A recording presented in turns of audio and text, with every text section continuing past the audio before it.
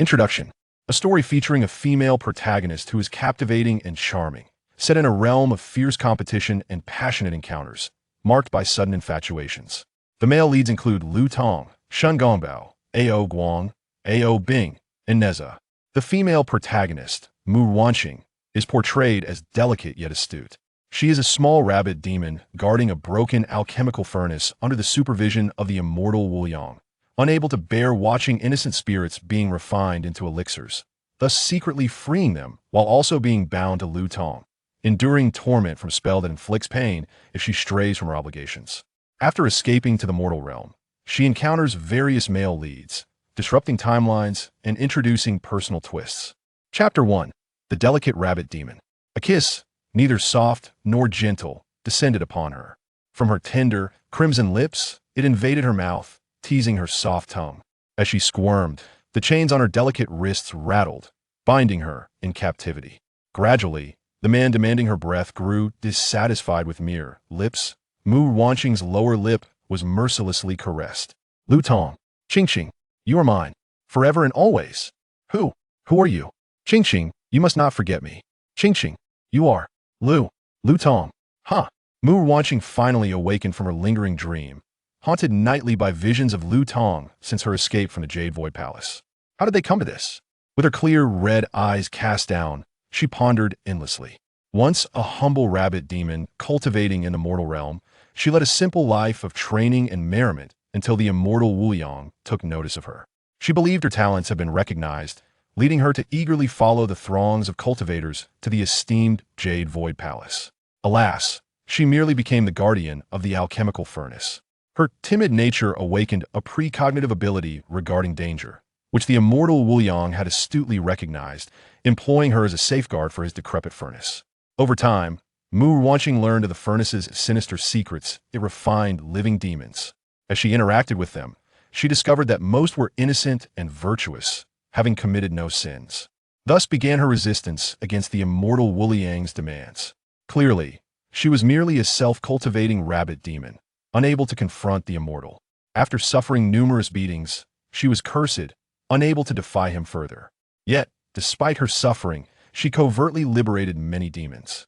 And Tong, thinking of him, Mu Ruanqing's eyes slowly closed.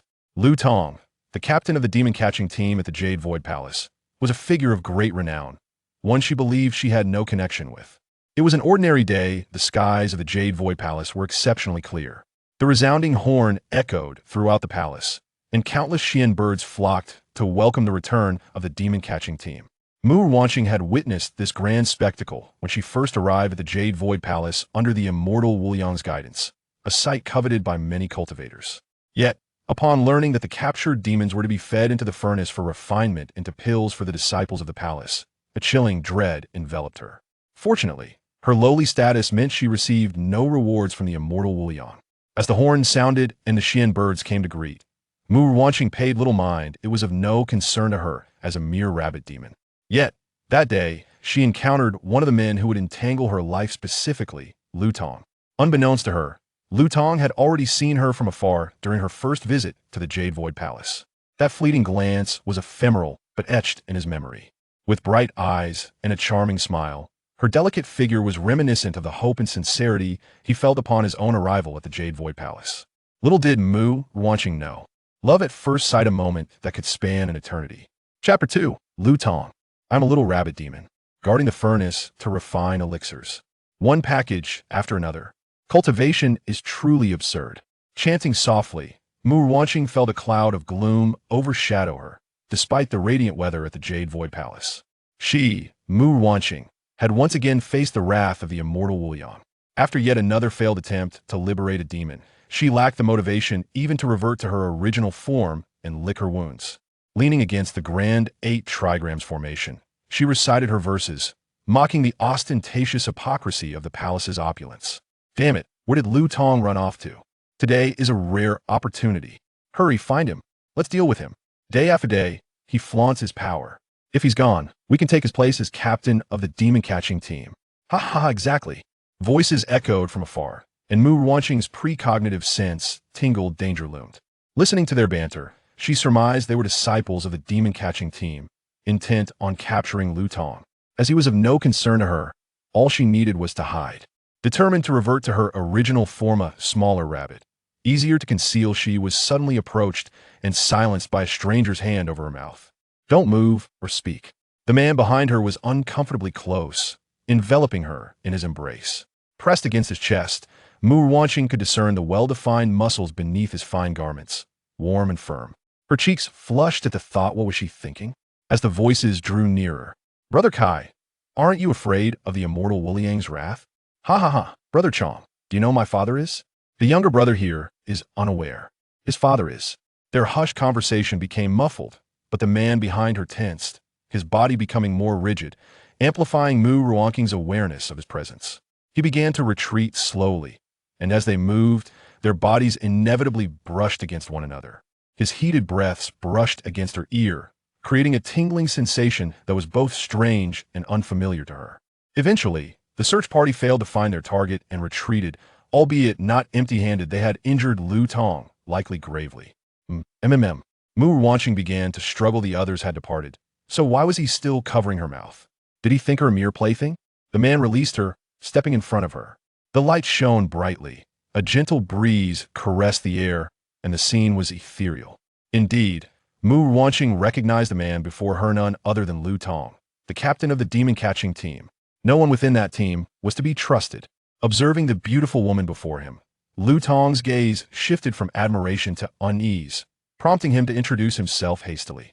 I am Tong, a member of the immortal Wu Liang's retinue. I'm most grateful for your timely rescue, fair maiden. May I inquire your esteemed name? Tong bowed slightly. Mu Ruanqing felt awkward. She had done nothing worthy of thanks. I am Mu Ruanqing. What a lovely name.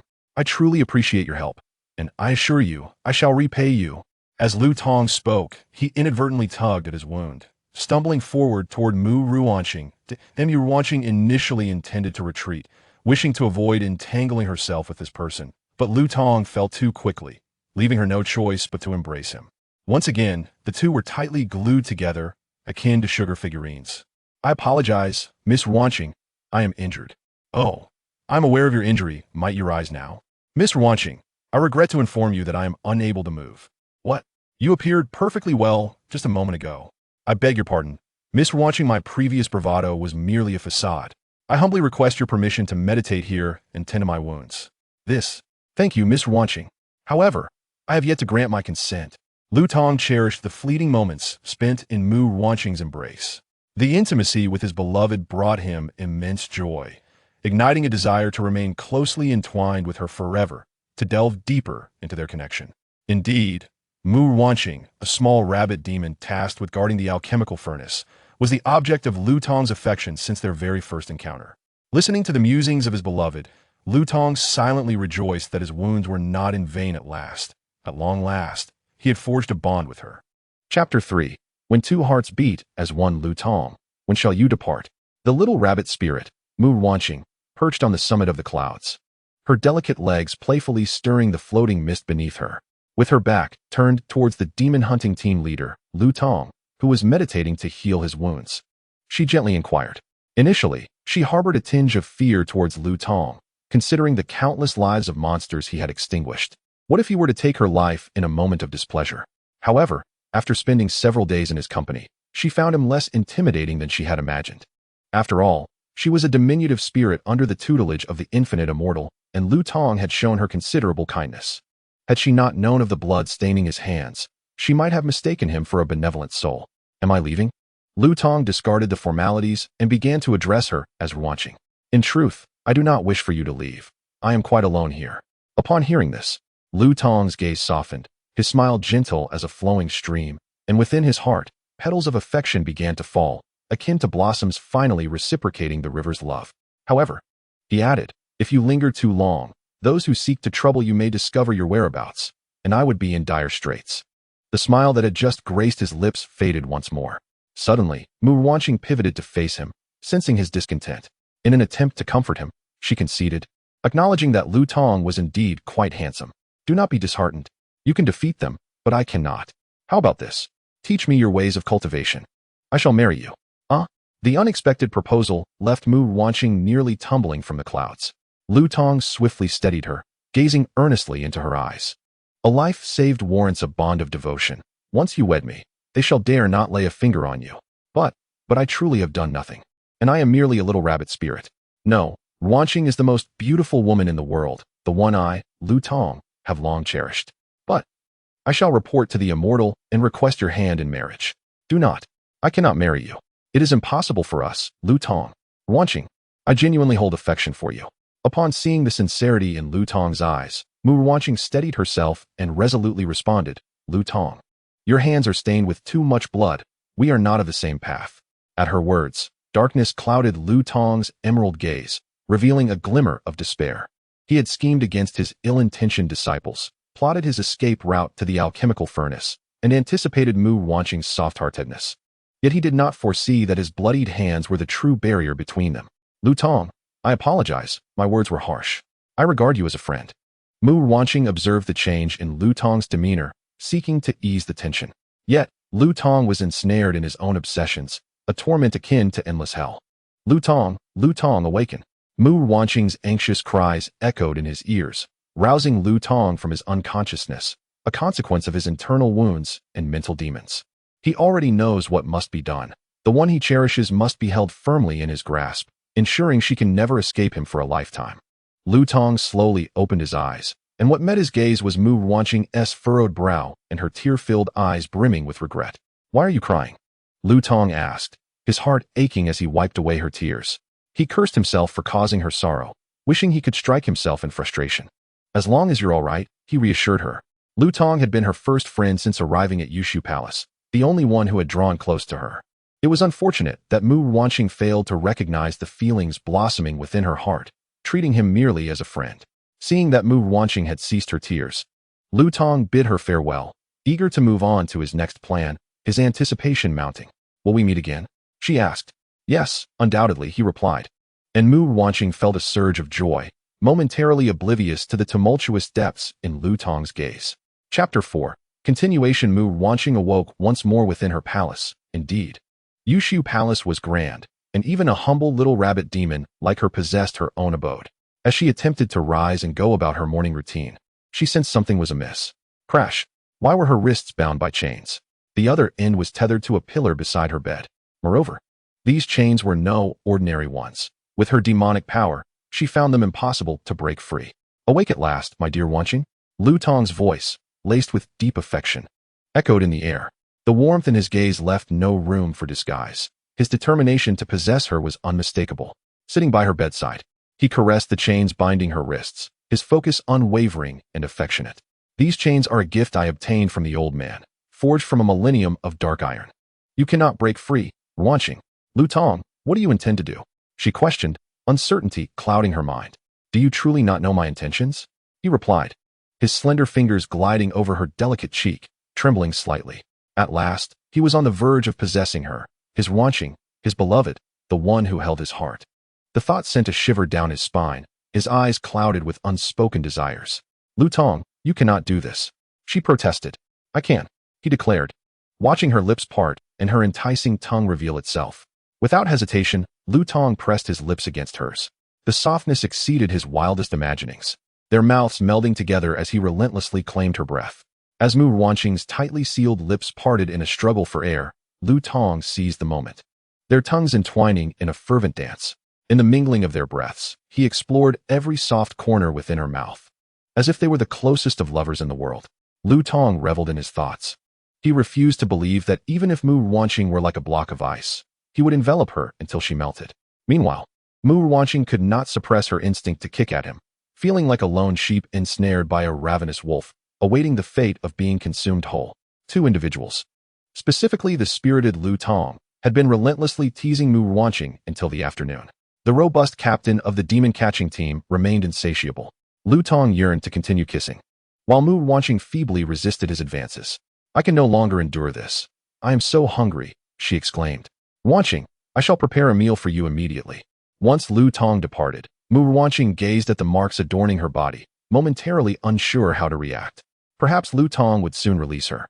Or perhaps she would be eternally ensnared in these chains. The discomfort she felt was overwhelming. She wished to utter a cleansing incantation but found herself unable, likely due to the constraints of the chains. When Lu Tong returned with a fragrant spread, he noticed Mu Ruanqing lying obediently and could not help but marvel at the success of his plans. She belonged to him. Lu Tong, I feel so unwell, she lamented. Let us bathe first and then dine. Could you not simply cast a cleansing spell? He inquired. I wish to wash you. No, she protested. Ruanqing, you cannot resist. You belong to me, and only to me. Thus, within the palace beside the alchemical furnace, the curtains of hibiscus flourished, and spring nights were spent in endless revelry. Chapter 5. 7 days. Lu Tong lingered in Mu Ruanqing's chamber for several days, entangling her in his affections. Each time, he was profoundly stirred, yet it never seemed sufficient. The ambiguous marks upon Mu Ruanqing's body had not faded. Instead, they layered upon one another, the crimson traces upon her fair and delicate skin appearing especially alluring, tempting one to touch and delve deeper into the mystery of their origin. Cleansing spells were cast time and again. Lu Tong caressed Mu Ruanqing's lips, his fervent breaths igniting a blush upon her ears and cheeks. After being forced into such absurdity with Lu Tong for several days, Mu Ruanqing realized this man would not relinquish her. She began to rebuff his kisses. Lu Tong, faced with a Mu Ruanqing who, despite her deep emotions, refused to cooperate, felt a pang of sorrow. He laid his heart bare before her, yet she chose to ignore it, coldly rejecting his affections. Ruanqing, shall we spend our lives together? He implored. Is this how we are to live? Mu Ruanqing shook her wrist, the dark chains clinking with a metallic sound. Ruanqing, I fear you may escape. Understanding that further words were futile, she shut her eyes tightly, refusing to acknowledge Lu Tong's crestfallen demeanor. His heart felt as though pierced by arrows of his own making. Should he not have imprisoned Mu Ruanqing? No, what he should have done was grant her the right to choose. If she did not desire his company, he would compel her to yearn for it. Mu Ruanqing watched Lu Tong depart, uncertain of his next scheme. The intimacy shared with him had drained her vitality. She was truly famished and longed for the meals prepared by Lu Tong. Perhaps he sensed her unspoken hunger, or perhaps after several days, their hearts had begun to resonate with one another. Lu Tong soon returned with an abundant array of dishes, the aroma wafting enticingly through the air. However, Mu Ruanqing had just been angry, so she could not afford to appear too eager. Thus, she bravely declared, You take it, I shall not eat. Looking at Mu Ruanqing's puffed cheeks, Lu Tong found her utterly adorable as her delicate nose occasionally sniffed the air. Ching, I shall not force you any longer. Shall we simply enjoy our meal? Humph, what you say means nothing to me. Do you truly mean it? Indeed, Lu Tong replied, his face aglow with a charming smile, resembling a paragon of virtue as he made a promise to Mu Ruanqing. Bring it here, quickly. I am famished. Observing Mu Ruanqing relishing her food, Lu Tong's emerald eyes concealed a remarkable desire. I shall no longer compel you. Ching, you will willingly present yourself to me. Within the meal was a concoction known as the 7-day passion powder, which mandated that one must engage with a man every 7 days. Otherwise, the overwhelming longing would become unbearable. Unaccustomed to hardship, Mu Ruanqing was naturally unable to endure it. Yet, Lu Tong had never intended for her to suffer. The 7-day passion powder was not lethal, nor would it inflict any pain upon her. When he sought the potion from the old man, it was evident that his affection for Mu Ruanqing had been discovered. Lu Tong silently gritted his teeth, like Mu Ruanqing. He too had been ensnared by the old man's schemes. Over the years, he had been forced into countless unsavory deeds, his hands stained with guilt, while the soul-tender corner of his heart was reserved for his beloved, Mu Ruanqing. The old man, perceiving Lu Tong's outward compliance, promised Mu Ruanqing to him, setting their wedding date for 7 days hence. Chapter 6. Marriage without Lu Tong's coercion. Mu Ruanqing found her days relatively peaceful. Yet, the chain around her wrist remained unbroken. Lu Tong busied himself with various tasks, keeping a watchful eye on her, though he refrained from touching her. He continued to prepare her meals thrice daily. Confined indoors and relieved from the need to tend to the stove, Mu Ruanqing eagerly anticipated mealtime. Despite being exceedingly occupied, Lu Tong did not neglect to cook for her, which touched Mu Ruanqing, although she reminded herself that such feelings did not equate to love. She shook her head, attempting to dispel any positive notions of Lu Tong from her mind. Alongside the aroma of the food was Lu Tong's clear, melodious voice. Ching, are you feeling hungry? Not particularly. Ching, tomorrow is the 15th day of the first month in the mortal realm, celebrated as the Lantern Festival. The Lantern Festival? What is that for? Having lived in seclusion in the mountains during her time in the mortal world, Mu Ruanqing had never interacted with common folk and was unaware of their ways or celebrations. The Lantern Festival marks the beginning of spring, a day when people venture out to admire the moon, light lanterns, solve riddles, and enjoy sweet dumplings. It is a festive occasion. That sounds wonderfully lively. Indeed, tomorrow, Yushu Palace will also be bustling with activity. Can I go out tomorrow, Lu Tong? Oh, dear Lu Tong. Mu Ruanqing rarely indulged in such charm. Having not stepped outside for an extended period, she felt nearly stifled. Of course. Really? Truly. Oh, dear Qingqing. Are you aware that the Lantern Festival is a splendid occasion, suitable for both blessings and marriages? The Yuan Festival transforms the pristine and ethereal Jade Void Palace into a vibrant spectacle adorned with crimson silk, while the originally white clouds are woven into auspicious rainbow formations. The swallows perched on the eaves are each adorned with brilliant red flowers, and the horns, which typically sound only upon the return of demon hunting teams, resonate 9 times today, calling forth all disciples of the Jade Void Palace. These signs herald a day unlike any other, yet the heroine remains oblivious to the circumstances. Mu Ruanqing has been released by the dear youth, the chains around her transformed into translucent forms by his incantations. Clad in a striking red gown, perhaps overly festive, she feels a sense of contentment simply to be free, not dwelling on the attire prepared for her by the dear youth. However, he too is not dressed in his usual scholarly attire, instead donning a similar red ensemble. Mu Ruanqing possesses an understanding of what it means to marry, having heard tales from dear friends during her time in the mortal realm, although she has never witnessed it firsthand. Thus, she remains unaware that the current situation signifies her own wedding, and she is to be the bride. As she strolls along the path to immortality in the splendid Jade Void Palace, albeit from within a red sedan chair that obscures her view, she marvels at the experience. Riding a fine steed, the dear youth, clad in wedding attire, leads the procession along the path to ascension, his tall and handsome figure commanding attention. It is only upon entering the main hall of the Jade Void Palace and encountering the Infinite Immortal that Mu Ruanqing begins to sense something amiss. What is the Infinite Immortal doing here? Does he know that she has not been dutifully guarding the furnace? Will she be punished? My esteemed dear youth and Mu Ruanqing shall be united in matrimony. May you enjoy a harmonious union for 100 years, the Infinite Immortal declares. Following his words, the crane youth guides the couple into the bridal chamber, where the majority of the Jade Void Palace's denizens offer their blessings to the newlyweds. Yet, some curious onlookers wonder about the sudden appearance of the young bride, questioning why such good fortune has not befallen them. In the opulently decorated bridal chamber, the newlyweds stand alone, and it is at this moment that Mu Ruanqing begins to comprehend the situation. Dear youth, is this true? Indeed, my lady. No, this cannot be right. How have I become your lady? Given the circumstances, dear Qingqing, it is best to accept this reality. The dear youth embraces Mu Ruanqing tightly, whispering into her ear. As she struggles, an inexplicable warmth envelopes her, igniting a complex sensation deep within. What is happening to me? Qingqing, do you desire me? I am willing. No, I do not wish to. You will, dear Qingqing. As time flows on, the heat intensifies within Mu Ruanqing, flushing her cheeks crimson, her dreamy red eyes half open, exuding an enchanting allure. It is so warm, dear youth. What have you done? I am here, Qingqing.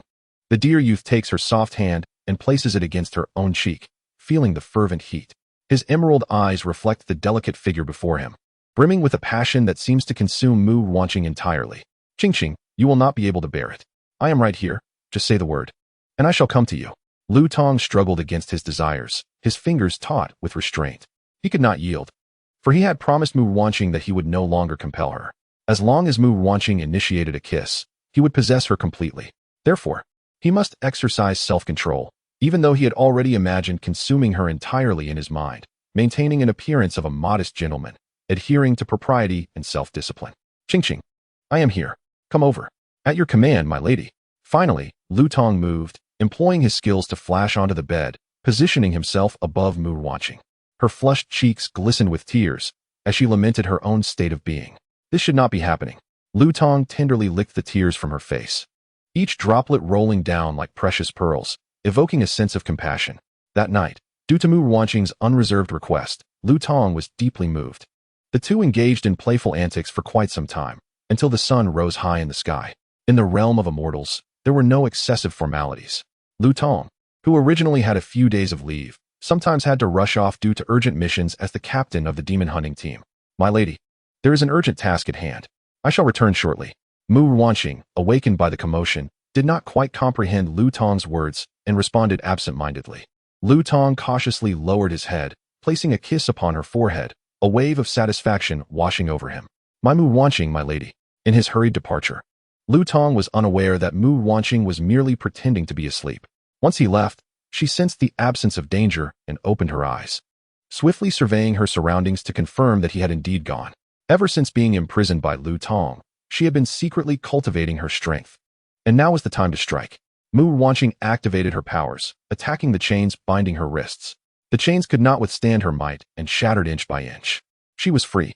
Regardless of the drug Tong had administered to ignite her desires, her immediate priority was to distance herself from him, lest unforeseen consequences arise. She could not contend with someone so calculating as Tong. She was but a small rabbit spirit, yearning for a peaceful existence. Utilizing her powers, Mu Ruanqing fled to the mortal realm while Tong was absent. This place was where she had heard of her savior from the creatures she had released. She had long been cursed by the infinite immortal, and it was uncertain how long she could evade his wrath after slipping into the mortal world. Nonetheless, even without Tong, she had no intention of serving the infinite immortal any longer. She had long desired to escape such a frigid abode. Chapter 8. The mortal realm. Reflecting on the tumultuous bond she shared with Tong, Mu Ruanqing reassessed the forest surrounding her. It was now the second day since her escape from the heavenly realm, and she sought her savior to express her gratitude.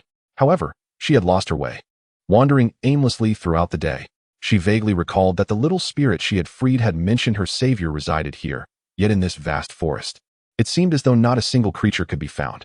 In the heart of the forest, a graceful figure traverses the verdant expanse, a diminutive being weaving through towering trees, finally making her way towards the central waterfall. Oh, who might you be? I don't believe I've seen you before. A young leopard appears before Mu Ruanqing. Although it bears the form of a leopard, it speaks with human articulation, presumably a leopard spirit yet to master its transformation. Remembering that her savior took the form of a leopard, Mu Ruanqing felt a surge of joy. Could this be her destined encounter? Eagerly, she inquired, I am Mu Ruanqing.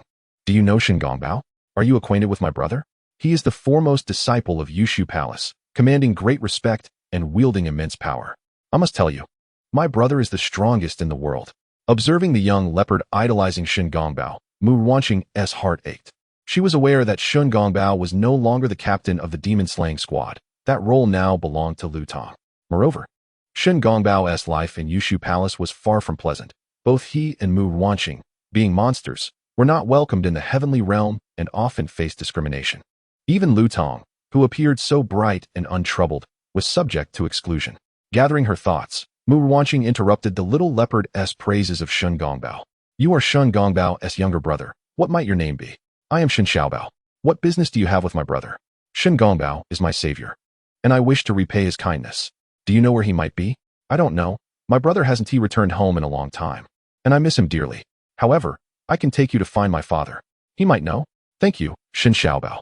Upon hearing Mu Ruanqing's gratitude, Shen Xiaobao bashfully scratched his furry head with his paw, exuding cuteness. Mu Ruanqing couldn't help but wonder if her savior had also been this adorable in his youth.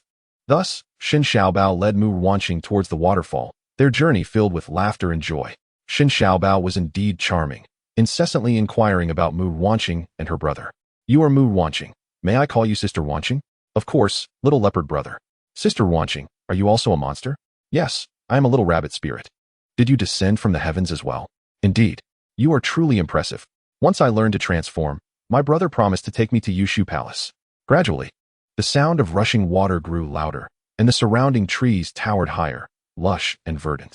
Mist enveloped the air, refracting sunlight into a dazzling spectrum of colors, creating a breathtaking sight. Before they could arrive, a deep, gravelly voice echoed through the air. Who approaches? State your name. Mu Ruanqing felt an inexplicable surge of anxiety. It had been a long time since she last saw Shen Gongbao, and she could scarcely recall his voice. Could this be him? My name is Mu Ruanqing. I am a little rabbit spirit whom you saved many years ago. I have come to repay your kindness. In her eagerness, Mu Ruanqing stumbled over her words. Sister Ruanqing, do not fear. This is my father. He means no harm, Shen Xiaobao reassured from beside her. Father? So this must be Shen Gongbao's father. Mu Ruanqing exhaled, feeling a mix of relief and disappointment. Come in, let's go, Sister Ruanqing. Before her lay a magnificent waterfall, with numerous wooden stakes embedded in the pond beneath it, each supporting a small creature, each unique in form, diligently practicing their skills. In the center stood a middle-aged man, as stable on the stake as if on solid ground. I am Shen Gongbao. Chapter 9. Shen Gongbao Mu Ruanqing settled in the forest, living a life she had longed for, filled with tranquility, surrounded by companions and friends. Her days were carefree and free-spirited. Before long, Shen Xiaobao's birthday arrived, filling him with joy. The shape-shifting little leopard rolled joyfully on the fallen leaves.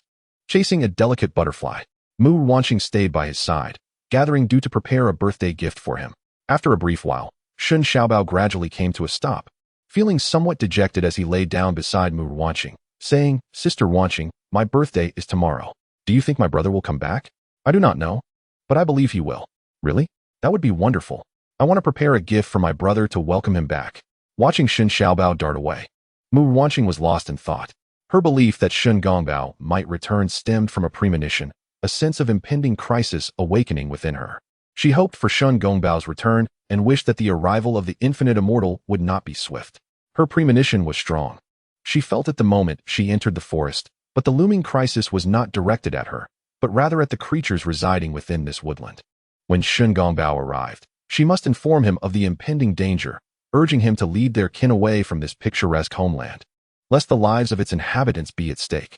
As the sun and moon danced through the heavens, Shen Xiaobao's birthday swiftly approached. The day was lively, filled with joy. Shen Xiaobao was well loved in this place, and every little creature had prepared gifts to some extent. They sat on the ground, enjoying a feast. And Shen Gongbao was pleased, though he refrained from indulging in alcohol. Mu Ruanqing, eating her meal, found it tasteless. Her thoughts drifting to the dishes prepared by the dear boy. Was this nostalgia? Yet, compared to the freedom she desired, such sentiments seemed trivial. Suddenly, Shen Xiaobao's voice broke through her reverie. "Brother? Is that you?" "Brother. Xiaobao, I have returned." Shen Xiaobao leapt into Shen Gongbao's embrace, expressing his longings. Tears of joy streaming down his face. Shen Gongbao awkwardly comforted him, shielding him protectively while turning his gaze towards Mu Ruanqing. "Pray tell, who might you be, fair maiden? How do you know of our kind in our homeland?" Sensing Shen Gongbao's hostility, Mu Ruanqing exerted every effort to appear harmless. "I am a small rabbit demon whom you saved years ago, back when I could not yet transform." With that, Mu Ruanqing shifted form, transforming into an adorable little white rabbit. Shen Gongbao pondered deeply. Indeed, he had once saved a little rabbit, but that was many years ago, and he could not ascertain whether it was this very rabbit, thus he remained on guard. "No harm done, Miss Mu, for you are a celestial of the Yushu Palace." "What?" In an instant, Shen Gongbao seized Mu Ruanqing by the ear and dragged her deep into the forest, away from the waterfall. "Are you of the Yushu Palace?" With a flick of his hand, he transformed Mu Ruanqing back into her human form, gripping her neck tightly, his voice laced with malice. "Aye." Mu Ruanqing struggled to breathe, desperate to respond, yet words eluded her. Shen Gongbao released her, fastening a chain around her neck to restrain her. As Mu Ruanqing gasped for air, she slowly spoke. "I was once a little rabbit demon, awakened with the ability to foresee crises. The infinite celestial elder took notice of me and brought me to the Yushu Palace to guard his alchemical furnace. I learned of you through the monsters I encountered. I truly harbor no ill intentions. Furthermore, I sense an impending great crisis." Chapter 10. Suspicion. Shen Gongbao grasped the chain tightly, casting a dark glare at Mu Ruanqing, his very presence instilling dread. The deep bruises encircling her fair neck were alarming, and she gasped in pain, nearly shedding tears. Yet, tears could not be afforded at this moment. Mu Ruanqing bit her lip, forcing back her sorrow. Shen Gongbao observed her feigned resilience, and even he could not help but admire her unparalleled beauty. Was this truly the allure of an enemy's seduction? He yanked the long chain, pulling Mu Ruanqing closer, his elongated black nails lifting her chin as he scrutinized her breathtaking visage, tears brimming in her eyes, evoking an urge to gently wipe them away. But how could Shen Gongbao, a being of such stature, be swayed by mere mortal emotions? "How am I to trust you?" His voice was heavy as their faces drew nearer. "Celestial, you must be cautious. Cough, cough. Be wary of the infinite." Before she could finish, Mu Ruanqing suddenly coughed up blood, staining both their garments. She collapsed into Shen Gongbao's embrace, unconscious. This was unforeseen by Shen Gongbao. He felt her neck and checked her pulse, both indicating her frailty, a consequence of the backlash from the spell. After a moment of contemplation, he deduced that Mu Ruanqing had been afflicted by the infinite celestial elder's curse, a vile method employed to manipulate others into servitude. Thus, it appeared as though significant upheaval was indeed imminent, just as Mu Ruanqing had forewarned. Shen Gongbao resolved to inform his father. leading their people to a safer haven for recuperation. As for Mu Ruanqing, he stroked his chin thoughtfully. He intended to take her away, ensuring she could no longer contact her kin. What if he were to end her life here and now? Gazing at her blood-stained lips, Shen Gongbao instinctively raised a hand to wipe the blood away, only to realize the gravity of his actions. Abandoning Mu Ruanqing, he turned away in contemplation. She could not be eliminated just yet. Her existence still held value. She could be a source of information regarding the situation in Yushu Palace, or even serve as leverage. If what she claimed were true, that she possessed the ability to foresee crises, then she could be utilized to pave the way for Ao Bing and contribute to the resurgence of the Dragon Clan. Convincing himself, Shen Gongbao cradled her in his arms, his movements unexpectedly gentle, almost tender. After clarifying the situation with Shen Jingdao and Shen Xiaobao, although Shen Jingdao was unaware of why his elder son insisted they leave their childhood home, he trusted that Shen Gongbao had his reasons. Brother, what has happened to Sister Ruanqing? Why does she seem to be spitting blood? It's nothing. She was merely caught off guard by her own efforts. But why is she locked up? Such matters are for adults. Children should not meddle. Then, brother, you must take good care of Sister Ruanqing. Don't you know how wonderful she has been to us? Shen Gongbao paused, contemplating, as Shen Xiaobao tugged at his sleeve, playfully. Please? Looking at his adorable younger brother. Shen Gongbao smiled and replied, very well. Unbeknownst to him, this agreement would bind him for a lifetime, but that is a tale for another time. Reluctantly saying his goodbyes, he turned away, for he had grand undertakings ahead and could not linger. He hurried towards the East Sea Dragon Palace, holding Mu Ruanqing. Though their journey was interrupted by a rather embarrassing incident, this small interlude would intertwine their fates more closely, tightening the red thread of destiny that bound them. Chapter 11. The outbreak. The journey was adorned with mountains, rivers, and forests, a landscape of exquisite beauty, yet the path was undeniably bumpy, ascending and descending. Even though Shen Gongbao could fly, the distance was too great to be traversed without walking. Mu Ruanqing slept soundly in his embrace, undisturbed by the jolting motion. For Shen Gongbao held her securely, allowing her to recuperate. However, he believed she would remain asleep until they reached the Dragon Palace. Unexpectedly, her body began to heat up without warning. Oh, it's so hot. So hot. Noticing the flush of her cheeks and her incoherent murmurs, Shen Gongbao sensed something was amiss. He landed in a nearby forest, clearing a spot for her to rest against a tree. As he checked her pulse, he recalled feeling a potent spell and a mysterious substance within her before, but he could not discern whether it was harmful. This time, however, as he examined her condition, the truth was revealed. It was the 7-day indulgence powder, a toxic substance that required intimacy with a man every 7 days to mitigate its effects. Who could possibly wish such a fate upon Mu Ruanqing? Shen Gongbao was consumed by a tempest of rage, his breath rapid and labored, as if an unseen force weighed heavily upon him, suppressing the flames of fury that sought to erupt from within, leaving them to churn in the depths of his soul. The escalating intensity of his state only served to amplify the strength in his grip, causing Mu Ruanqing to whimper in pain, her delicate voice barely escaping her lips. In the face of such turmoil, Shen Gongbao finally came to terms with his own heart.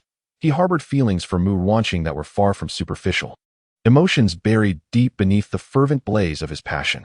Yet, he grappled with the notion of taking advantage of her vulnerability under the influence of the potion. Was this not an exploitation of her predicament? Though aware of his own cunning nature, he could not stoop to such depths. His mind conjured images of intimacy with Mu Ruanqing. Though his face betrayed none of his inner turmoil, however, the tips of his ears revealed his shyness. What? Miss Mu, what did you say? Lu Tong's words pierced through his thoughts, igniting the inferno within him. Jealousy surged through his being. Grasping Mu Ruanqing's chin, his words cut like a blade. What did you say? Is it Lu Tong? How could it be him? Naturally, he received no reply. Shen Gongbao, in a fit of rage, laughed bitterly. No longer able to contain his fervor, he seized Mu Ruanqing's crimson lips with fervent kisses, his teeth grazing against her in a fervent display. Clumsy at first, he soon found his rhythm, though his fervor proved too forceful, leaving a mark on her delicate lip. As Mu Ruanqing stirred from her slumber, her hazy eyes gradually focused upon the figure pressing down upon her. Shen Gongbao. Oh, immortal! She gasped. He released her lips gently, planting soft kisses upon her fingers. Immortal? You cannot. Why should Lu Tong be allowed to, while I am not? You know? Mu Ruanqing, I shall take responsibility. With renewed fervor, he kissed her enticing lips once more, indulging in the sweet nectar of their connection. Unable to resist, Mu Ruanqing parted her lips, allowing Shen Gongbao to deepen their union, evoking sensations that rendered her utterly weak. Gradually, he became unsatisfied with mere exchanges of lips and tongues. The ocean of desire surged forth, and the little rabbit was finally consumed by the great beast. In the warming embrace of spring, amidst the lush greenery of the forest, the waters flowed freely, nurturing the seeds of affection that began to sprout within Shen Gongbao's heart. Chapter 12. The Dragon Palace. The two engaged in a tempestuous dance again and again, until the moon hung high and the stars twinkled faintly. It was only when Mu Ruanqing succumbed to a deep slumber that Shen Gongbao ceased his fervent actions, reciting a cleansing incantation to purify them both. Ruanqing, what am I to do with you?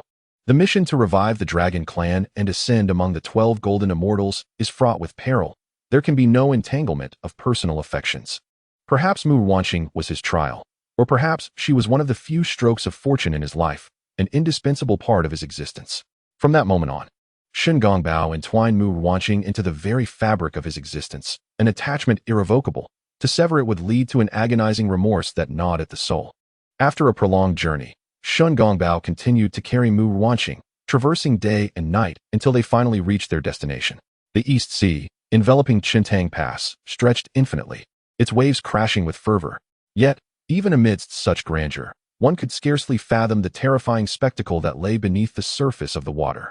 Fiery red magma blanketed the area, perpetually bubbling and hissing. Towering stones, eroded by the molten flow, stood like malevolent spirits, gaping wide as if poised to devour. A colossal pillar jutted forth from the center, firmly planted in place.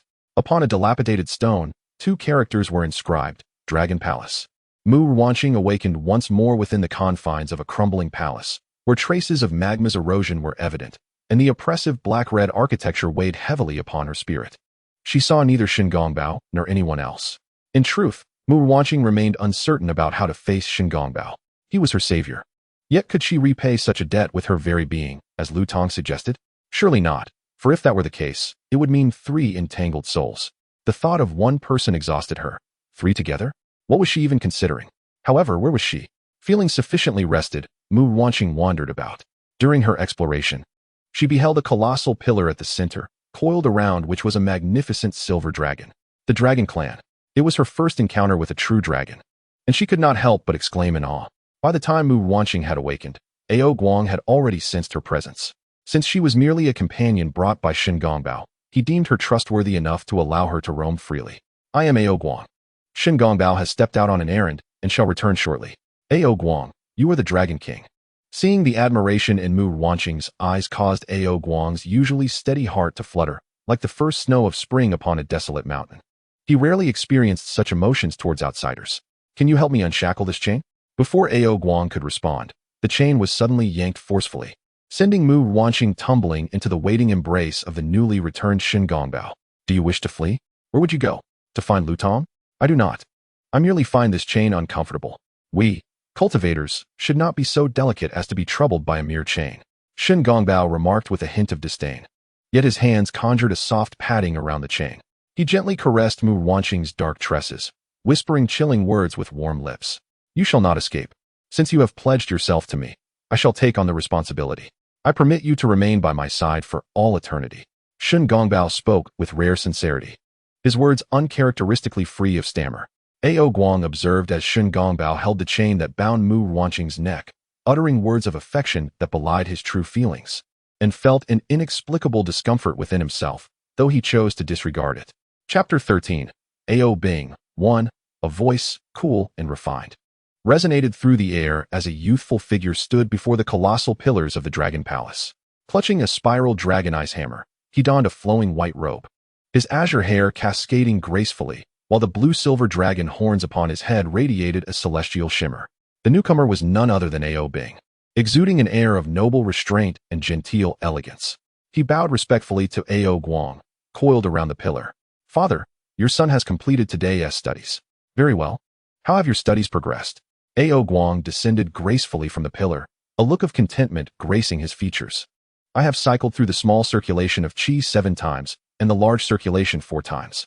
I have refined the Ice Jade 9 Heavens to the 6th level and additionally practiced the Ice River Flying Spring. My son, your innate talent is truly remarkable. The restoration of our dragon clan shall rest upon your shoulders. Yes, father.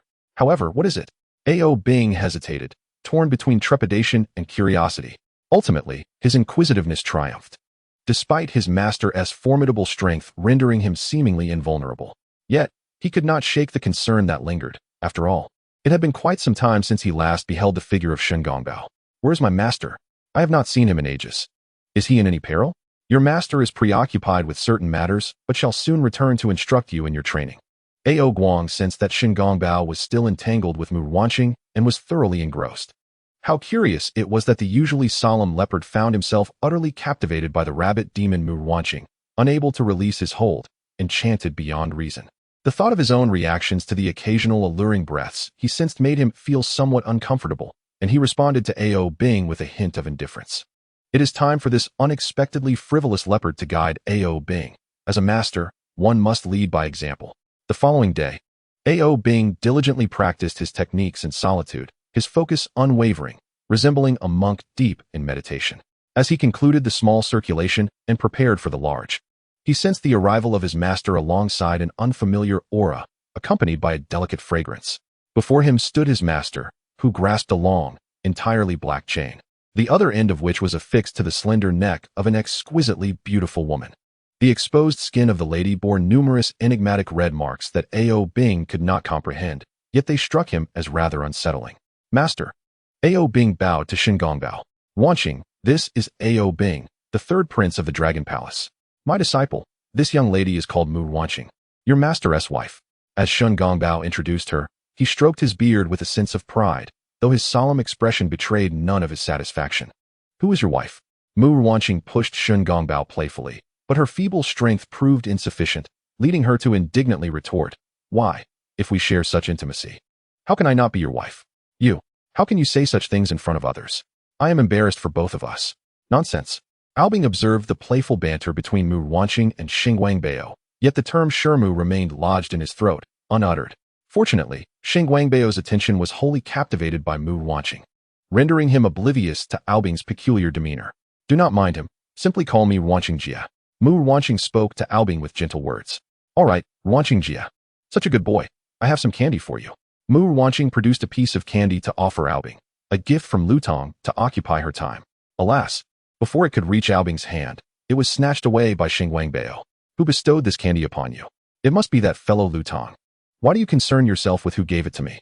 It certainly was not you. Their playful exchange disregarded the presence of a third party. Ao Bing gazed at the candy in Shen Gongbao's possession, feeling for the first time the sensation of something that belonged to him being taken away. A strange feeling arose within him, a sentiment known as jealousy. Chapter 14.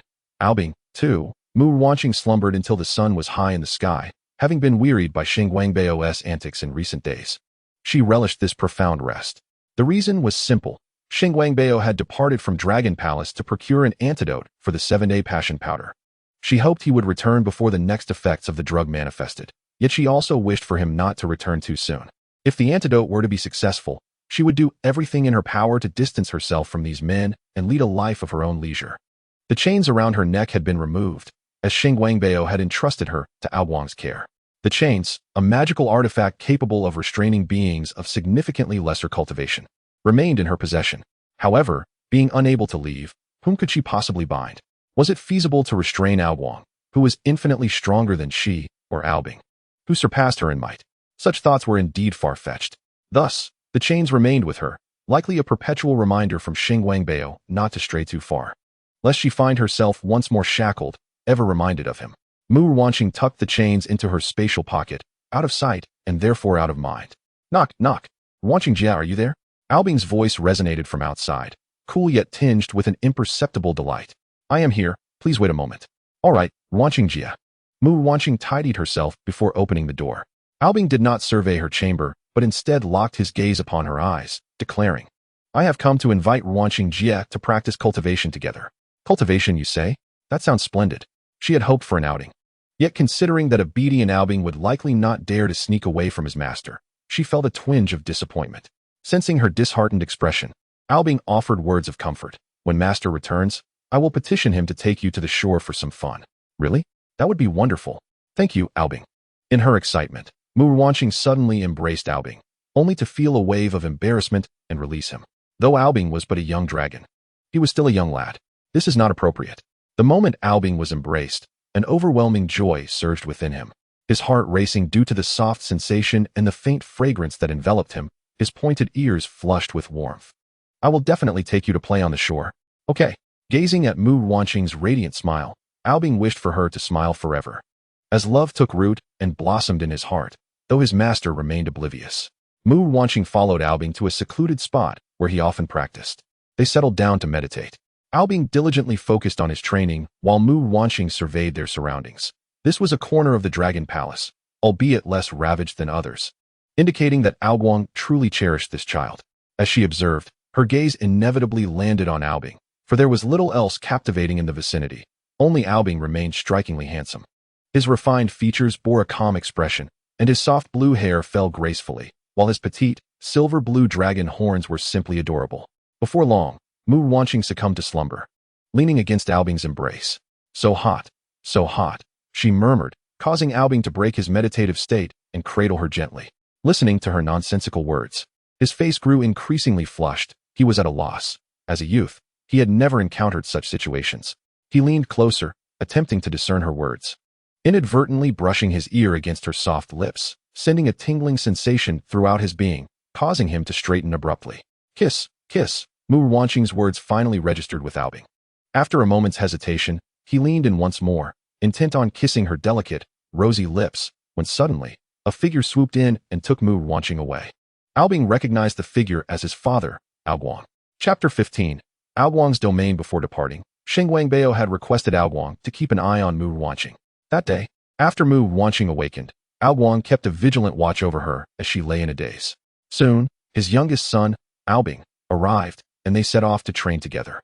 This intense focus on Mu Ruanqing had become Guang's routine over the past few days. Through this attention, he had come to realize his feelings. He was fond of Mu Ruanqing, his heart drawn to her. Upon learning that Mu Ruanqing had yet to wed Shen Gongbao, he secretly rejoiced, pondering if this meant he still had a chance. Kiss, kiss, Mu Ruanqing's words echoed in his mind. Sensing something amiss, Guang immediately projected his spirit and swiftly moved to Mu Ruanqing's side, reclaiming her. As he turned to leave, Guang failed to notice the shock and disappointment etched on Aobing's face. Just a moment more, just a moment more. Aobing's heart brimmed with reluctance. The East Sea Dragon King, having detached his soul from his dragon form, bore a meticulously crafted visage, his cold, white features adorned with eyes that sparkled like two rubies, and his long, straight white dragon horns etched with red dragon patterns. His towering stature rendered Mu Ruanqing in his arms even more petite, embodying an air of grandeur and noble chill.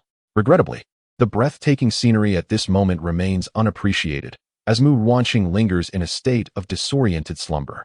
Guang gently laid Mu Ruanqing upon the bed in her chamber. Though his spirit had temporarily departed, he knew he could not linger long. Yet, a single day would suffice. He calculated the time, unaware that soon he would perceive a day as fleeting. Shen Gongbao, embracing the young deer, gasped as Mu Ruanqing's breaths quickened. Guang's expression darkened with each sound she made. Was there truly another? Jealousy ignited within Guang's heart. Who else had the audacity to draw near Mu Ruanqing in his absence? He cradled her in his arms, gazing deeply into her unparalleled beauty as her delicate brows furrowed. With a gentle caress, he smoothed her brow and pressed a tender kiss upon her forehead. As his lips descended upon her soft, crimson mouth, he savored a taste, yearning for more, only to be met with a tempestuous kiss that ensued. Their lips entwined. It felt as though time had ceased, as if their hearts were in perfect harmony. Gradually, the kiss transformed. Guang, I am Guang. Call me Guang. Suddenly, he draped a silken quilt over Mu Ruanqing. What are you doing? A figure appeared, fierce and wrathful, radiating fury. Shen Gongbao had returned. Guang, lost in the embrace of Mu Ruanqing's softness, was oblivious to his arrival. Guang, is this how you honor your promise to me? Shen Gongbao and Guang clashed, engaging in a physical struggle devoid of magic, each blow striking flesh. What do you mean by I? What more do you wish to say? I cherish Mu Ruanqing. Let us compete fairly. She belongs to me. What right do you have? Is that so? Then who is that young deer? You.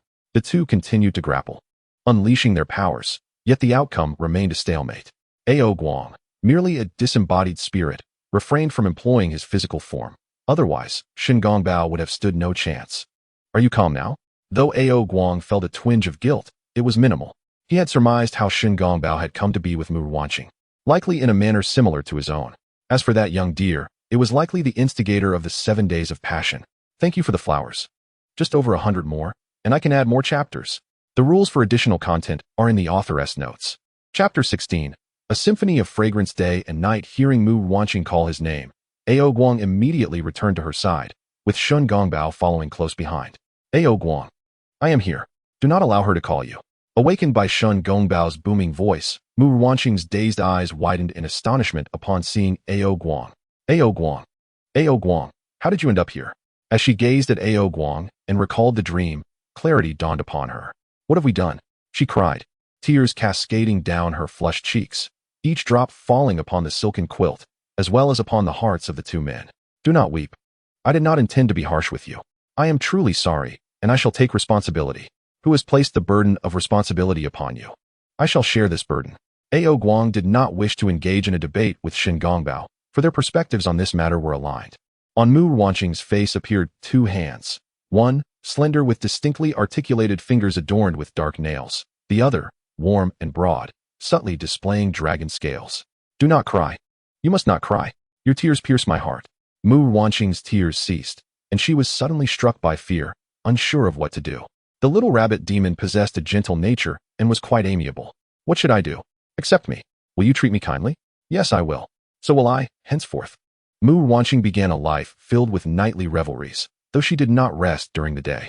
She deeply regretted her decision. Men, either one should suffice, or none at all. Moreover, a male demon was more than enough.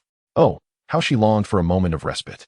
During the day, Shen Gongbao instructed Ao Bing in his training. Master, have you seen Ruanqing?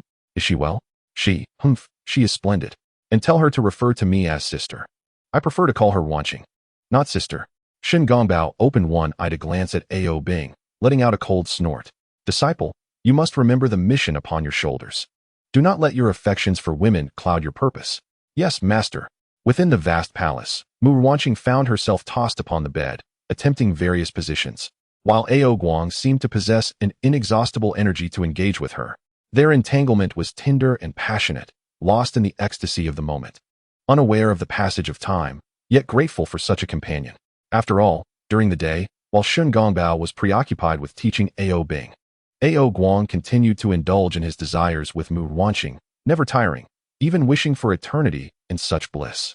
As the moon rose high, Guang sensed Shen Gongbao's return and, in unison, returned to his corporeal form, relinquishing Mu Ruanqing to Shen Gongbao.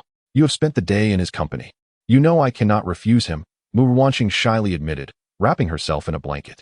Alas, I hold no expectations for your future. I possess some ambitions. What aspirations do you have? At the very least, I have escaped from Luton. Do not mention him again. Shen Gongbao silenced her with a kiss.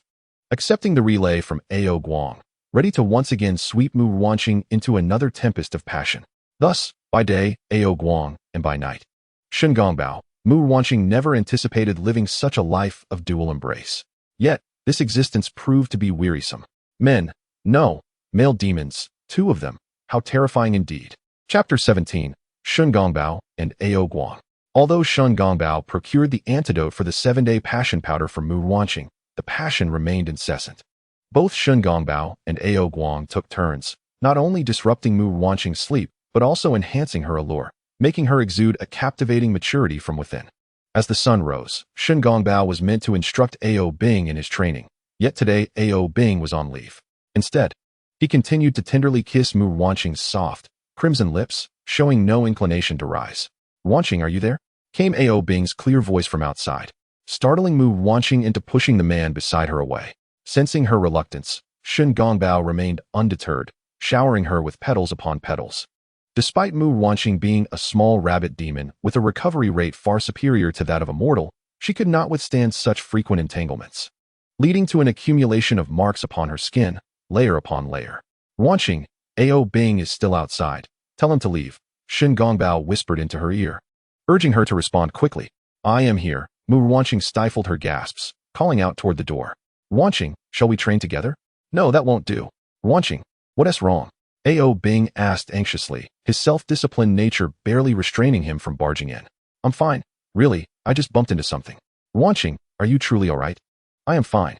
Shen Gongbao's mischievous actions elicited a sound from Mu Ruanqing, causing Ao Bing to remain silent outside for what felt like an eternity.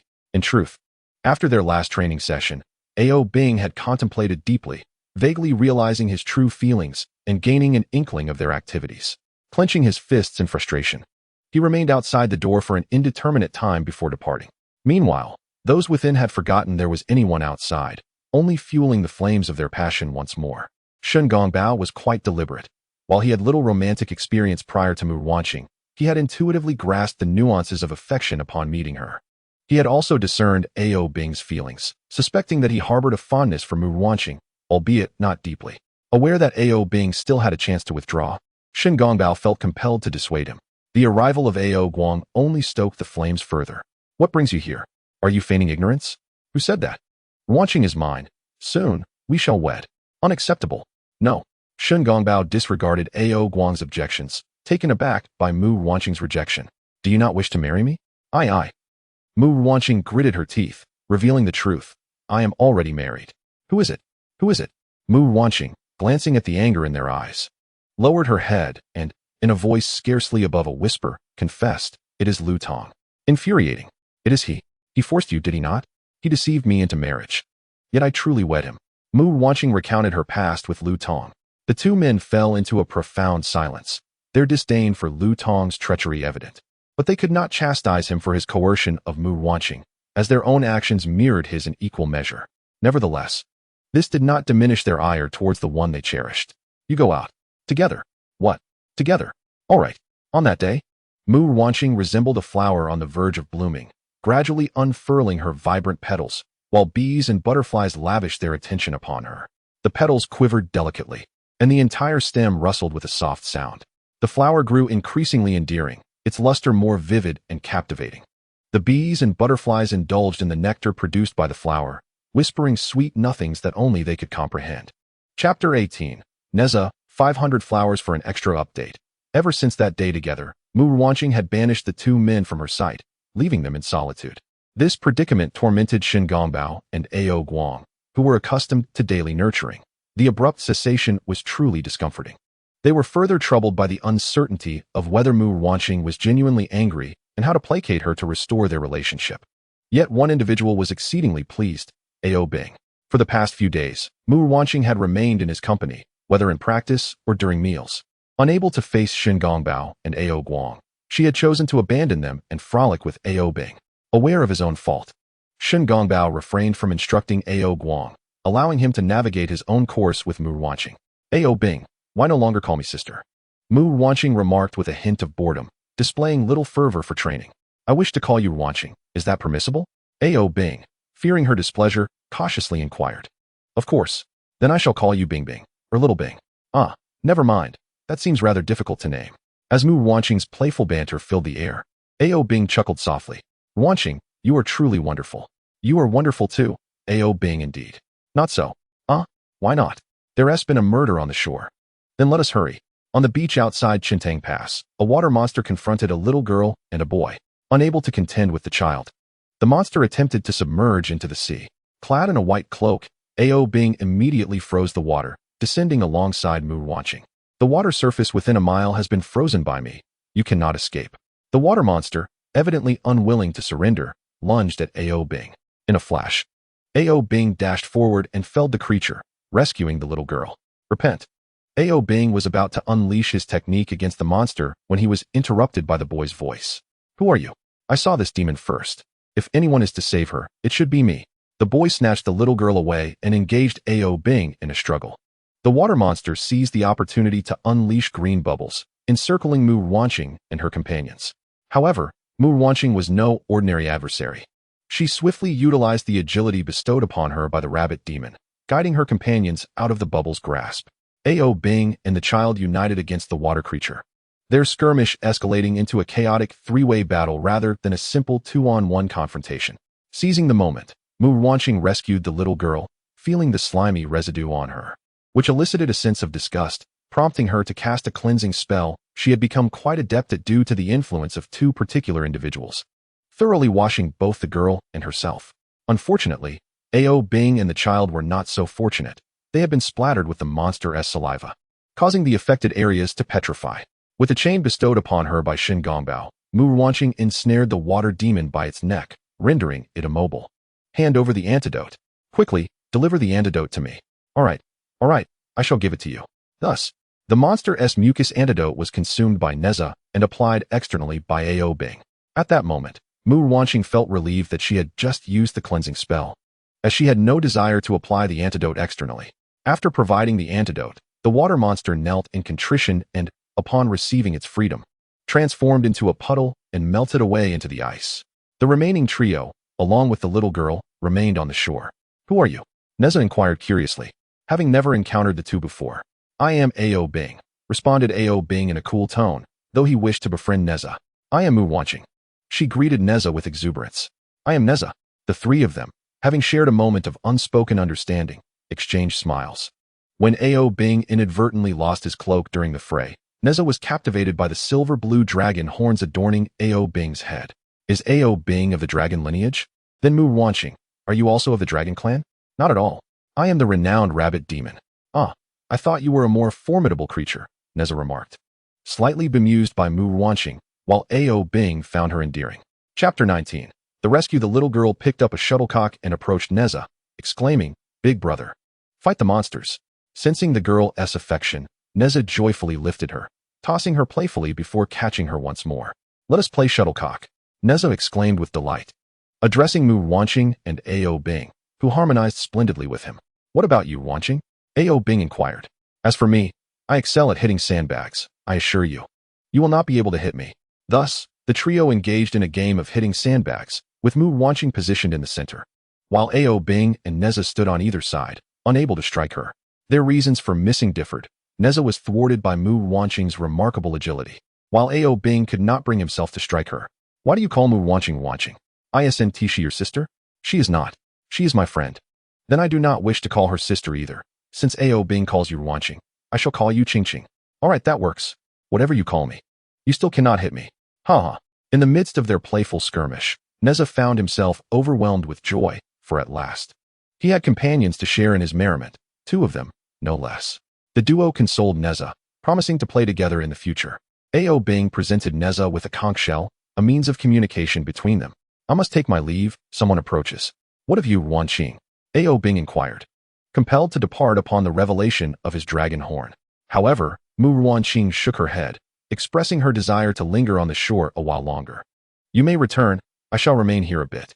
Very well, Ao Bing replied, concern etched on his face as he gazed at Mu Ruanqing.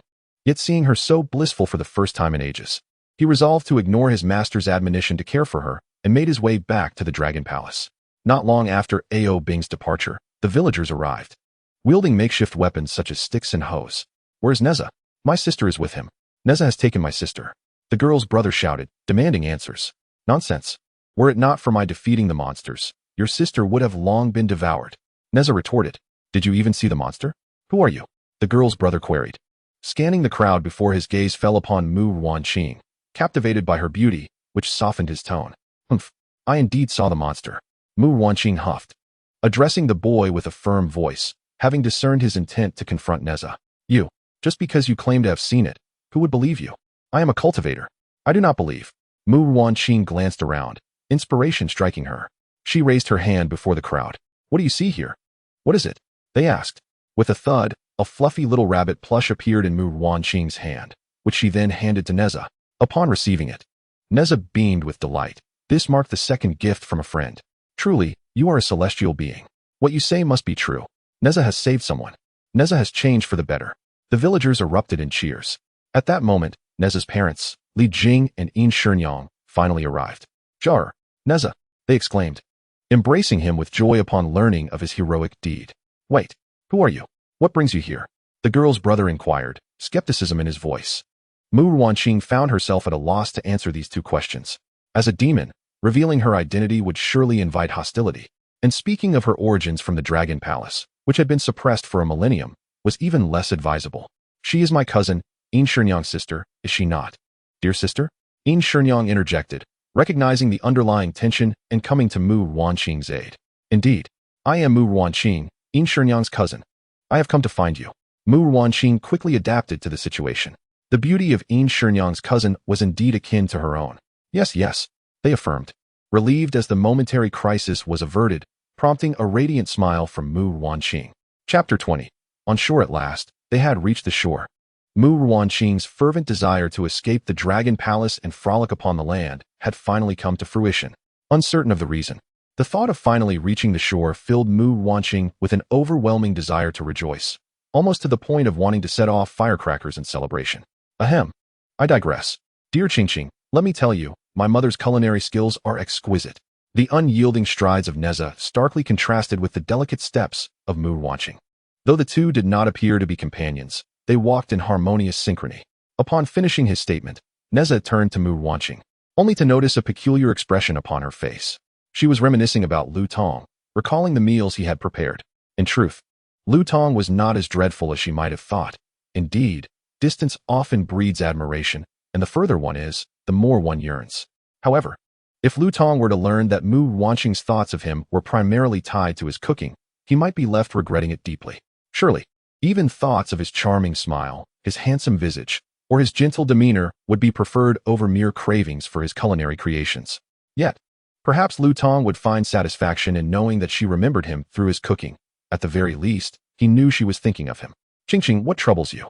Upon hearing Nezha call her by that name, Mu Ruanqing was transported back to the time when Lu Tong had also addressed her thus, though after their marriage. He had taken to calling her wife. Oh, it's nothing. Where are we headed? Mu Ruanqing resolutely cast aside her nostalgia and inquired of the young Nezha beside her. Of course, we are going to my home. My mother will prepare a magnificent feast for you. It will be delightful. That sounds wonderful. I hope it won't trouble Lady Yin. The ever-attentive Yin Shenyang, leading the way, turned back with a warm smile and replied, Not at all, not at all. Today, thanks to your assistance, my Nezha has been spared great distress. The mere thought of what might have transpired had Mu Ruanqing not been present pierced Yin Shenyang's heart, and she felt a surge of sorrow for her son's burdensome fate, nearly bringing her to tears. Nezha and Mu Ruanqing hurried to console her, while Li Jing embraced Yin Shenyang, offering words of comfort. Lady Yin, today's events are but trifles. In the future, I shall be here to protect him. No one shall dare to bully Nezha. Humph. I am quite capable on my own. I do not need your protection. Oh, but I would protect you even if you were unwilling. Many would desire my guardianship. Then go protect them instead. Humph. Lady Yin, do look at Nezha. Of course.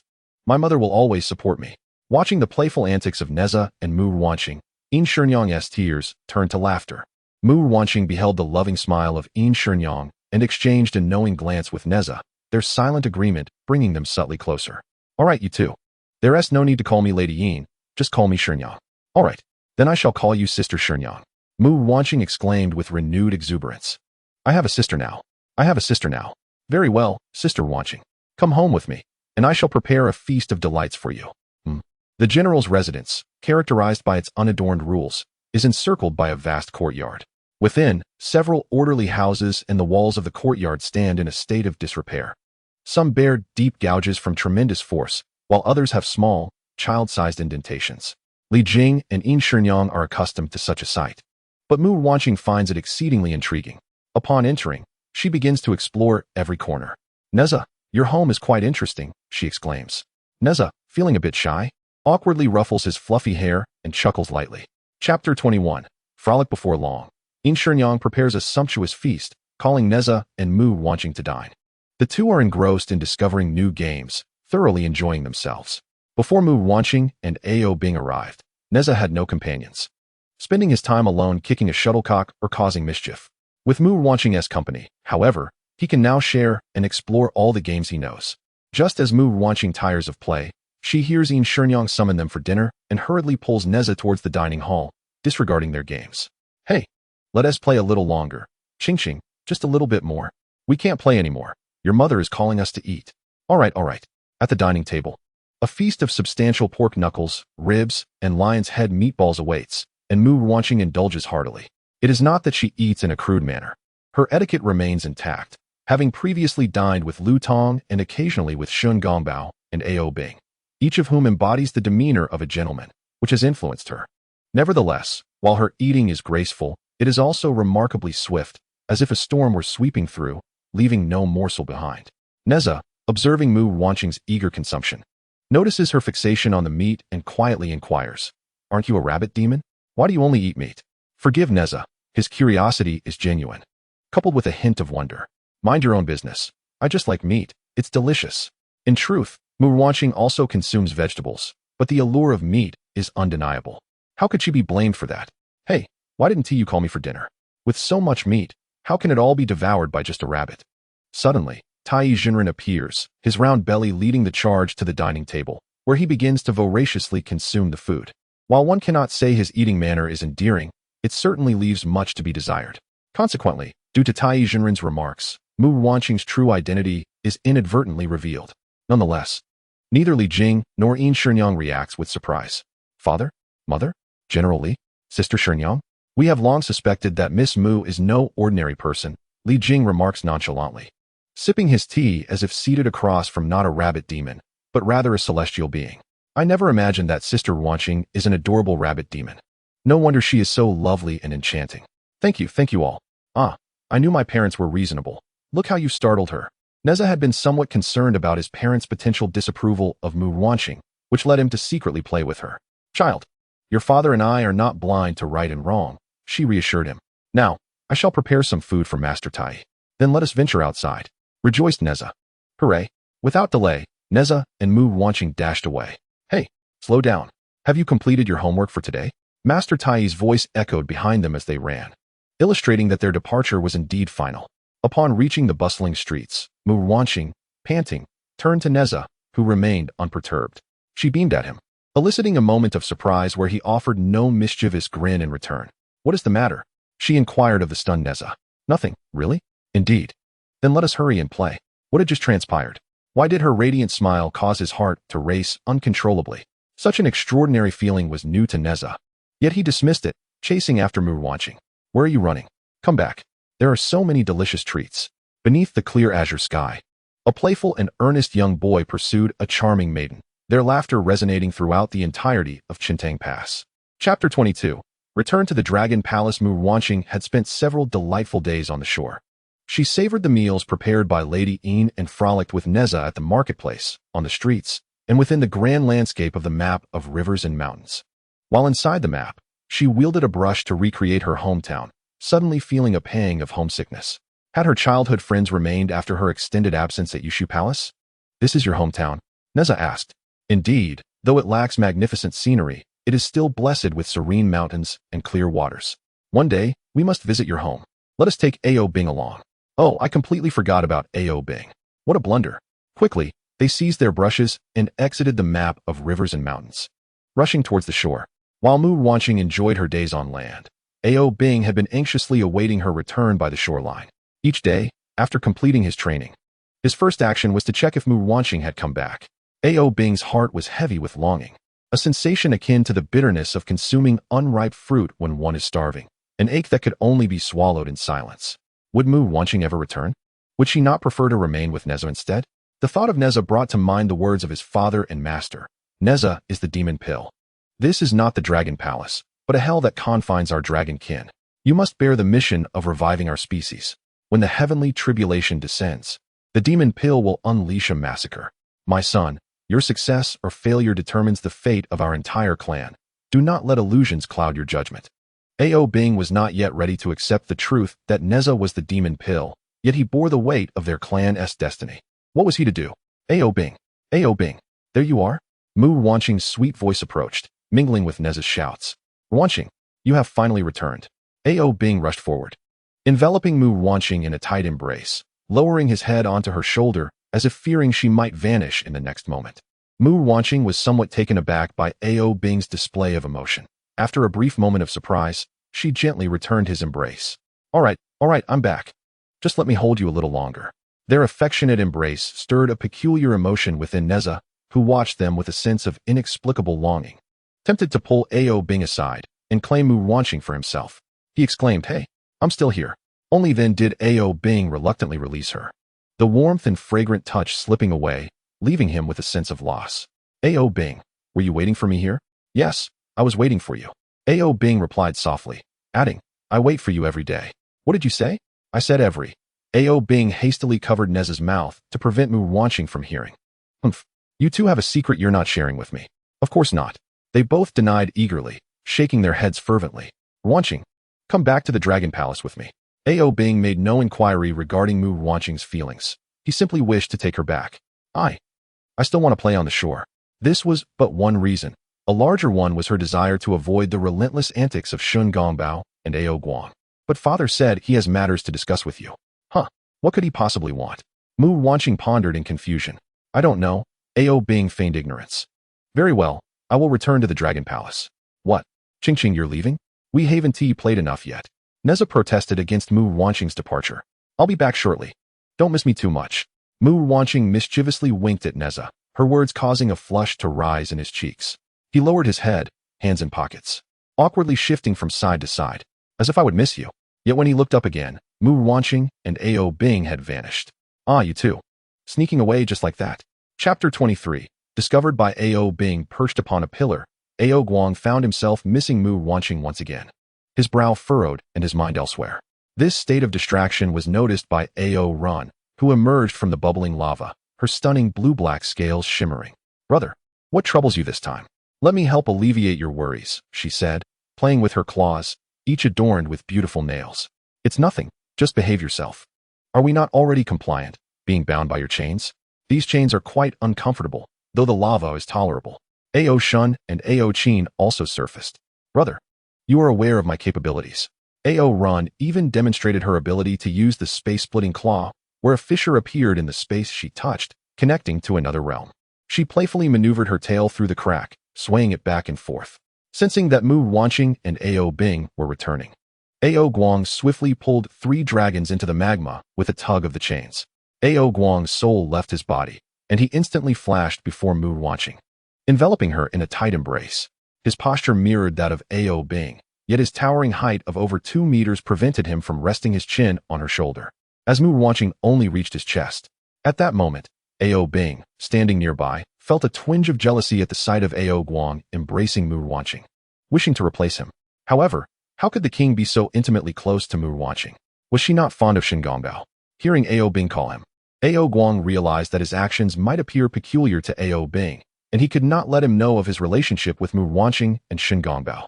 He inhaled the subtle fragrance emanating from Mu Ruanqing and released her.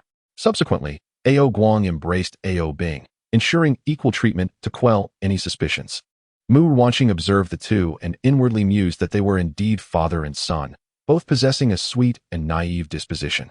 After Ao Guang released Ao Bing, although Ao Bing refrained from questioning further, seeds of doubt had been sown in his heart. This doubt culminated when Ao Bing stood at the entrance of Mu Ruanqing's chamber, hearing her uncontrollable gasps from within. That night, Ao Guang's spirit visited Mu Ruanqing's quarters. She opened the door, and as his towering frame entered, he fiercely pulled her into his embrace, kissing her passionately. Their lips intertwined, and Mu Ruanqing, having been nurtured through their prior encounters, adeptly responded to Ao Guang's advances. Before she could finish her words, Ao Guang summoned a gust of wind to firmly shut the door. He fervently kissed her soft, ruby lips, their mouths engaging in an ardent dance, his tongue capturing hers. Mu Ruanqing had not experienced such fervor in a long while, and this encounter stirred deep emotions within her. Sensing her reciprocation, Ao Guang found it increasingly difficult to restrain himself, pressing Mu Ruanqing against the wooden door and tilting her head to continue their kiss. She felt akin to a delicate butterfly ensnared in a spider's web. Every movement drew the spider closer, intensifying the peril of being consumed. Outside, Ao Bing stood frozen in shock. He was no naive child, aware of the implications of Mu Ruanqing's sounds. So, it turned out that his father and Mu Ruanqing shared such a relationship? What of his master? Did his master also share this bond with Mu Ruanqing? And what about him? Could he too? Could he embrace her without restraint? Could he passionately seek her kisses? Could he indulge in even more, without hesitation? Yes, he could. Indeed, he could. Chapter 24. Ao Bing's domain. As the tides of the sea began to ebb and the dawn approached, Mu Ruanqing and Ao Guang, who had been entwined in a passionate embrace for an extended period, finally found respite. Mu Ruanqing occasionally murmured in her slumber, sinking deeper into sweet dreams. Meanwhile, within the confines of Ao Bing's chamber, what should have been a tranquil youth in slumber was instead seated alone at the edge of his bed, lost in contemplation, his typically elegant countenance now marred by a shadow of melancholy. Ao Bing clenched his long, pale fingers tightly, the sound of their knuckles cracking echoing in the stillness. the fine veins on the back of his hand starkly visible. He calculated the passage of time. Aware that his master had ventured to investigate the situation at Shintang Pass, and that his father should soon return to his corporeal form, he needed to seize the moment when both his father and master were absent to seek out Mu Ruanqing. He could not bear the thought of merely existing as her friend.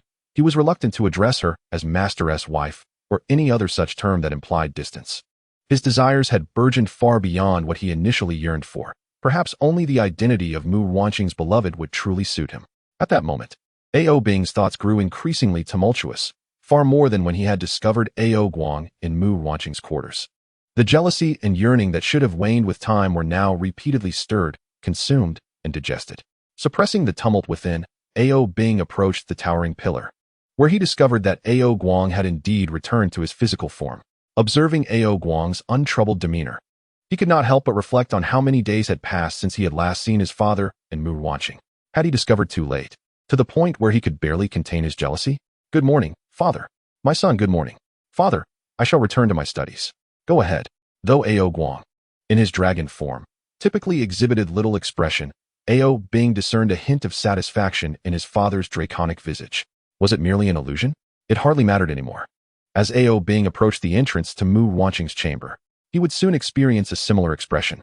This time, Ao Bing did not knock. Instead, he gently opened the door, swiftly slipped inside, and closed it behind him. The youth gazed at the petite and enchanting girl slumbering upon the bed, his gaze gradually darkening. All the emotions he had suppressed surged forth, overwhelming him. His bewilderment at discovering Shen Gongbao with her, the joy of realizing his affection for her, and the jealousy that arose from Ao Guang's clandestine intimacy with her, all flooded his senses. Ao Bing swiftly approached Mu Ruanqing's bedside, marveling at her breathtakingly beautiful face. He reached out, whispering softly, "Ruanqing, I belong to you as well." He cupped her cheek, pressing a kiss upon her, starting with a pure kiss on her forehead. His restraint began to falter, turning into a flurry of gentle pecks that adorned her entire visage, culminating at her long-awaited, soft, red lips. Ao Bing caressed and tasted Mu Ruanqing's delicate petals as she gradually parted her tightly closed lips, revealing the hint of her soft, pink tongue. Ao Bing kissed once more, this time with a fervor unrestrained. No longer fixated solely on the kiss, he gradually transitioned into a more passionate engagement. As the sun ascended to its zenith, the two found themselves entwined in an ardent rhythm. Mu Ruanqing resembled a pipa being skillfully played, a melody emerging from the delicate strumming of its strings. Just as the master's voice drifted in from outside, Ao Bing did not yield. Rather, his fervor intensified. He desired all to witness, to comprehend that Ao Bing belonged to Mu Ruanqing. Chapter 25. Accountability. Ao Bing, what are you doing? Shen Gongbao, upon witnessing Ao Bing atop Mu Ruanqing, was consumed by fury, his wrath surpassing even the molten lava that quelled the abyssal demons. He forcefully yanked Ao Bing from Mu Ruanqing, casting him aside with a violent throw. Observing that Mu Ruanqing remained in a deep slumber, oblivious to the passion just interrupted, Shen Gongbao's anger subsided slightly. He sat on the bed, lifting Mu Ruanqing in his arms, urgently calling her name. "Ruanqing, Ruanqing, awaken." With a gentle murmur, Mu Ruanqing finally stirred from her slumber, her eyes still heavy with sleep. Struggling to grasp the situation, only to find herself gazing into Shen Gongbao's furious eyes. What's wrong?" she stammered, feeling a sense of confusion. Had her escapades with Ao Guang been discovered? "You can forget it," Shen Gongbao replied with a fa of indifference, though internally he was nearly beside himself with rage. Since Mu Ruanqing was unaware, it would be best if she remained in ignorance. He would keep a close watch on Ao Bing, ensuring that he would not have the opportunity to engage with Mu Ruanqing again. "Is that Ao Bing? How did he end up here?" Mu Ruanqing noticed Ao Bing sitting on the ground, looking utterly lost. "Ao Bing, what's the matter? Get up, the floor is cold." Ao Bing realized that if he did not seize this moment, the events of the day would be shrouded in secrecy. Mu Ruanqing would remain oblivious to what he had done, and she would never understand that she had already captured his heart. This realization was more painful than a blade's cut. Summoning his courage, he sought to reveal his feelings to Mu Ruanqing.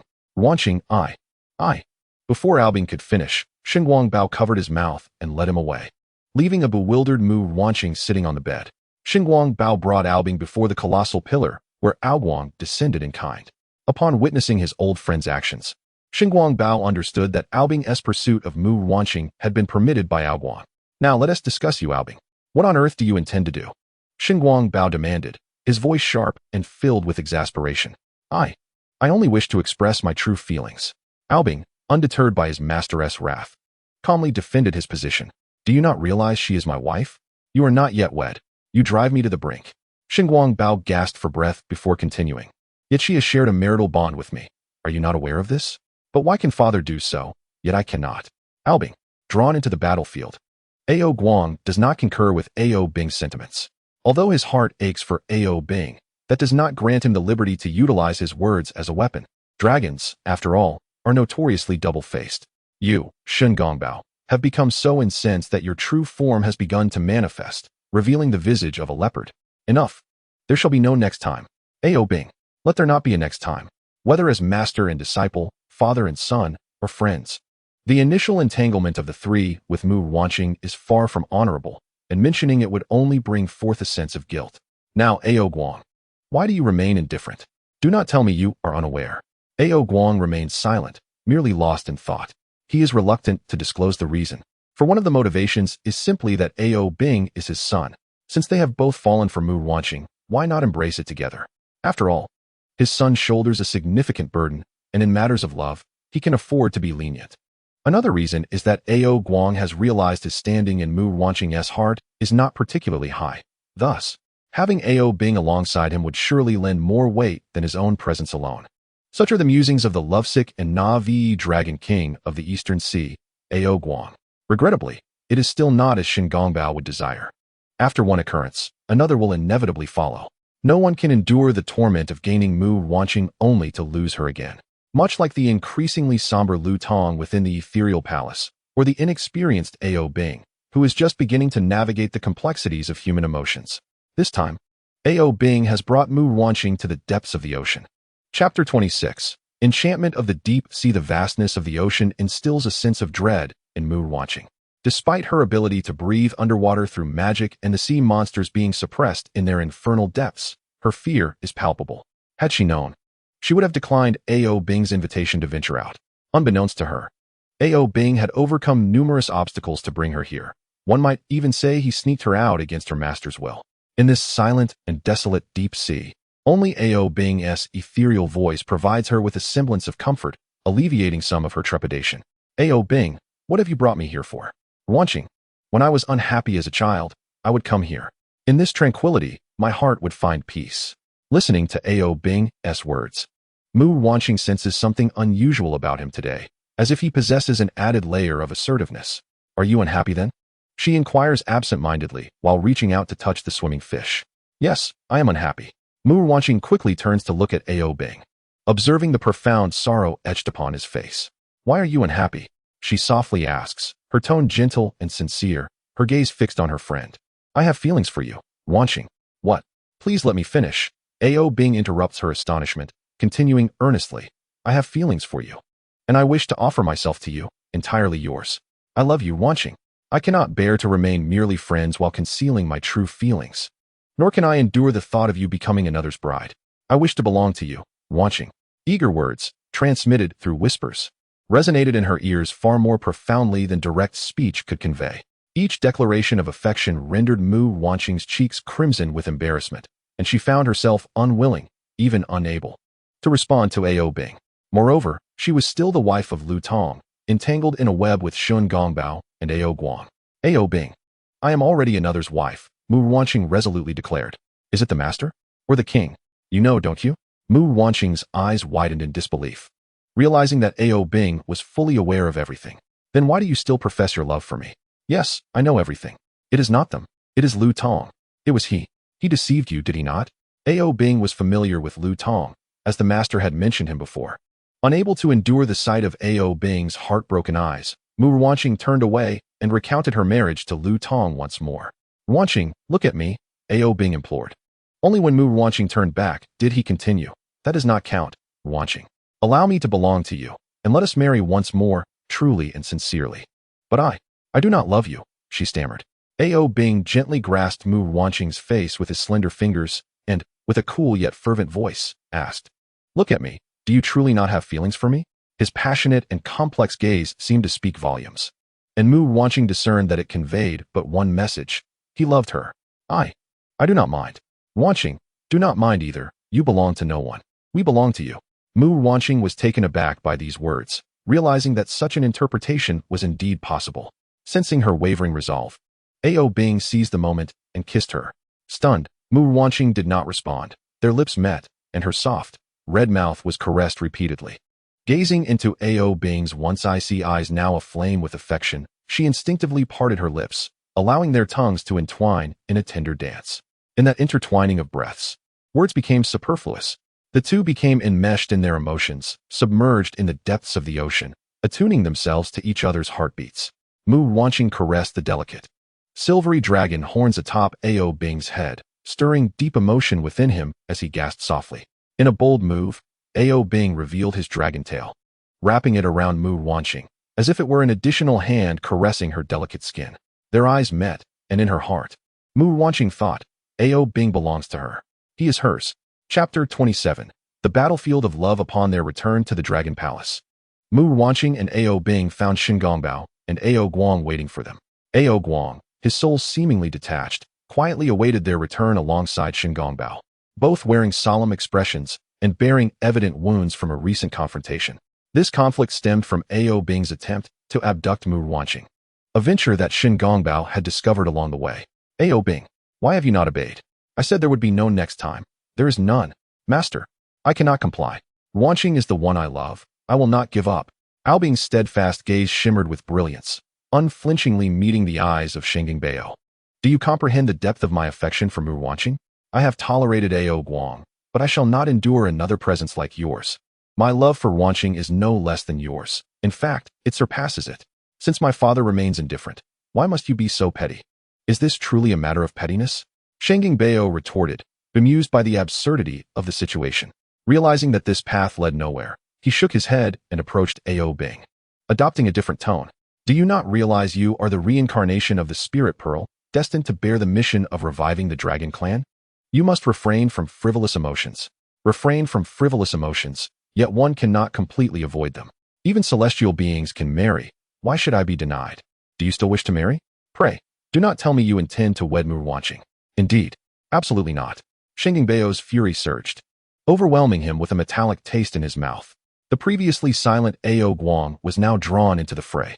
Brother Gongbao, let him pursue his desires. What is the matter with you? Why do you so readily accept Ao Bing's involvement? Is it not enough that Mu Ruanqing has you and me? Shen Gongbao directed his ire towards Ao Guang, who could only brace himself for confrontation. After all, Ao Bing was his son, and a father ought to defend his child. Brother Gongbao, given the circumstances, since Ao Bing has affirmed his intentions, let him take a chance. The road ahead is long. Unacceptable. I do not consent. Shen Gongbao summoned his powers to capture Ao Bing, intending to prevent him from seeking Mu Ruanqing. Ao Guang intervened, engaging in a struggle with Shen Gongbao. Seizing the opportunity, Ao Bing fled to find Mu Ruanqing. What are you truly planning? Nothing. Ao Guang refrained from mentioning his desire for his son to vie for his affection. The silence between them only intensified their conflict. Returning to the present, the four stood in opposition, more precisely, 3 against 1, leaving Mu Ruanqing in an awkward position. In her mind, she mused that if this were a tale, it might well be titled My Husband and 3 Lovers. Unbeknownst to her, another lover awaited in the future, Nezha, who would soon break his seal. The 3 exchanged glances, as if the first to speak would be deemed the loser. Feeling flustered, Mu Ruanqing stammered, perhaps I should take my leave? Absolutely not. Do not go, Ruanqing. The 3 voices harmonized in unison, leaving Mu Ruanqing with no choice but to remain. Ao Bing, where have you been? Shen Gongbao's anger bubbled over, lacking the usual affection in addressing his disciple. I was with Ruanqing in the depths of the blue sea, where we confirmed our feelings for each other. Ruanqing, how could you respond to this insufferable fool? Shen Gongbao exclaimed at Mu Ruanqing, though his tone was not as thunderous or intense as it had been towards Ao Guang and Ao Bing.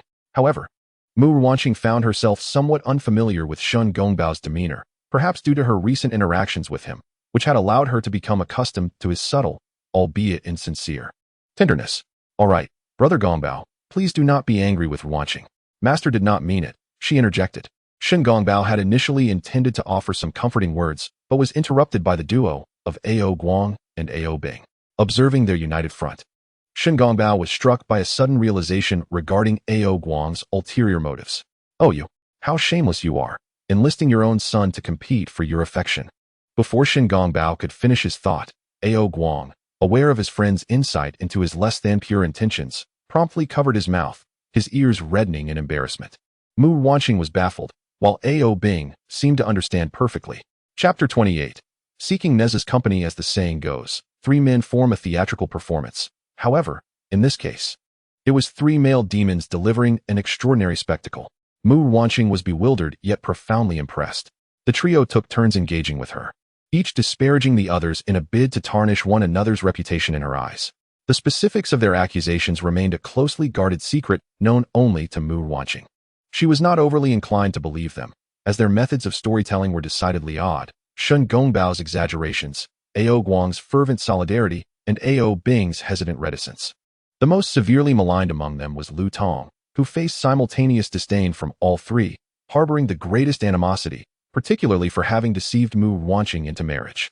Their timing and speaking varied, but what was most peculiar was Shen Gongbao, who, while incessantly entangled in the fray, simultaneously launched his criticisms.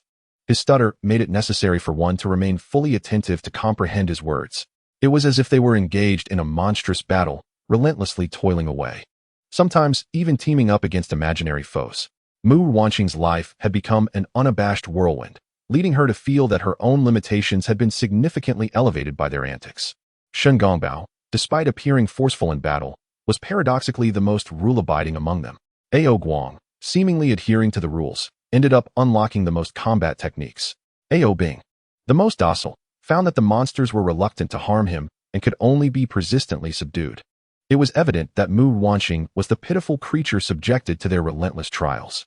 Eventually, she could no longer endure such a life and decided to venture ashore to seek Nezha's companionship. Upon spotting her, Nezha was overjoyed.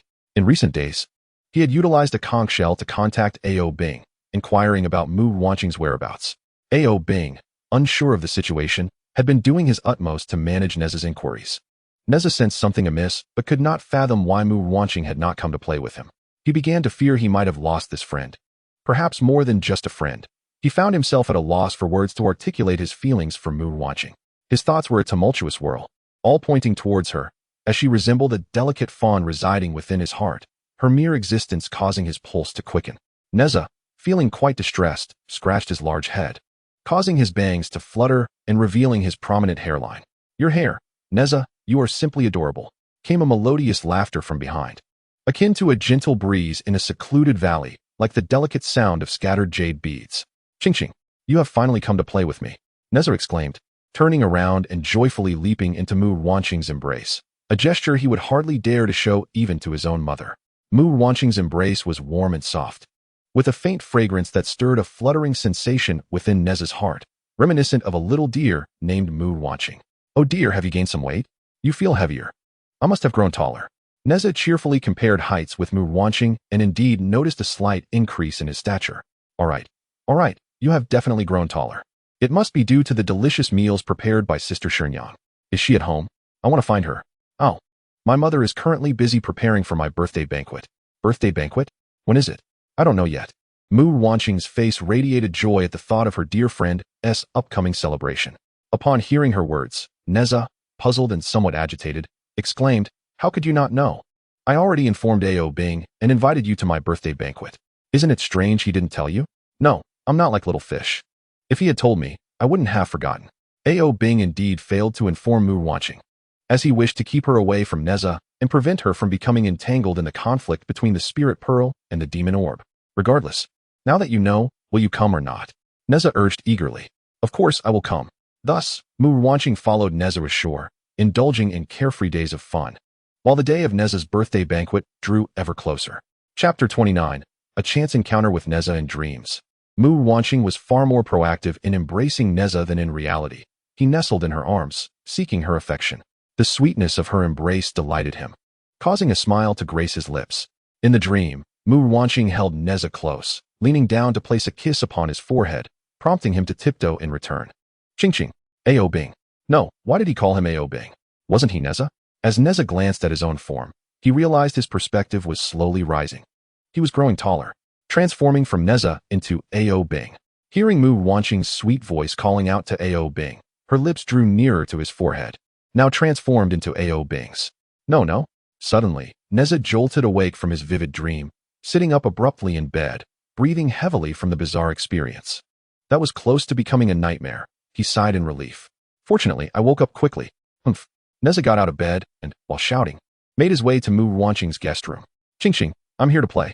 Nezha approached the door of Mu Ruanqing's guest room, eschewing the customary knock and simply opening the door. As he called out for her and made his way to her bedside, he noticed the blanket obscuring the figure within. Caught you indulging in slumber, did I? Wake up. Nezha abruptly lifted the blanket, only to discover not one, but two individuals nestled beneath it, an unsuspectingly slumbering Mu Ruanqing and AO Bing, who wore a smug grin as he regarded Nezha. What are you doing here? Nezha exclaimed. But AO Bing offered no response, merely provoking him further. Without hesitation, Nezha lunged at AO Bing, intent on engaging in a fierce battle. Yet, as he pounced, everything vanished, and Nezha found himself awakening once more. Sitting dazed on the edge of his bed, cold sweat trickled down his brow. It dawned on him, yet another dream. He pinched his cheek. Ouch, this is certainly not a dream. The previous dream had even startled the fearless Nezha. To this moment, AO Bing's triumphant smile lingered vividly in his mind.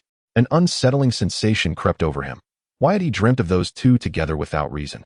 The jealousy he had neglected surged forth, compelling him to seek out Mu Ruanqing at once. Upon stepping outside, he realized that it was not the darkness of his room that enveloped him, but rather the night that still shrouded the world. The moon hung bright, a few stars twinkling sparsely in the inky sky, some appearing to cling together, reluctant to part. This time, Nezha approached the guest room door with a semblance of courtesy, giving it a polite knock. Silence reigned within. Not even the sound of Mu Ruanqing's breathing reached his ears. When he opened the door, he found the room indeed empty. Perhaps influenced by the two dreams, Nezha turned and rushed towards the shore. Meanwhile, Mu Ruanqing was not alone. She was with AO Bing, who clung to her like a newlywed husband to his bride. Prior to her ascent to land, AO Bing had gifted her a conch shell to send messages. For days on end, he had called out to her. On the first day of her arrival, he missed her. On the second day, he longed for her intensely. On the third day, he desired her. After much anticipation, he finally received a reply from Mu Ruanqing, leading them to become inseparable. AO Bing eagerly pressed his lips against Mu Ruanqing's, expressing the yearning that had built during their separation. Rarely did Mu Ruanqing reciprocate, but in that moment, they were entwined in a passionate embrace, their hearts beating in synchrony. What are you doing? Nezha's furious voice echoed, drawing nearer until he stood before them, enraged as he forcefully separated the two. Nezha. Mu Ruanqing stammered, at a loss for words. Why did she feel a sense of guilt? Was it because she had secretly become involved with another friend behind Nezha's back? Mu Ruanqing and I have already exchanged our feelings. We are mutually enamored, AO Bing declared, his tone cool yet tinged with a hint of possessiveness. Chapter 30. Tenderness. Nezha returned home, dejected and despondent, refusing to see anyone, including Mu Ruanqing. Believing Nezha was upset due to her failure to disclose her relationship with AO Bing, Mu Ruanqing attempted to console him outside his room, assuring him that regardless of her situation with AO Bing, they would always remain good friends. This remark only served to infuriate Nezha further, leaving him perplexed as to why he felt this way, for it truly had little bearing on him, did it not? Seeing that Nezha ignored her, Mu Ruanqing, disheartened, departed. She made her way to the riverbank to seek AO Bing's counsel on how to reconcile with Nezha. Perhaps AO Bing's gentle nature enveloped her like a mountain spring. As she spoke, a few tears fell, and she lamented her plight. We haven't done anything wrong. Why is Nezha ignoring me? Having been spoiled by the affection of several, Mu Ruanqing had seldom encountered hardship, even from Tong. Yet, Nezha failed to recognize his true feelings, misplacing his anger onto her. AO Bing, wise beyond his years, understood Nezha's sentiments. However, Nezha, still a child at heart, posed no real threat. What AO Bing did not realize was that once Nezha unsealed the Qinquan circle, he would surpass AO Bing in stature, thus becoming a worthy rival for Mu Ruanqing's affection. Let us return to the Dragon Palace, Ruanqing. AO Bing gently suggested as he comforted her, contemplating taking her back, even though their secret outing had its own charm. Were Mu Ruanqing aware of AO Bing's thoughts? She would likely jest, truly, like father, like son. AO Guang revels in unlocking new postures, while AO Bing delights in discovering new locales. I shall not return. I must earn Nezha's forgiveness, she huffed.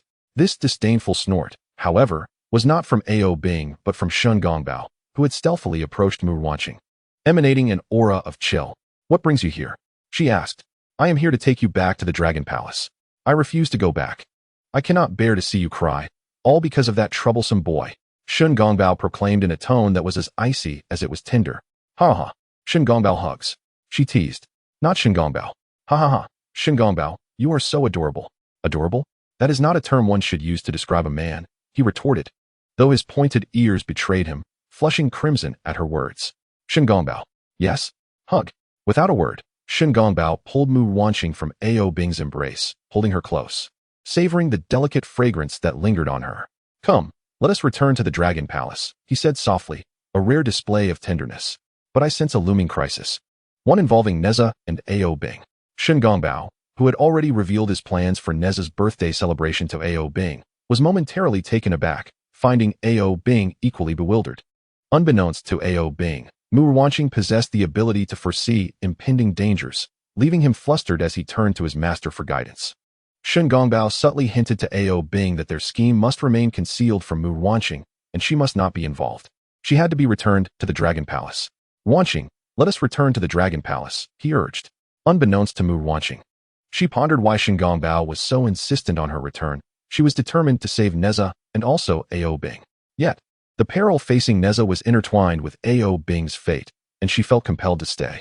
Upon hearing her words, Shen Gongbao contemplated deeply. But the situation had reached a point of no return.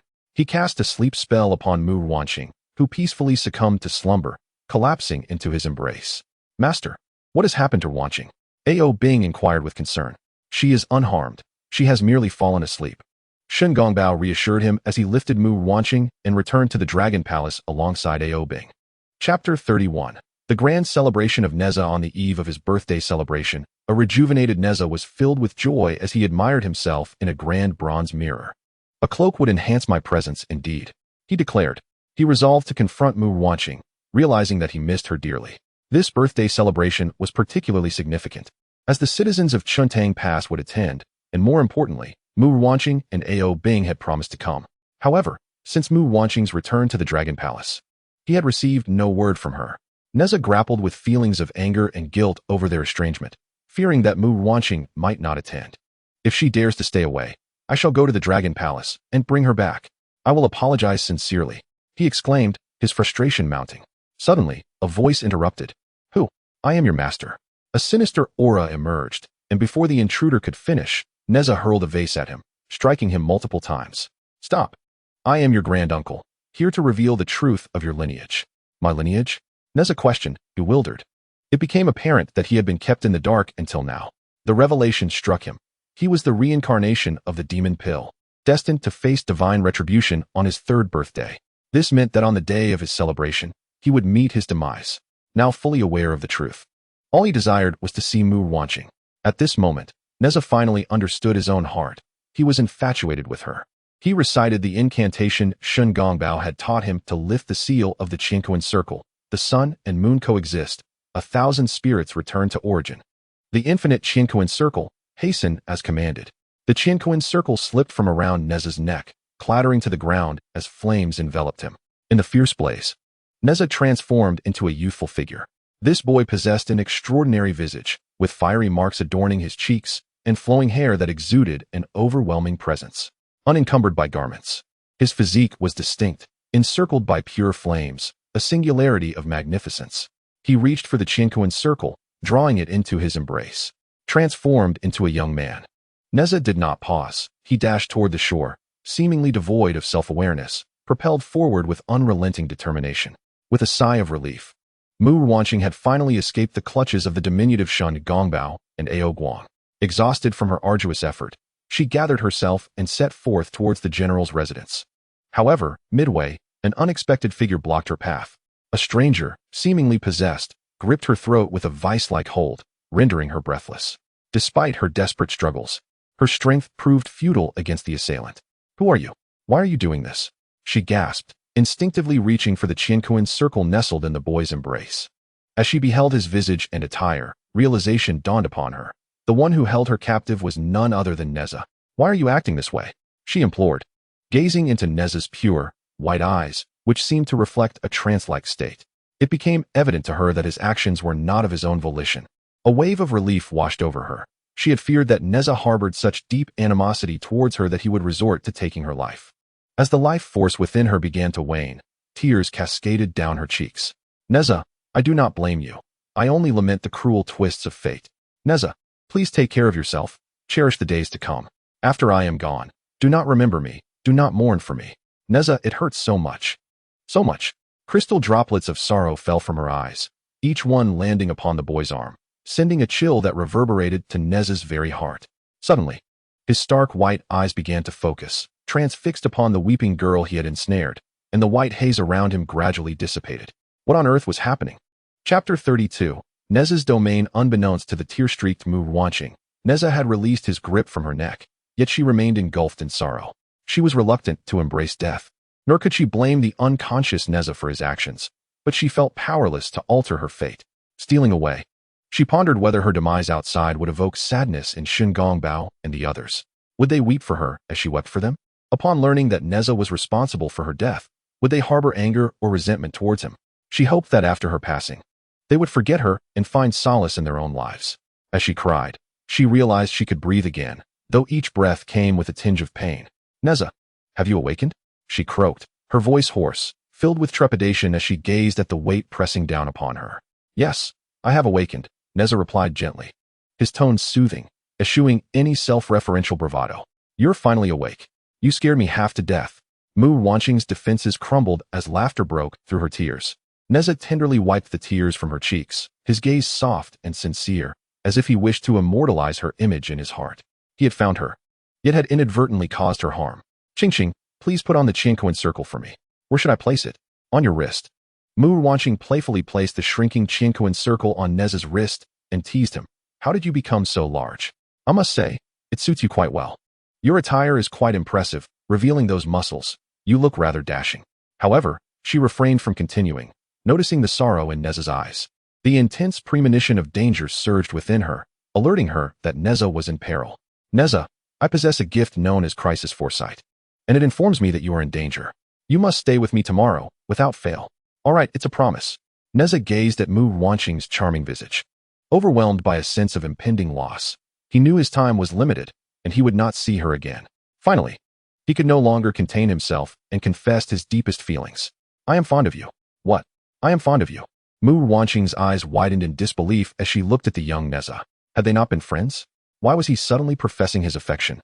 She wished to inquire if he was jesting, but before she could utter a word, Nezha silenced her with a kiss. His eagerness was tempered with restraint, and the kiss upon her ruby lips was nothing short of tender.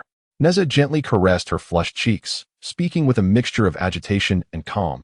Do not reject me, for I cannot predict what I might do otherwise. Instinctively, Mu Ruanqing wanted to decline, but Nezha seemed to anticipate her response, kissing her deeply once more. This kiss bore a hint of madness, its intensity leaving imprints upon her lips. Unyielding, Mu Ruanqing did not relent, and Nezha was undeterred, for he knew that what was to follow would leave her with no option to refuse. Beneath the vast sky and upon the earth, Nezha acquainted Mu Ruanqing with every aspect of himself time and again amidst the forest. Lacking the mystic silk, Nezha bound her wrists with vines and sealed her gasping lips with his own. Tomorrow, let us wed, Qingqing. No. But, Qingqing, tomorrow is my last day. After our marriage, you may still marry another, all right? Upon hearing Nezha's proclamation of his final day, tears streamed uncontrollably down Mu Ruanqing's face. Very well, grateful for her consent, Nezha joyfully kissed her once more. The youthful Nezha resembled a mighty lion, having discovered his desired mate within his territory, eager to showcase his prowess. The lioness faced the tempest, caught unawares by the sudden onslaught. This cycle continued, with moments cascading until dawn. Chapter 33. The truth before Mu Ruanqing succumbed to slumber. She sensed another impending crisis, this time concerning Li Jing. She rallied her spirits and said to the Nezha who held her, General Li is in danger. How can that be? Trust me. All right, I understand. Nezha escorted Mu Ruanqing to the guest room she frequented at the general's estate. Yet the fury that burned within him remained unextinguished. Of course, this ire was not directed at Mu Ruanqing, but rather at Li Jing. Li Jing deceived him, claiming to be the reincarnation of the spirit pearl, while Master Tai misled him into entering the map of the nation. All to satisfy their own desires and to preserve the dignity of General Li. They confined him, preventing him from causing trouble, until the day of reckoning arrived, bringing forth divine retribution. The more Nezha pondered, the angrier he became, ultimately deciding to disregard the matter. Yet, the remnants of familial affection compelled him to approach the dwelling of Li Jing and Yin Shenyang. Before he could enter, his cultivation skills allowed him to overhear their conversation. Upon hearing the sounds of weeping within, Nezha paused, standing still, a sense of panic washing over him. Were they weeping for him? My husband, after you depart tomorrow, I will take good care of Jar. You must also look after yourself. The cries continued, tugging at Nezha's heartstrings. He hoped that the death replacement talisman bestowed by the Celestial would be effective. Husband, my dear, the death replacement talisman. What does father intend to do? To die in his stead? No, absolutely not. All the resentment and hatred he once harbored towards Li Jing dissipated in that moment, and tears welled in his eyes, swirling within their confines. He struck his own head fiercely. How could he harbor such hatred towards them? At that juncture, regret consumed Nezha as he recalled his previous thoughts. He wished he could beat himself for them. His parents treated him with such care, yet he had thought of them in such a manner. He should not have. The voices from within the house resonated. Jar, I only wish for your well-being in this life. Jar, may your journey be smooth. Hearing his parents' words, tears finally cascaded down Nezha's cheeks, drop by drop, dampening his garments. In the guest room, Mu Ruanqing had long awakened, unable to quell her worries, and had followed him. Upon witnessing the scene, she too could not restrain her tears. She approached Nezha, tugging at his garment, guiding the sorrowful Nezha back to the guest room. Nezha embraced Mu Ruanqing tightly, as if trying to merge their very beings. Qingqing, did you hear them? Yes. Qingqing, I should not blame them. They bear no resentment towards you. Nezha, as long as you are safe, they will be at ease. Mu Ruanqing's inner turmoil and distress were hers alone to comprehend. If she saved Li Jing, what would happen to Nezha? If she did not intervene, would the death replacement talisman truly be invoked, necessitating Li Jing to die in Nezha's place? She resented the unjust heavens for forcing a father and son into such a predicament. Yet, Nezha gradually emerged from his sorrow, transforming all his grief into a fierce determination. I will save him. I will save father. All right, we'll do it together. Yes, we will rescue father. Good. Nezha beamed with joy upon hearing Mu Ruanqing's agreement, especially when she acknowledged Li Jing as their father. Mu Ruanqing remained oblivious to the subtleties within Nezha's words, simply delighted to see his smile return. For reasons unknown, the sight of Nezha's handsome grin filled her with immense confidence. They would surely overcome the peril. My dear. Yes? Not yet, for I have not married you. My lady, allow me to call you so. Very well. Mu Ruanqing consented, not merely due to Nezha's strikingly handsome appearance, but rather the depth of his affectionate gaze. My lady. My lady. Exhausted, Mu Ruanqing succumbed to slumber, while Nezha devotedly watched over her throughout the night until dawn broke. Chapter 34. The wedding. Early in the morning, the youthful Nezha escorted Mu Ruanqing to pay respects to Li Jing and Yin Shenyang. Observing Nezha's transformation, both Li Jing and Yin Shenyang were taken aback. Even the most oblivious of masters would not impart such a technique to Nezha. How did you break the seal? My son, I comprehended it on my own. Father, mother, I wish to marry Mu Ruanqing. What did you say? A torrent of unexpected events unfolded, and Li Jing hoped this would not disrupt their plans for the day. Father, mother, I desire to wed Mu Ruanqing, to take her as my wife. Please grant your son this wish. Yin Shenyang hesitated, aware of the perilous circumstances surrounding Nezha that day. She felt a pang of compassion for Mu Ruanqing's future. Very well. Li Jing responded solemnly, affirming that as long as the talisman of death substitution proved effective, Nezha would not perish and could remain by Mu Ruanqing's side for a lifetime. Wait, has Ruanqing agreed? Yin Shenyang exchanged a glance with Li Jing, their eyes laden with sorrow. Sister Shenyang, I am willing. I wish to marry Nezha, no matter the days that follow, Mu Ruanqing declared with unwavering resolve. No matter the days that follow, let us focus on the present. Nezha echoed her sentiment, and the harmonious couple filled the air of Chintang Pass with laughter. The general's residence was adorned splendidly, and guests did not question how a birthday feast had transformed into a wedding celebration. They simply regarded it as a double blessing, due to Nezha's prior act of heroism. Amidst the jubilant cheers from the townsfolk, Mu Ruanqing, draped in a red veil, was led in by the unruly Nezha. Clad in festive attire, the master Tai gifted Nezha with the clouds and fire wheels as birthday and wedding presents. Li Jing bestowed upon him a talisman for safety, while Yin Shenyang crafted the wedding garments. Meanwhile, the lurking Shen Gongbao seethed with fury. How could Nezha maintain his composure without succumbing to madness? What of his plans? Even more infuriating was the fact that Mu Ruanqing had consented to marry Nezha. Why did she rebuff him at every turn, yet yield to Nezha so readily? Why? Mu Ruanqing, do you not realize that a human and a demon cannot be united in love? I am the one destined for you. It is I, Shen Gongbao. Beside Shen Gongbao, Ao Bing observed the scene, sorrow washing over his eyes. How could Ruanqing choose Nezha? Had he arrived too late? Regret consumed him. Ruanqing, please do not marry him.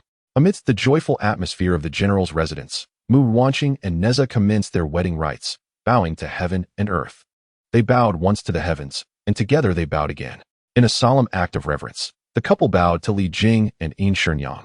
Just as they were about to speak, their moment was abruptly interrupted by the sudden arrival of Shen Gongbao and Ao Bing. No, do not marry him. Nezha confronted Shen Gongbao and Ao Bing with a cold demeanor, stating, Indeed, you have come. Ao Bing, you are aware, are you not? Today marks my destined end. Ao Bing's earlier bravado waned, revealing a deep-seated insecurity. If there is nothing amiss, then witness our union, he retorted defiantly. Humph, as long as I am here. Your marriage shall not transpire. Ruqing, you must not. I oppose this. A chaotic melee ensued among the three, with Tai Jinren joining the fray, resulting in a tumultuous clash. After a prolonged struggle among the four equally matched combatants, the guests, fearful of being caught in the turmoil, fled, leaving only Li Jing, Yin Shenyang, and the bride. Mu Ruanqing had yet to unveil her face. She pondered that if she were to do so before Nezha, he would undoubtedly be disappointed. Thus, she resolved to wait for Nezha, enduring until the arrival of the heavenly tribulation. Chapter 35. The heavenly tribulation. A torrential downpour engulfed the sky, dark clouds blanketing the heavens, while flashes of lightning and the roar of thunder filled the air, culminating in a broad bolt of tribulation. This divine punishment descended, threatening to leave nothing but desolation in its wake. Amidst the ongoing battle, Nezha paused, tearing apart the talisman given to him by Li Jing, which contained a death-substituting charm. As the talisman disintegrated into paper fragments, they vanished in the flames of impending fate. I shall bear my own fate, without implicating others. He bound Li Jing and Yin Shenyang with the mixed heaven silk, kneeling in gratitude to his parents. Nezha embraced Mu Ruanqing tightly, inhaling the gentle, warm fragrance that enveloped her.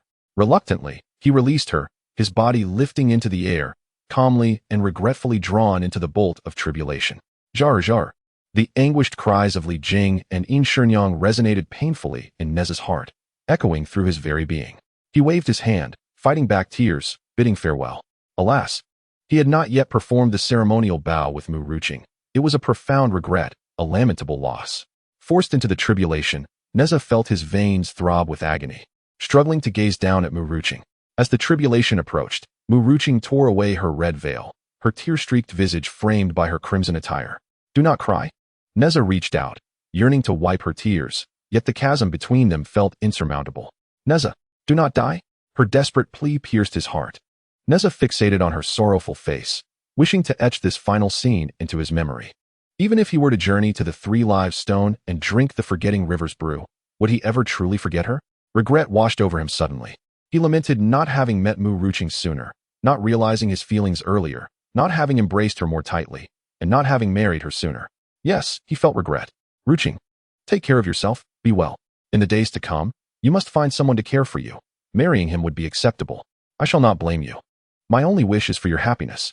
That person should be taller than me, more handsome, and more powerful, unlike me, who is bound by fate. Ruanqing, I love you dearly, with a love that surpasses even my affection for myself and all else. I shall never see you again. I must bid you farewell forever. Nezha slowly closed his eyes. Do not. Mu Ruanqing cried out in anguish, lamenting the loss of her beloved. Resolutely, she dove into the thunder tribulation, enduring the pain to embrace Nezha. Ah! The sky echoed with Mu Ruanqing's heart-wrenching cries. The pain is unbearable. Such torment. Her insides trembled. The excruciating agony radiated from her scalp to her toes, as if every bone were being crushed, every inch of her skin ripped apart, and her blood boiled, threatening to evaporate from her very being. Amidst the suffering, Mu Ruanqing sensed someone drawing near from behind. It was Ao Bing. Ao Bing had also entered the thunder tribulation, tightly wrapping his arms around her. Nezha opened his eyes to see Mu Ruanqing clinging to him, and Ao Bing holding her. What are you doing here? Ao Bing. Are you seeking death? The dragon armor. Ao Bing unfurled the dragon armor above them, crafted from the hardest scales of Ao Guang and all the dragons. The armor formed an incredibly sturdy shield, providing the trio with a moment's respite. However, the dragon armor did not endure for long. Soon, cracks began to appear. And with each fissure, more fractures unfolded. The armor shattered, and the thunder tribulation struck the three once more. Nezha and Ao Bing held Mu Ruanqing tightly, protecting her with all their might. The three faced the tribulation together, united in their struggle. Chapter 36. The tribulation among the trio. Mu Ruanqing was the first to succumb, fainting in the embrace of Nezha and Ao Bing. Qing, wake up. Ruanqing, are you all right? The two urgently inquired, but alas, Mu Ruanqing offered no response. Nezha held her close. Could he truly not protect her? No. Mu Ruanqing must not die. The heavens are unjust, and he would fight against fate to the end.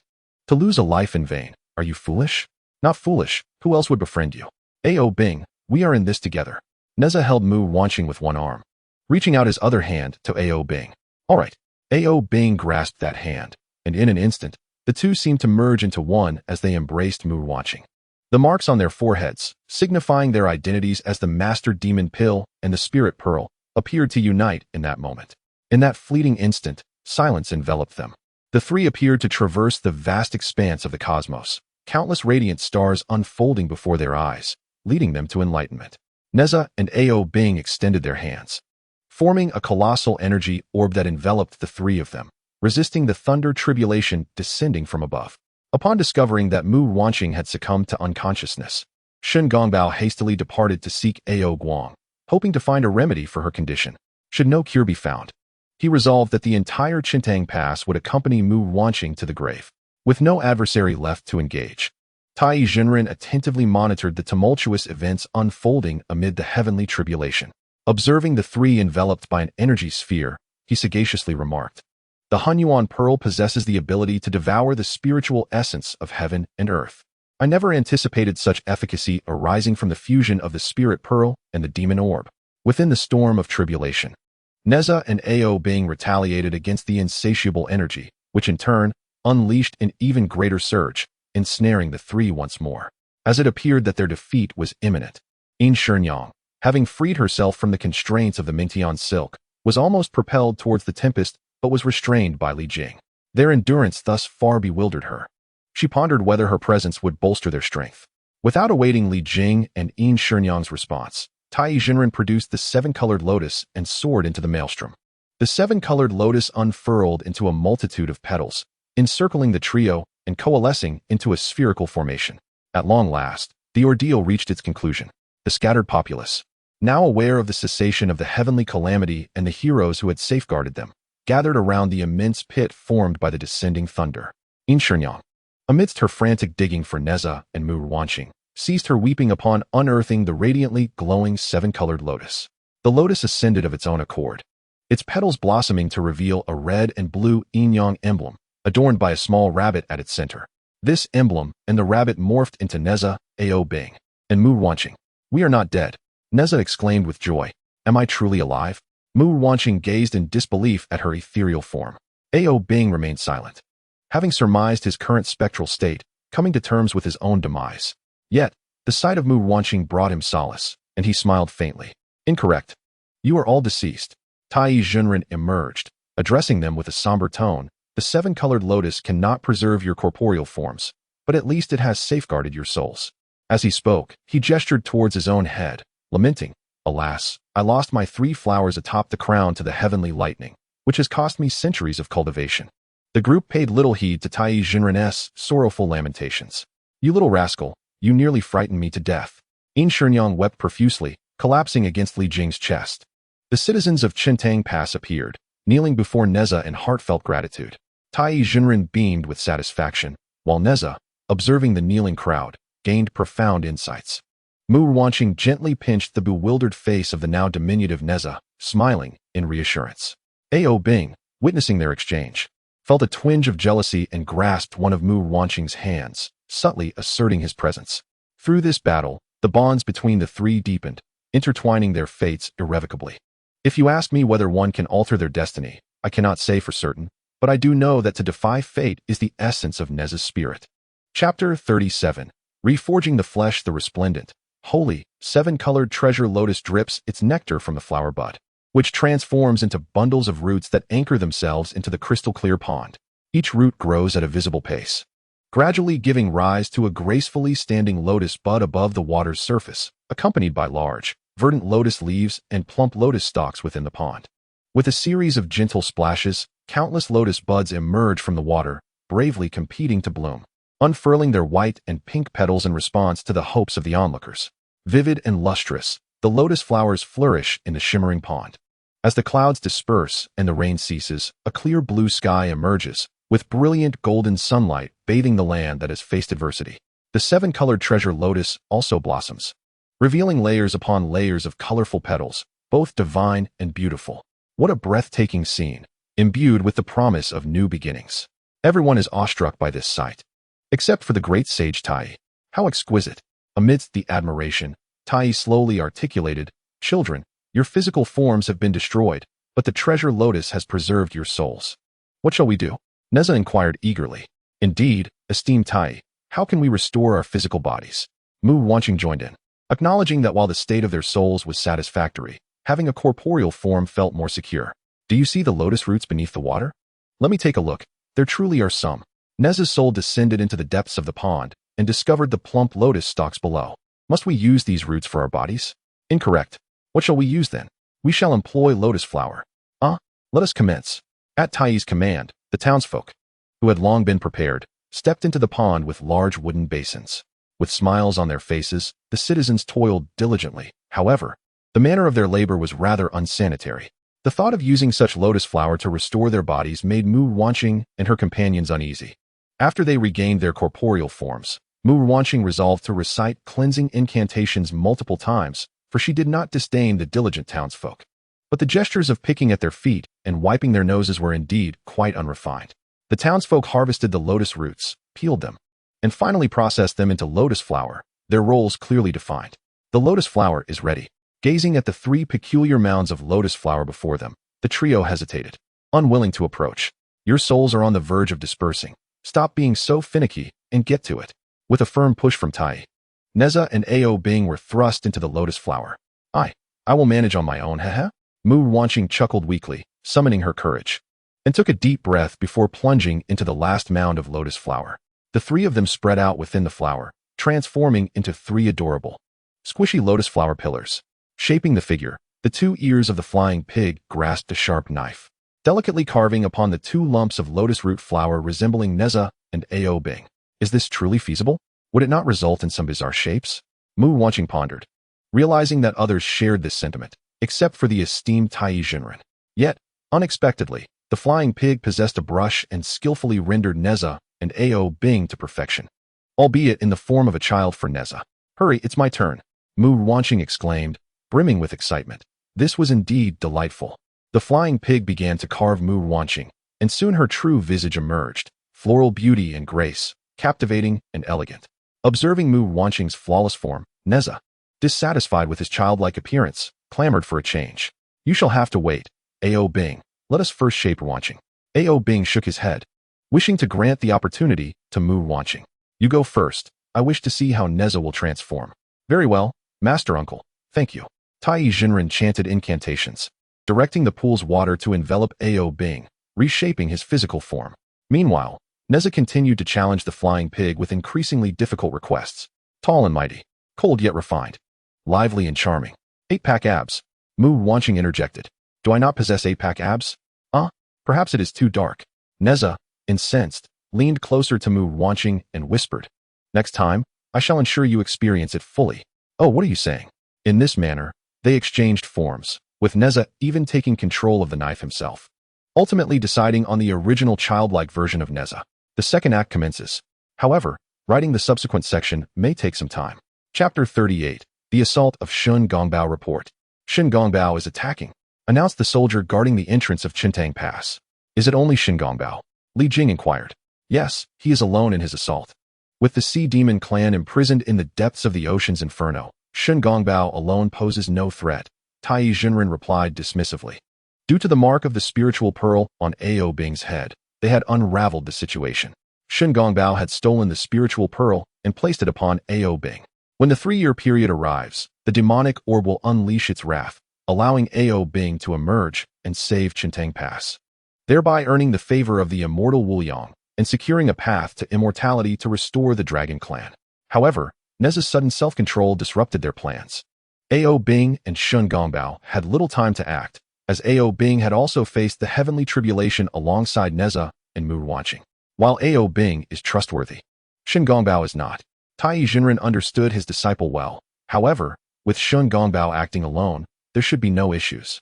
Meanwhile, the pool of water enveloped Ao Bing, forming a water sphere that floated into the blooming rainbow lotus.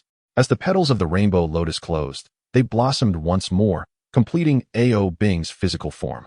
The young Ao Bing retained his ethereal demeanor, his handsome face illuminated by the soft golden sunlight, imbued with a touch of divinity. I must explain this to Master. Ao Bing urgently sought to rush out. In the time it takes to burn a stick of incense, your corporeal form shall stabilize. Alas, Ao Bing had no choice but to relent, while Li Jing and Yin Shenyang proceeded to the pass to lead the soldiers in guarding Qintang Pass.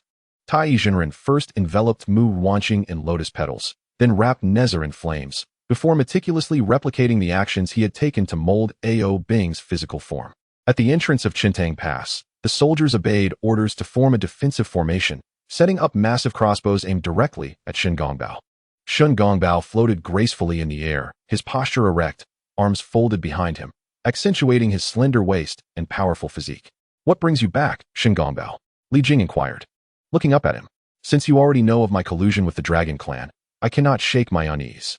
Furthermore, he murmured, barely audible. Ao Bing and Ruanqing, his voice faltered at the mention of their names, tears threatening to spill forth. Shen Gongbao had once adhered to the principle that a man should not shed tears lightly, yet now he comprehended the profound sorrow of losing one's beloved. Qintang Pass was fortified like an impregnable fortress. Your solitary attempt to breach it will yield little success. "Who says I am alone?" he retorted. Ao Guang's younger sister, Ao Run, was imprisoned in the depths of the sea, possessing a formidable ability known as the Rift Claw, capable of slicing through space with her nails, which could also be broken off for others to wield. An hour prior, Shen Gongbao had returned from the Dragon Palace bearing news that left Ao Guang in shock upon learning of Ao Bing and Mu Ruanqing's demise.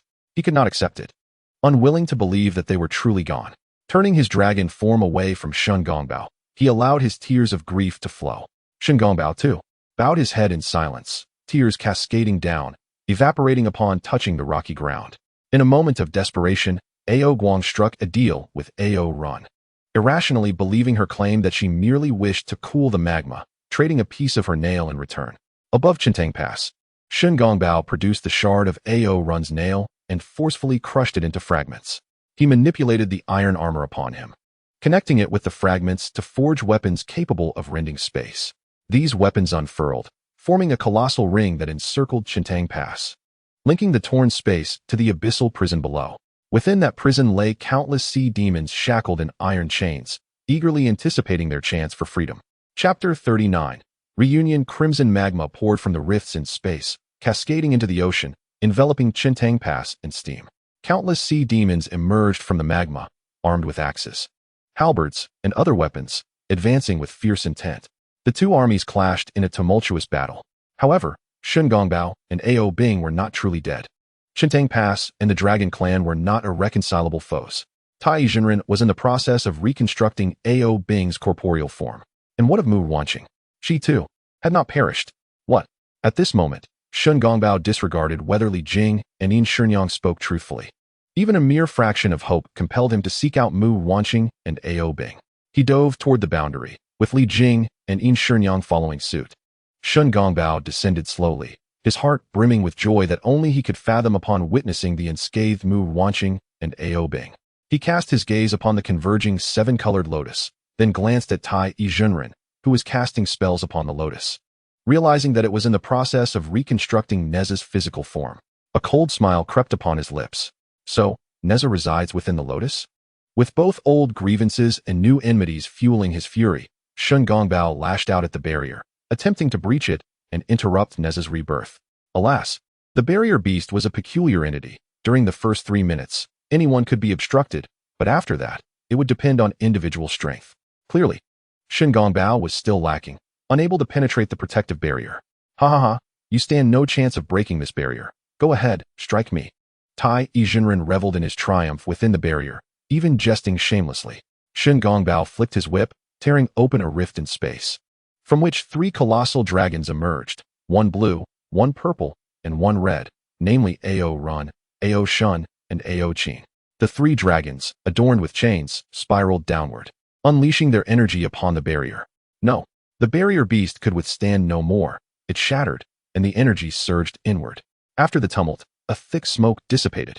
The 7-colored lotus remained intact, ablaze with flames. Tai Jinren stood guard before the lotus, while in front of him were Mu Ruanqing and Ao Bing. In the Dragon Palace, Ao Guang sensed the presence of Ao Bing and Mu Ruanqing, his spirit ascending from the rift. Father. Ao Guang's magnificent silver-white dragon form transformed into a human shape, tall, dignified, and strikingly handsome, exuding an aura of righteousness. He embraced the faltering Ao Bing, then turned to the nearly collapsing Mu Ruanqing, who was being held by the descending Shen Gongbao. You're alive? Yes, we are alive. But we are on the brink of death. A bittersweet smile adorned Mu Ruanqing's face as she spoke. Father, I have not yet fulfilled the mission of reviving our dragon kin. That matters not. As long as you live, that is all that counts. All of Ao Bing's struggles and grievances erupted in a flood of tears as he wept in his father's embrace. At that moment, the 7-colored lotus bloomed, and Nezha tore through the fiery protective shield, bursting forth before his form was fully shaped. Oh no, your body isn't fully formed yet. You must be cautious. Excessive force could lead to your disintegration. Ao Bing, what has happened to you? Gradually, Ao Bing's body began to petrify in Ao Guang's arms, shattering into fragments, reverting to his spiritual state. Before Ao Guang could succumb to sorrow, Mu Ruanqing's body followed suit, also disintegrating into stone. You foolish glutton. Why not bestow upon Ruanqing and Ao Bing new bodies? Shen Gongbao stepped into the lotus pool, yet the 7-colored lotus withered instantly. The energy of the lotus was exhausted. A wave of sorrow engulfed everyone. Well, perhaps this is for the best. Nezha, take care of yourself. Nezha, I seized the spirit pearl, trading my life for your rebirth. Consider it a balancing of debts. Regrettably, Ruanqing, I do not lament. I have always been but a little rabbit, and to have cultivated into a demon and lived these many years is indeed a gain. To have your companionship on the road to the underworld is a stroke of fortune. Yes, Ruanqing, in the next life, we shall be together again. Very well. Ao Bing. Mu Ruanqing and Ao Bing feigned nonchalance, preparing to embrace the dissolution of their souls. Chapter 40. The unity of 3 souls upon seeing the magic orb. I was filled with joy. I will not allow you to perish. You shall not dare to reincarnate together, Mu Ruanqing, for you are my beloved. Nezha, defying fate, clutched onto the loose robes of Tai Jinren. You must have a solution. Surely you have a way. Grasped by Nezha, Tai Jinren, quick thinking, promptly replied. Let them attach themselves to you. As long as they reside within you, it will suffice. The unity of 3 souls must repel. The spiritual orb and the magic orb share a common origin, and as for Miss Mu, she can naturally coexist with the 2 of them. After all, there should be no issues within 7 days. Tai Jinren did not directly elaborate, yet Mu Ruanqing felt a surge of gratitude toward him. After all, the fact that she was with several men was somewhat embarrassing. Albeit it was under duress, she had come to accept it nonetheless. Hurry, attach yourselves to me, Ao Bing. Qing, come quickly. With a newfound method to ensure the survival of the 2, Nezha wore a jubilant expression, utterly unconcerned about whether his physical form might be compromised by them. Of course, Mu Ruanqing and Ao Bing had already become sworn brothers with Nezha. Such a bond could hardly cause harm to him. Ao Bing was the first to merge with Nezha, who found the experience rather intriguing and quickly inquired, Ao Bing. Are you there? Yes, I am here. I can hear your voice in my head. This feeling is quite marvelous. Qing, hurry and join. Hee, I'm coming. Mu Ruanqing dove into Nezha's body. Qing, are you there? Ruanqing, are you well? Yes, indeed, I feel splendid. I thought it would be quite cramped. Nezha, your body can hold quite a lot. And who am I, pray tell? Ao Guang sensed something was awry and exclaimed sternly, what shall we do in 7 days? There exists a treasure in the Yushu Palace called the Jade Liquid Essence, which can restore the 7-colored lotus. At that time, we shall reintegrate Ao Bing and Miss Mu. But how shall we acquire the Jade Liquid Essence? The group deliberated, dismissing the idea of reporting to the Heavenly Lord, for that would expose the exchange of the spiritual orbs between Shen Gongbao and the Dragon Clan. They also rejected the notion of directly seizing it, an idea proposed by the Na'vi Ao Guang. Ultimately, they resolved to have Nezha participate in the Ascension examination of the Yushu Palace. Those who succeed in the examination may request a treasure from the palace, and Nezha would simply need to ask for the jade liquid essence. As for Nezha's potential use of his powers, which would emit demonic energy, Shen Gongbao confidently stated, as long as Ao Bing is present to manipulate Nezha's body, it shall work. Within 7 days, not only would they obtain the jade liquid essence, but they could also attain immortality. Then, the young lord would no longer be a demon. Indeed, it is a win-win situation. Li Jing, ever the traditionalist, voiced his objections. In a fit of rage, Ao Guang threatened, if my son and Ruanqing were to perish, Chun Tang Pass would accompany them to the grave. You need not say a word. Ao Bing is my friend, and I shall undoubtedly come to his aid. As for Qing Qing, no need for your counsel. Should you dare to harm Chun Tang Pass, I will obliterate the Dragon Palace. His icy words resonated with an air of authority, casting a disdainful gaze upon those below. Entrust your body to me, spoke Mu Ruanqing from within Nezha's form. Through their profound connection, she had gained the ability to control his body. Suddenly, Nezha's visage transformed, becoming both innocent and charming, strikingly beautiful in a manner that blurred the lines of gender. Guided by Mu Ruanqing, Nezha soared into the air and approached Ao Guang's spiritual form, whispering softly into his ear, "Do not harm them, Ao Guang." Ao Guang, discerning her presence within Nezha, longed to embrace her, yet Mu Ruanqing evaded his grasp. As Nezha reclaimed his corporeal form and flew away. How repulsive! Do not even think about holding her. Ao Guang scoffed coldly, swiftly flying to Shen Gongbao's side, instructing him to guard Chun Tang Pass. As the Dragon Clan's war drew to a close, the infinite immortal fled back to the Jade Void Palace, allowing everyone a moment of respite. Reconstructing Chun Tang Pass was a formidable task, yet the few remaining were cultivators, and the restoration progressed swiftly. They erected a spacious courtyard not far from the general's residence, complete with a main house and several guest rooms, adorned with pavilions and ponds. This estate was gifted to Mu Ruanqing, with the guest rooms signifying the presence of various future occupants. One of these was designated for Shen Gongbao, though he seldom resided there, often returning to the Dragon Palace in the East Sea. With his birthday approaching, Shen Gongbao had no desire to celebrate. However, Shen Zhengdao and Shen Xiaobao traveled to Chun Tang Pass to prepare a grand birthday feast for him. Shen Gongbao had once confided in Ao Bing. Among the disciples of the primordial lord, I am perhaps the most diligent. For a century, I have toiled in my cultivation without a moment's negligence. Yet I have never garnered my master's favor. It is solely because I am a leopard spirit that I am deemed an anomaly within my sect. Once, in his quest for recognition, he had conspired with the Dragon Clan to seize the position of the 12 Golden Immortals, setting aside the favoritism shown by his master. Tai Yizhan Ruan, the predominant emotion he harbored was jealousy. Upon learning of Mu Ruanqing's past marriage to Lu Tong, and witnessing her union with Nezha, the flames of envy blazed anew within him. He could not comprehend why Mu Ruanqing would choose to wed another, yet refuse his advances. Did she disdain him for being a monster? Yet, both Lu Tong and she were also transformed from beasts into beings of cultivation. Shen Gongbao, though perplexed, did not hesitate to demand a birthday gift from Mu Ruanqing, and that gift was her hand in marriage. "Ruanqing, do you know that tomorrow is my birthday?" he inquired. "Of course. I have prepared your birthday gift." Mu Ruanqing replied with a sweet and charming smile that warmed Shen Gongbao's heart. "I desire something else for my birthday gift. What is it that you wish for, Bao Bao?" Mu Ruanqing affectionately addressed Shen Gongbao as Bao Bao, a name he initially found strange but grew to cherish over time. After all, Mu Ruanqing would never refer to Nezha as Zhar. "I want you," Shen Gongbao stated with unwavering determination, locking eyes with Mu Ruanqing's bashful gaze. "What do you mean? I wish for you to marry me." Mu Ruanqing was momentarily taken aback. It seemed as though every man sought to wed her. From her childhood companion Mu Li to the grown-up Lu Tong, who tricked her into marriage, and later her union with Nezha. If the other men knew that Mu Li had also sought her hand, they would surely have expelled him from Chun Tang Pass sooner. Mu Ruanqing counted. If she married Shen Gongbao, she would have 3 husbands. Was this in accordance with divine law? She smiled, realizing that she was already entangled with these men and had defied the rules of the Yushu Palace. What was there to fear?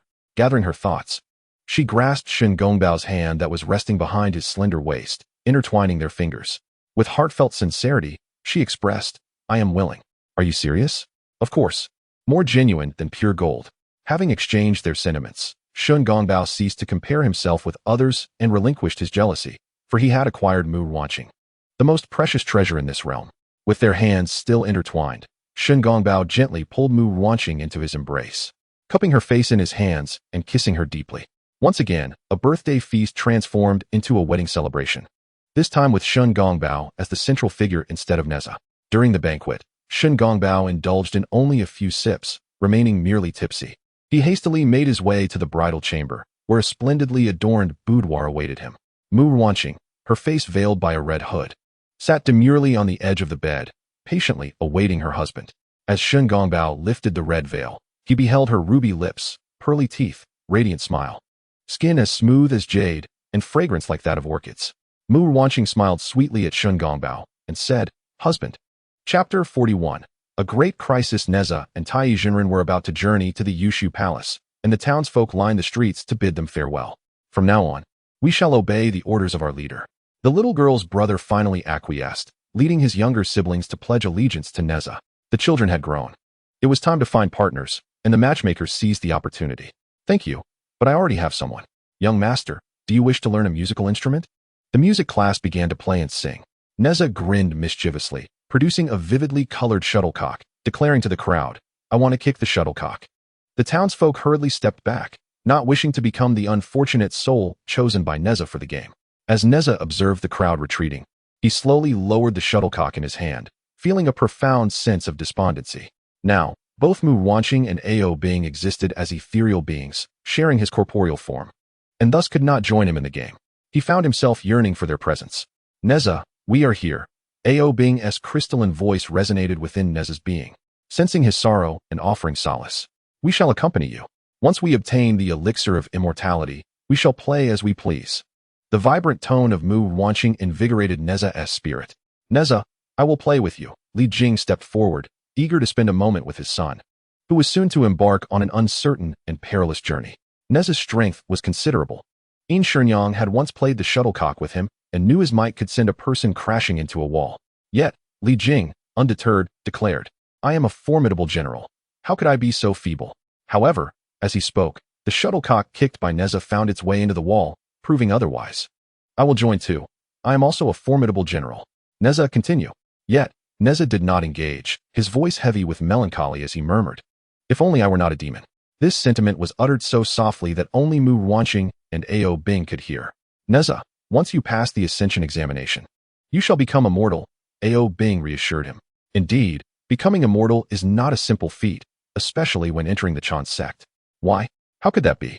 Mu Ruanqing, observing the earnest gazes of Yin Shenyang and Li Jing upon Nezha, suddenly felt a sense of foreboding. "This is not good. Nezha, there is danger." "What danger? Are you referring to us?" "Not only us, but the entire Chintang Pass, and the Dragon Clan as well." "What?" Nezha and Ao Bing exclaimed in astonishment simultaneously. Ao Bing's voice was barely audible to Nezha, while Nezha's words were unmistakably heard by all. "Nezha, what troubles you?" Ruanqing mentioned danger. Could it be that Ruanqing is simply overly anxious? Mu Ruanqing quickly explained her precognitive ability, and both Nezha and Ao Bing chose to trust her. Chintang Pass is facing a grave crisis. It is the immortal Wuliang. He must be plotting something. Immortal Wuliang? He placed a curse upon me. Should I defy or oppose him, I would suffer immensely. Now that I have reformed my corporeal body, the curse on me has diminished with the fading of my previous form. Immortal Wuliang appears benevolent, but is, in truth, exceedingly treacherous. To bolster the strength of his sect, he has captured countless innocent monsters, claiming to guide them back to righteousness, while in reality, he ensnares them for alchemical purposes. As Nezha and Ao Bing absorbed this earth-shattering revelation, their jaws nearly dropped in disbelief. How could he be so cruel? Indeed, what righteousness is this? It is nothing but a twisted path. Nezha and Ao Bing lamented, while Yin Shenyang and Li Jing, perplexed, inquired, "Nezha, what precisely are you speaking of?" Nezha recounted Mu Ruanqing's words, and the shock among the listeners intensified. Tai Jinren, upon hearing this, incredulously retorted, "You little girl, why would you slander my senior brother? What motives could she possibly have for such deceit?" Chapter 42. Discussing the crisis at this moment, Shen Gongbao, who had been lurking in the shadows, revealed himself. He had initially intended to quietly observe Mu Ruanqing and Ao Bing embark on their journey, but the naivete displayed by Tai Jinren made him scoff. Eager to expose the truth, he stepped forward to counter Tai Jinren's claims. The words of Ruanqing were indeed factual. Was his senior brother truly unwilling to believe the truth? As Shen Gongbao strode towards Nezha, more specifically towards the essence of Mu Ruanqing within Nezha, he stroked his beard, his tall and elegant figure exuding an undeniable charisma.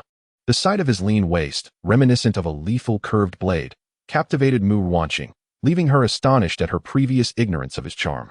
Before Tong, Shen Gongbao had been the captain of the demon hunting team, performing numerous menial tasks for the immeasurable immortal in exchange for a chance to be introduced to the primordial supreme. However, he ultimately remained underutilized, with the task of cultivating the spiritual pearl assigned to Tai Jinren. Reflecting on countless memories, Shen Gongbao laid bare the facts.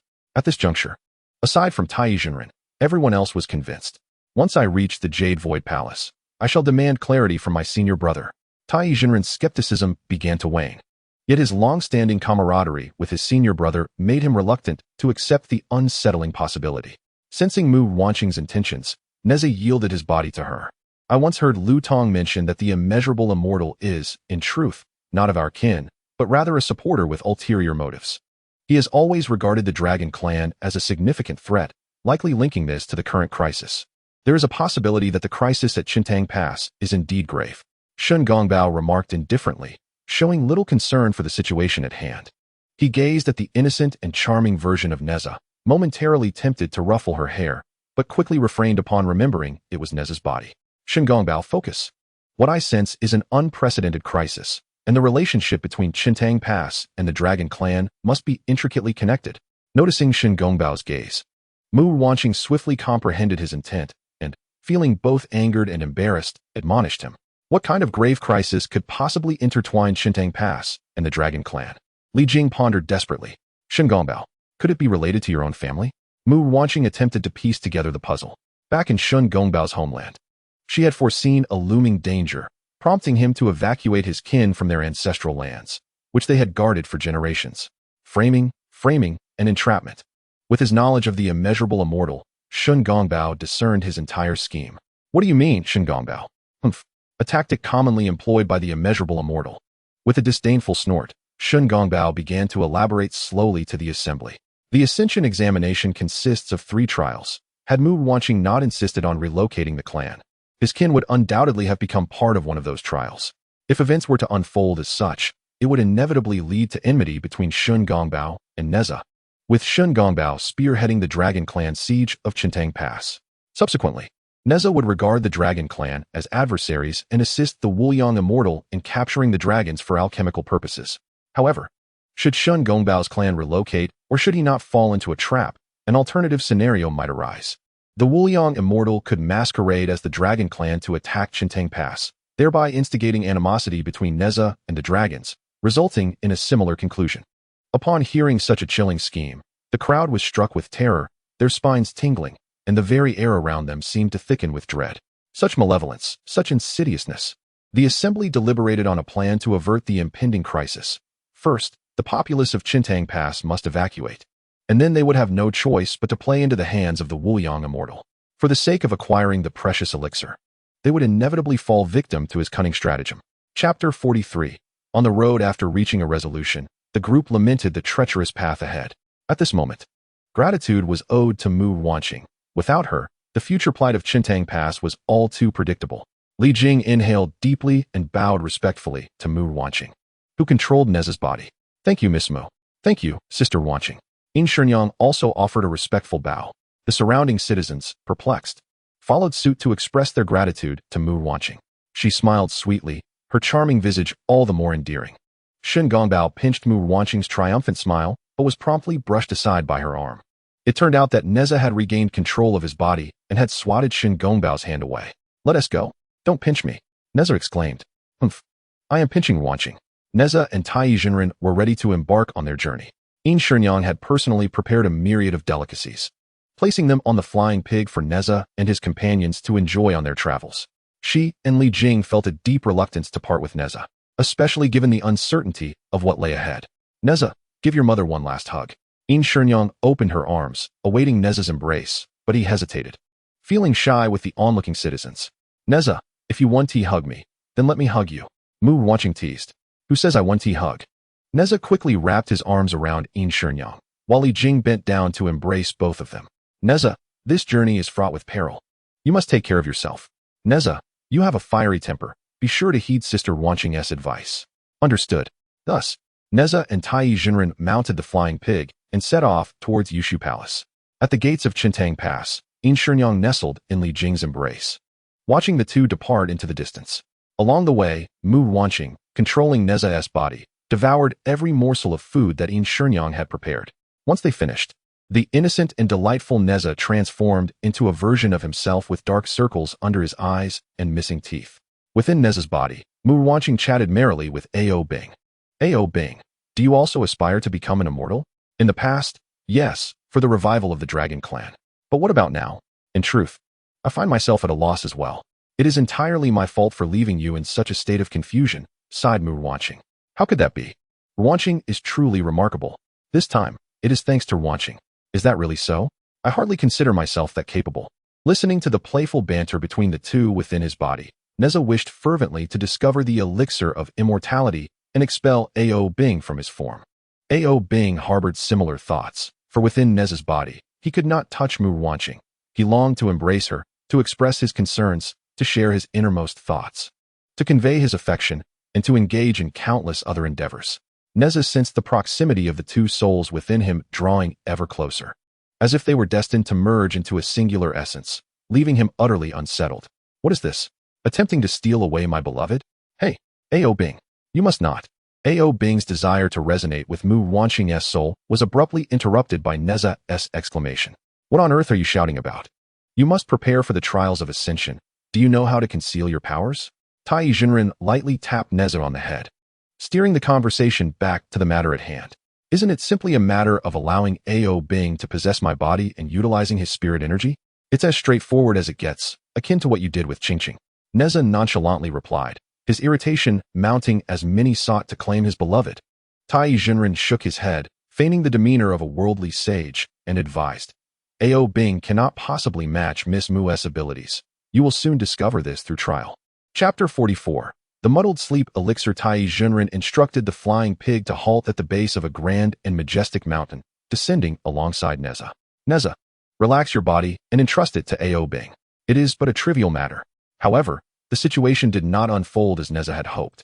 He found it impossible to relax, struggling to share control of his corporeal form with Ao Bing, unable to maintain his balance. Soul possession requires a spiritual strength far superior to that of the original host. Otherwise, control cannot be achieved. Tai Jinren wore a smug expression, prompting Nezha to feel an overwhelming urge to confront him. Yet each step Nezha took left him stumbling. Nezha, I wish to lead with my left foot. I intend to begin with my right foot. This time, I shall step with my right. But I am on my left. Nezha was frantic with impatience. Within Nezha's body, Mu Ruanqing observed their lack of coordination, akin to the laughter of a oriole reverberating throughout. You two are utterly out of sync. Indeed, Ao Bing. What is amiss with you? Nezha dismissed any fault of his own, attributing the predicament to Ao Bing. I share a remarkable synergy with Ruanqing. Ao Bing's calm lips uttered words that ignited fervor. While Mu Ruanqing did not perceive any implications, Nezha was quick to react. I share a remarkable synergy with Qingqing. Nezha turned his attention back to Tai. Enough of this play. We are nearing the Jade Void Palace. Should we not devise a strategy? You are truly a cause for concern. Why don't I take a turn? Mu Ruanqing also wished to test whether she could unleash her strength. Nezha relinquished control to Mu Ruanqing, who, with a swift motion of her arms and legs, charged toward Tai Jinren for practice. Not long into their sparring, a collision occurred with Tai Jinren, sending him bouncing back. Ouch! How are you, Ruanqing? Are you alright? I'm fine. It's quite fun. I just lack skill, haha. Mu Ruanqing returned her body to Nezha. Observing Tai Jinren's innocent expression as he pointed accusingly, Nezha casually inquired, why can I give my body to Ruanqing, but not to Ao Bing? This is rather strange. It's peculiar, indeed. You and Miss Mu share a deep connection. Tai Jinren remarked, deliberately averting his gaze in a feigned display of shyness. Ah, all right, Nezha replied, shyly rubbing his hands. At that moment, inspiration struck Tai Jinren. He produced a small vial. What is this? It's the sleepy dream pill. Consume it, and you will fall asleep, allowing Ao Bing to take over your body. Not bad. Nezha snatched the vial and consumed several sleepy dream pills. Why did you take so many? You should have said so earlier. Before Nezha could finish, Ao Bing seized control of his body, straightening his posture and bowing respectfully to Tai Jinren, greeting him, Uncle Master. Tai Jinren gazed at the Nezha version of Ao Bing, admiring his delicate features, and couldn't help but exclaim, this is the authentic version. Ao Bing, Quickly check the river. I want to see. A.O. Bing floated above the river, and the clear waters reflected his handsome visage. Wow, so handsome. Mu Ruanqing's compliment made A.O. Bing blush deeply. If Nezha were awake at that moment, he would surely protest. Where is there anyone more handsome than me? After engaging in a brief scuffle, Tai Jinren emerged with bruises, yet maintained an air of composure. Thus, Tai Jinren continued on his journey with the A.O. Bing version of Nezha. Along the way, A.O. Bing posed several questions, to which Tai Jinren responded without reservation. Chapter 45. Yushu Palace. Kunlun Mountain, a magnificent and towering range, rose into the clouds, its peaks perpetually adorned with unmelting snow. Bathed in warm sunlight, the landscape appeared draped in a veil of white, pure and beautiful. Numerous figures, resembling ants, traversed the perilous paths of Kunlun Mountain, forming a long procession. We've arrived at Kunlun Mountain. Tai Jinren's voice was somewhat subdued, still speaking in Mandarin, clearly holding the Yushu Palace in high regard. There are so many people here. The prestigious schools of the Chan teaching, they have all come to seek mentorship and learn. Had it not been for the truth revealed by Mu Ruanqing, A.O. Bing might have felt a flicker of longing upon hearing this. However, at present, he perceived the Yushu Palace, so fervently sought after by countless individuals, as utterly insincere. Tai Jinren, oblivious to A.O. Bing's sentiments, began to boast about the green jade plaque of Yushu Palace. While A.O. Bing feigned attentiveness to Tai Jinren's praise, he internally mocked the Yushu Palace alongside Mu Ruanqing. In my day, I was personally brought to the Jade Void Palace by the Infinite Sage. What is there to boast about? The Supreme One, wise yet seemingly oblivious, fails to grasp the significance of this matter. After all, the Infinite Sage is the elder brother of my master, who appears to hold him in high esteem. Very well, A.O. Bing, you must stand by my side, or I shall be quite heartbroken. Ruanqing, I have always been on your side. Hee. A.O. Bing, I feel an urge to kiss you. I feel the same. The Supreme One, feeling rather neglected, observed A.O. Bing softly conversing with the other soul within him and felt as though he had consumed an entire bowl of dog food. Ahem, may I share a secret? The Supreme One's words piqued the interest of Mu Ruanqing and A.O. Bing. What secret? Inquired Mu Ruanqing, the soul within A.O. Bing. Nezha has two older brothers, Nezha and Muza, both of whom have become disciples of the Chan school. I often tell Nezha stories about his brothers, and he has always held them in great admiration. I have not heard of this. Nezha and Muza must not frequently visit the Jade Void Palace.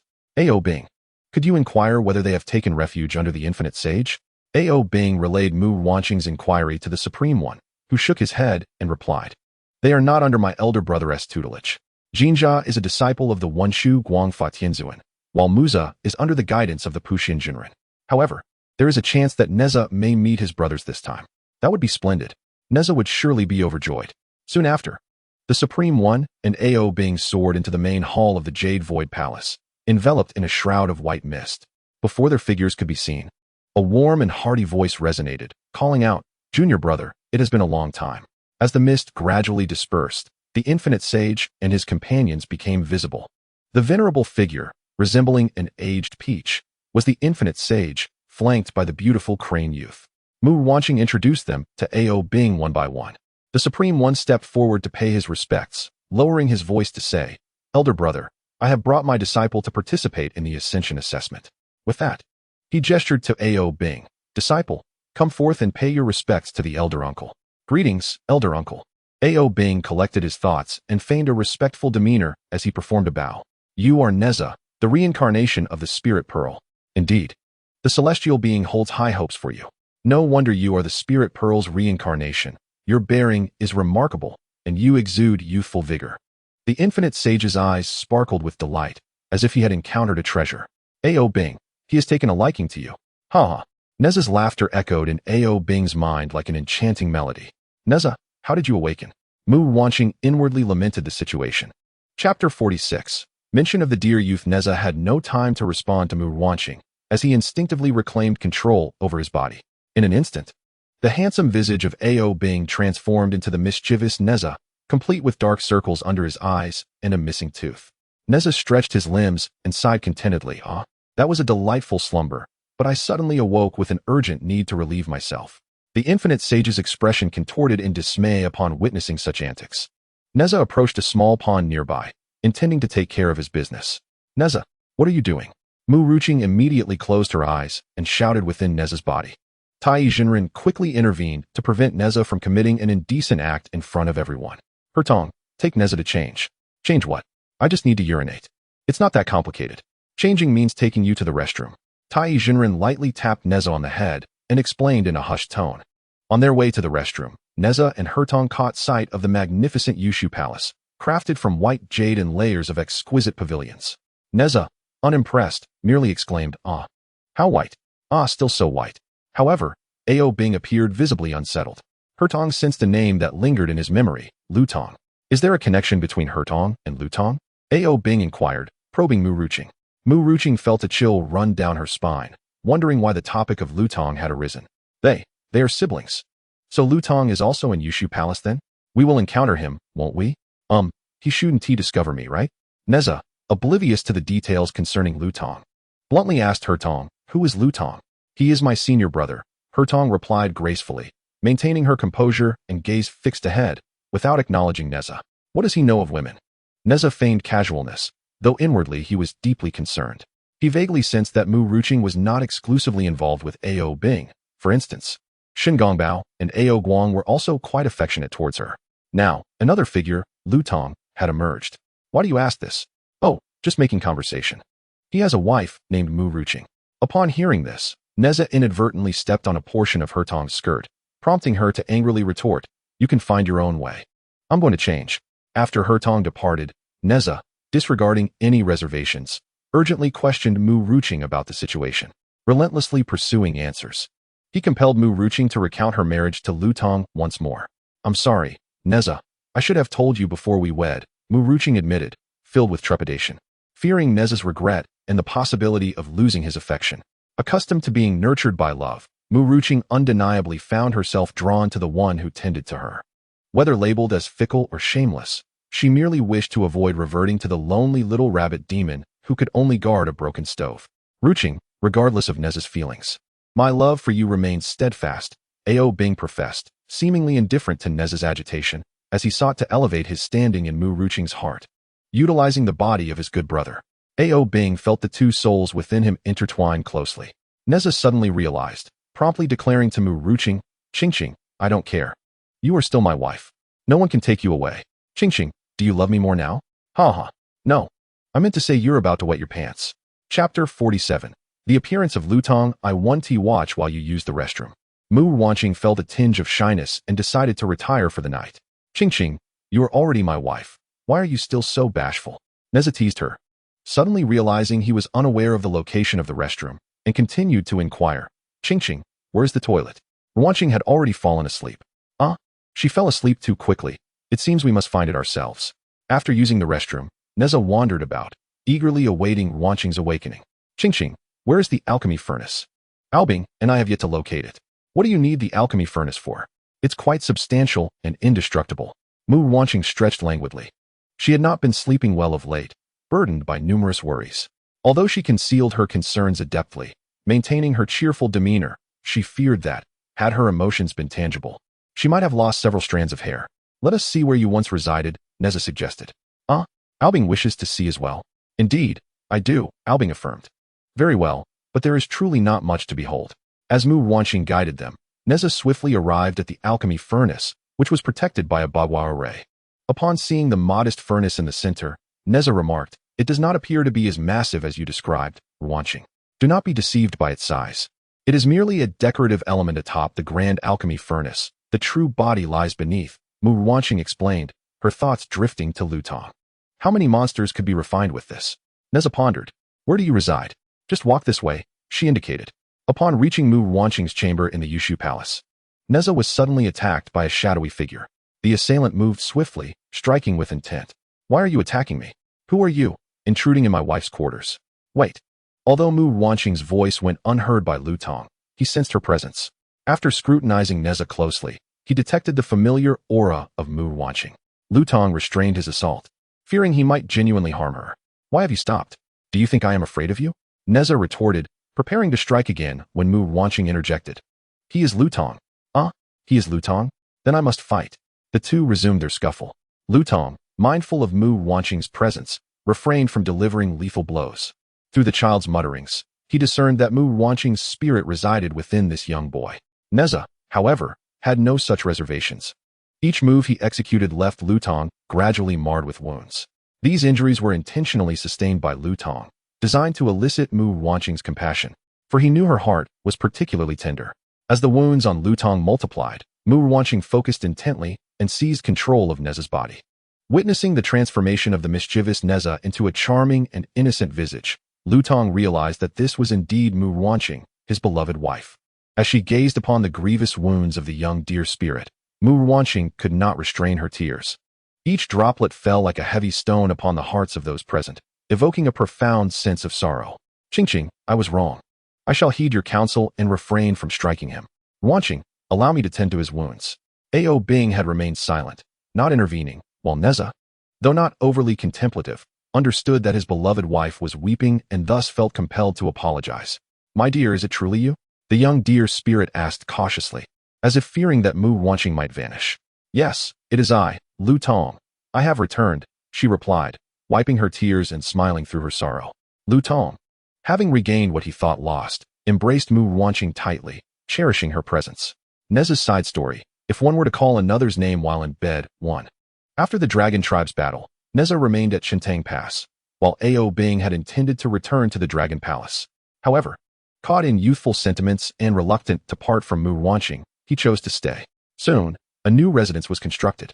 On the day they moved into their new home, many guests arrived, including Mu Ruanqing's childhood friend, Mu Li.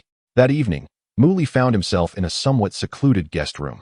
He noticed 4 exceptionally handsome young men entering the main house from the guest quarters.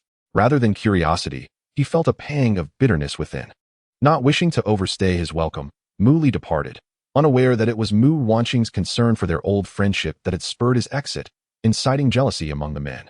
Thus, these few men began an untroubled, unabashed life alongside Mu Ruanqing. The ones who spent the most time with her were Nezha and Ao Bing. As Ao Guang and Shen Gongbao often returned to the Dragon Palace, they devised a plan. Each would take turns for a day, allowing Mu Ruanqing a day of rest after each cycle. Finally, it was Nezha's turn. That night, he and Mu Ruanqing reveled until late. Having long awaited this moment, he fervently kissed her crimson lips, lost in an unending embrace. Nezha kissed her repeatedly, never feeling satisfied. Amid their entwined forms, their heartbeats resonated strongly. As their lips danced together, she suddenly felt a wave of shyness wash over her. A blush crept from the tips of Mu Ruanqing's ears to her cheeks, while Nezha, lighting a candle, gazed intently at her. Why did you light the lamp? I wish to see you. What is there to see? I am utterly embarrassed. Mu Ruanqing playfully tapped Nezha's chest, turning her face shyly away. We are but an old married couple, yet you are still so bashful. It is truly endearing. After their playful interlude, Nezha recited a cleansing incantation for both Mu Ruanqing and himself. She had already drifted into a deep and blissful slumber, submerged in dreams where someone was kissing her, though she could not discern who it was, only sensing a familiar presence. Mu Ruanqing glanced around with great difficulty, realizing she was in the Jade Void Palace. Tong, she whispered softly. Qingqing, whom are you calling? Nezha, concealing his anger, gently roused Mu Ruanqing, his expression dark and brooding, as if he wished to devour her whole. Gradually emerging from her slumber, Mu Ruanqing opened her hazy eyes to the one who had awakened her, discovering Nezha gazing at her with a somewhat somber countenance.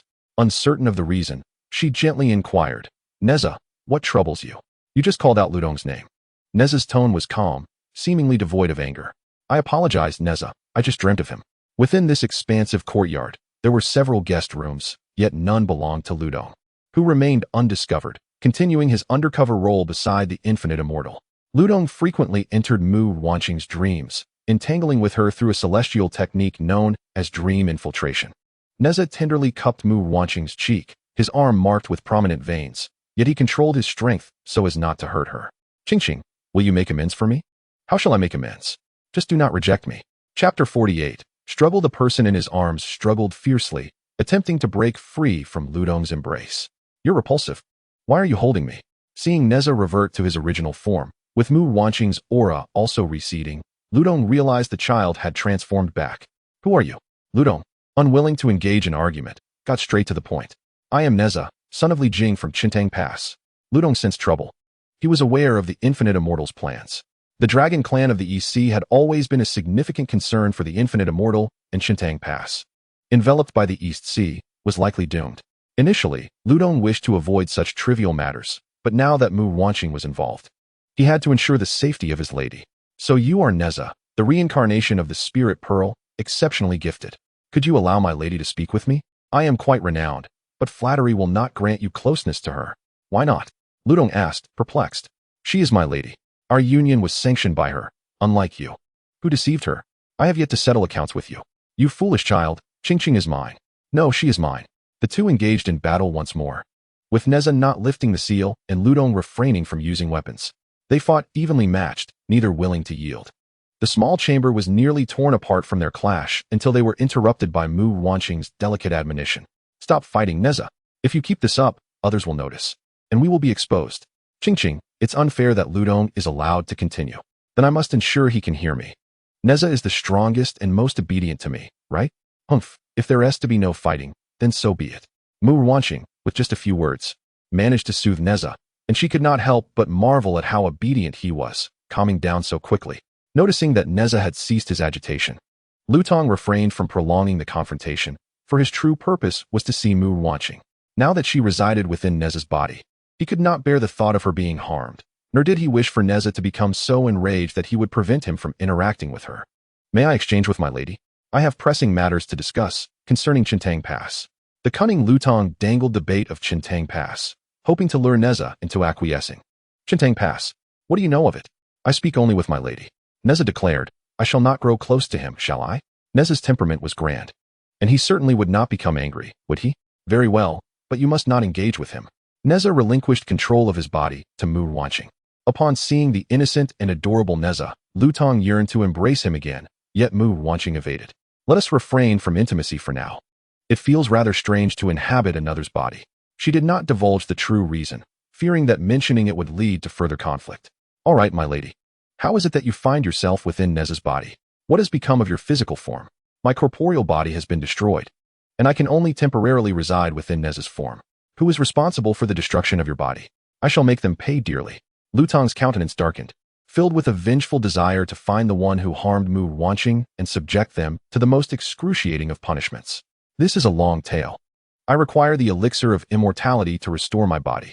Mu Ruanqing hesitated to admit that she had perished while saving Nezha, choosing to keep that matter to herself. Seeing her reluctance to elaborate, Tong suppressed his cold, murderous intent, maintaining a facade of charm and grace. Chapter 49, Undercover My Lady. How do you plan to obtain the elixir of immortality? Would you like me to beseech the old man on your behalf? Tong pondered. Nezha will participate in the celestial ascension examination. Should he succeed, he will be able to exchange for a prized artifact, and the elixir will be within our grasp. Indeed, success in the examination allows for the exchange of a treasure from the celestial vault. Once my lady restores her corporeal form, she may remain in the Jade Void Palace. For Qintang Pass is likely to face numerous calamities, and to be entangled in them may threaten one's life. Tong's worried expression softened Mu Ruanqing's heart. How could a man so handsome look so striking even in worry? However, she could not acquiesce to Tong, as she had other men to consider, and her fate was irrevocably tied to Qintang Pass and the Dragon Clan. Even without that connection, she could not turn a blind eye to their plight. No, I must attend to Qintang Pass and the Dragon Clan. Seeing the unwavering determination in Mu Ruanqing's eyes, Tong had no choice but to acquiesce. Together, they scrutinized the schemes of the Wuliang immortal and confirmed that Shen Gongbao and his companions had indeed deduced the truth. The Wuliang immortal intended to utilize Qintang Pass to capture the Eastern Sea Dragon Clan for alchemical purposes, thereby enhancing the power of the Chan sect. There was one aspect they had not anticipated, the impending war of the gods, which would unfold in due course. How should I respond to you? Will you assist us? Naturally, my lady, wherever you align, I shall follow. In truth, Mu Ruanqing has not spent much time in the mortal realm. Yet the Infinite Sage has already discerned her absence from the Jade Void Palace. Initially, the Infinite Sage intended to invoke a curse that would lead to Mu Ruanqing's demise. However, Tong vehemently opposed this, undertaking numerous unsavory tasks to ensure her survival. Consequently, Tong faced severe punishment for defying the Elder. This, however, remained unspoken. He is not one to act without voicing his intent. His deeds are calculated to yield double, if not greater, rewards. He plans to reveal his scars only when Mu Ruanqing notices them, thereby eliciting her compassion and affection. Such as Tong, a man who spares no effort. Could you release the innocent creatures destined for alchemical sacrifice? Mu Ruanqing implored pitifully. This fleeting hesitation from Ludong was met with her endearing display, as she gently tugged at his sleeve, softly declaring, "You are the best, Ludong. I know your captures are compelled by necessity. Very well. Additionally, during Nezha's ascension examination, he too will capture demons. At that time, we must liberate the innocent." "Agreed, my lady." Ludong's typically stern gaze softened, brimming with a tenderness that seemed almost palpable. In that moment, all tension transformed into a gentle bond, drawing their hearts closer. Just as their gazes began to intertwine, Nezha hastily regained control of his body. "What folly! Flirting with my lady beneath my very eyes. Not on my watch." Nezha once again clashed with Ludong, resulting in the destruction of their sanctuary. Ludong, infuriated, lamented the loss of the chamber, a cherished space for both him and Mu Ruanqing. When Tong arrived to inquire about the commotion, Ludong suppressed his anger, stating that Nezha had merely lost his way and they had engaged in a friendly spar. Ludong and Tong, longtime siblings in the arts, were unaware of the hidden fury that simmered within Ludong. Yet, even if they had known, Tong would not report it to the infinite sage, for she, like Ludong, was also compelled to serve the elder against her will. Thus, Ludong embarked on the path of an undercover agent. The Black Myth, Nezha and the New God List, Yang Jian side story. If encountering the original Mu Ruanqing, 1. This side story features Black Myth, Nezha and New God List, Yang Jian with Mu Ruanqing. Nezha is the fierce figure from Black Myth, not the mischievous child. Ever since Shun Xiang split Mount Hua, Yang Jian has returned to his former life as a bounty hunter, although he still bears a wanted poster. It is rumored in the heavenly realm that his celestial eye has reopened, instilling fear in those who might challenge him. Thus, Yang Jian has been living quite comfortably of late, enjoying prosperous business and the added delight of free entertainment, a welcome diversion from his bounty hunting exploits. Indolently relaxed. Dressed in a pristine white ensemble, Yang Jian reclined with his legs crossed, eagerly awaiting the daily appearance of a captivating image that had become an irresistible addiction for him. He had even designated this particular time as one in which he would not accept any assignments. This image was visible solely to him, at least within the confines of his own realm. However, he was aware that others from different worlds were also privy to it. As he gleaned from the real-time subtitles that drifted by, in his own world, no one, not even the celestial dog, could perceive it. The scenes within the image appeared as if they were genuinely unfolding, albeit in an alternate reality. Today, as imagery commenced once more, featuring the ever-adorable Mu Ruanqing, a charming rabbit spirit. Naturally, Yang Jian was not the only one drawn to the visuals of Mu Ruanqing. The deity Nezha from the three altars of the sea was equally captivated.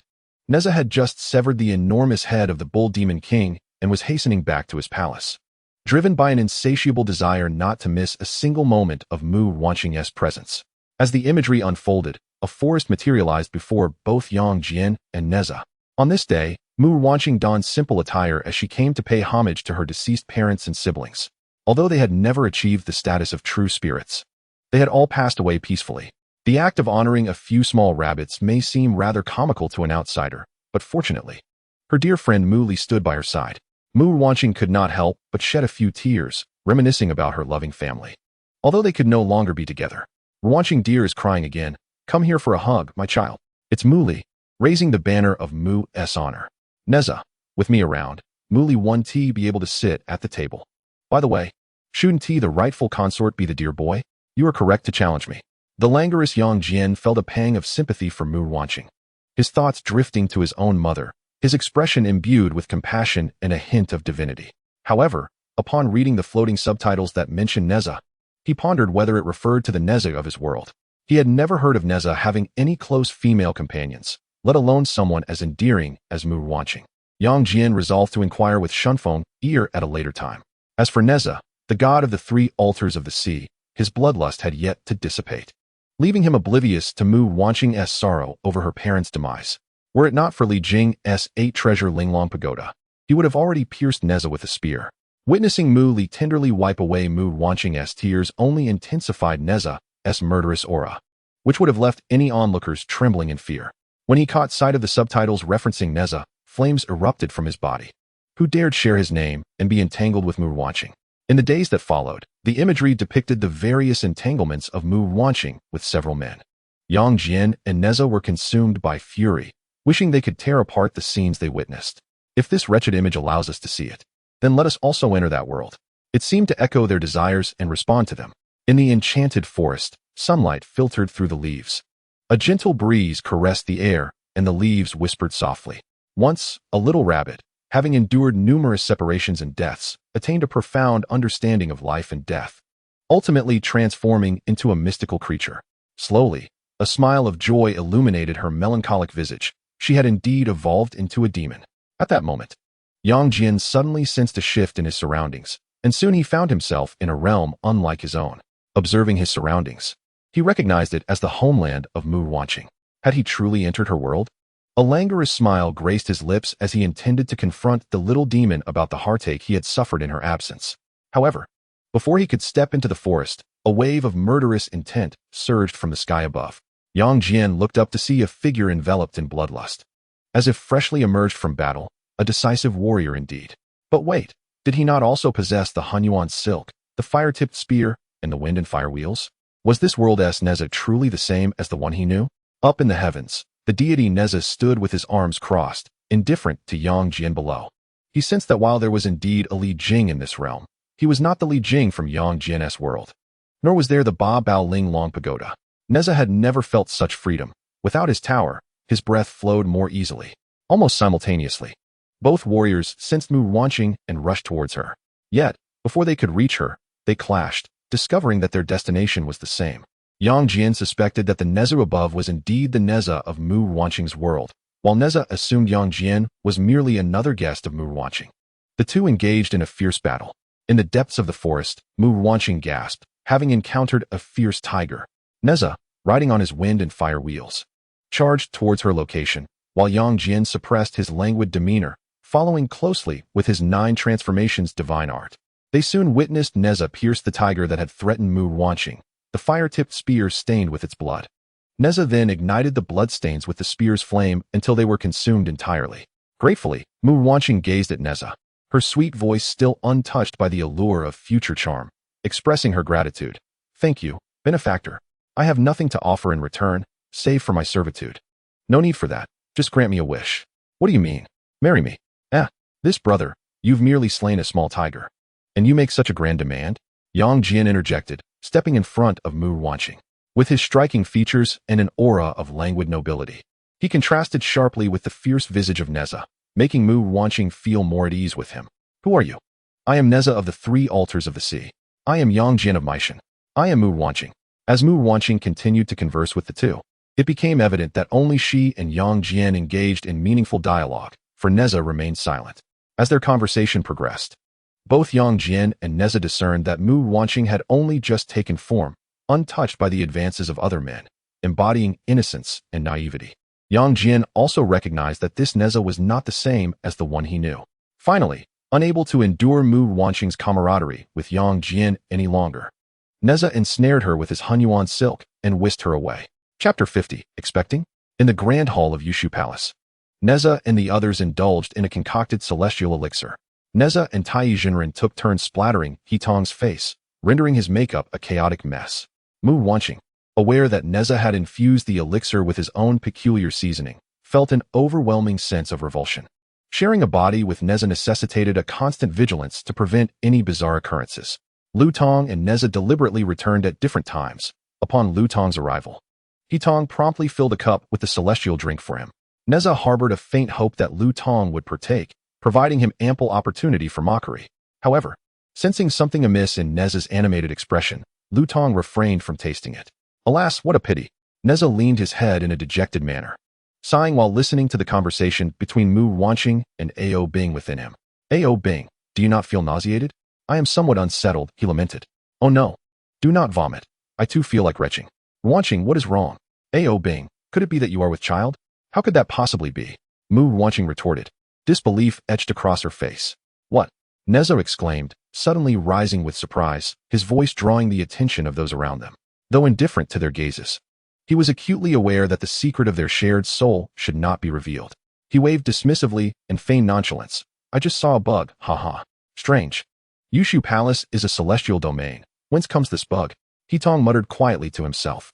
Meanwhile, Woyang Xinwen observed Nezha's distracted demeanor, his small eyes narrowing in suspicion, his mouth forming a downward curve. He hoped the spirit pearl remained unharmed, and wished for Nezha to vanquish the dragon clan. Unfazed by the external world, Mu Ruanqing, residing within Nezha, continued her dialogue with Ao Bing. What are you thinking, Ao Bing? How could I possibly be with child? As she spoke, a flush of embarrassment crept over her. Her mother had passed away before she transformed into a demon, leaving her unversed in such matters. Even her understanding of love had been gleaned from romantic tales after her metamorphosis. The concept of children was foreign to her. Could it be that she was truly with child? In a frenzy, she sought Ao Bing's counsel, her heart racing. After all, the matter of a child was significant. If she were indeed to bear one, she wished to care for the child as her mother had, and as Shenyang had. Yet, a pressing question loomed. Who was the father? Mu Ruanqing understood that a child could only come after a union, thus narrowing the possibilities to 5 candidates. Sensing her urgency, it dawned upon them that both were in a spiritual state, incapable of pulse-checking. No, they were now entirely ethereal. Mu Ruanqing's physical form had been destroyed, and should a child exist, it would have perished along with her corporeal self. Ao Bing was taken aback by this realization. It was his oversight for not considering the implications. Had Mu Ruanqing truly conceived, the anguish would be profound. Regret washed over him for broaching the topic. If Mu Ruanqing was unaware, perhaps it was best left undisclosed, buried within the confines of his heart. Ruanqing, it is indeed challenging for cultivators to bear children. I was merely jesting, Ao Bing said with a forced smile. Mu Ruanqing had always placed her trust in Ao Bing. Yet she felt compelled to retaliate with her own playful banter for such a grand jest. Thus, the truly unpregnant Mu Ruanqing began to recount Ao Bing's childhood embarrassments to Nezha, tales relayed to her by Ao Guang. Nezha sensed something was amiss, though he could not quite pinpoint the peculiarity. The bitter fruit had been swallowed by Ao Bing. Should there indeed exist a vanished little being? May you reincarnate as the child of him and Ruanqing, for he would be the finest father in this world. Chapter 51. The Ascension Examination. 1. Nezha's ascension examination shall be overseen by my disciple, Lu Tong. Lu Tong stepped forth from his seat to pay respects to the infinite immortal. During his bow, he perceived the subtle hint from the infinite immortal, a directive to scrutinize Nezha's reincarnation through the spirit pearl for any anomalies or potential as an ally. Lu Tong responded with a knowing glance, yet internally rebelled, thinking, that old man, Nezha will be your greatest obstacle in the quest against the dragon clan. After Nezha, Ta Yizhen Run, and Lu Tong departed. The infinite immortal resumed savoring the celestial nectar, even displaying a look of sheer enjoyment. He instructed He Tong to continue employing the methods of this craft. Should Nezha become aware of this matter, it would surely evoke laughter. That old man truly did not appear to be a villain, Mu Ruanqing remarked. Ruanqing, one must not judge by appearances.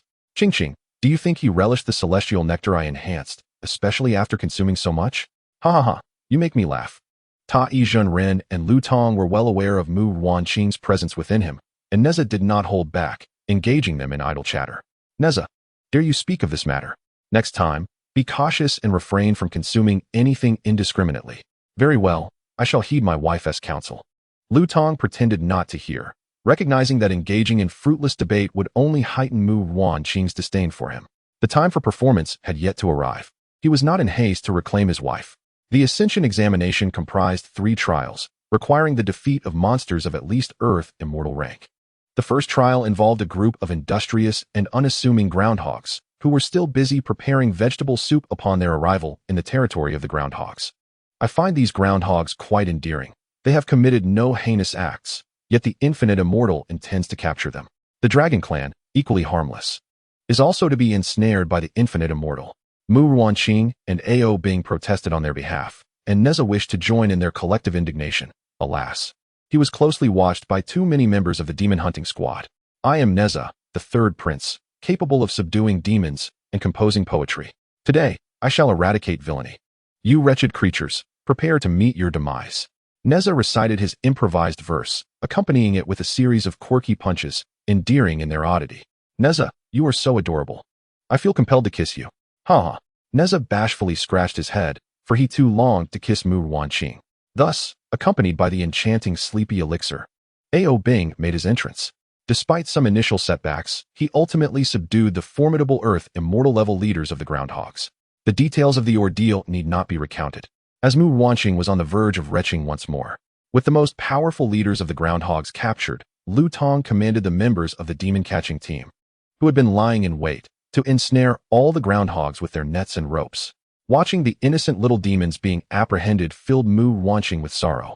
How many innocent creatures must have perished in her presence while she tended to the alchemical furnace, producing countless elixirs. Cursed be the boundless immortal. A fierce determination ignited within her heart, as this was a rare moment of passion for someone who usually approached cultivation with indifference. She longed to regain her corporeal form and confront that old wretch.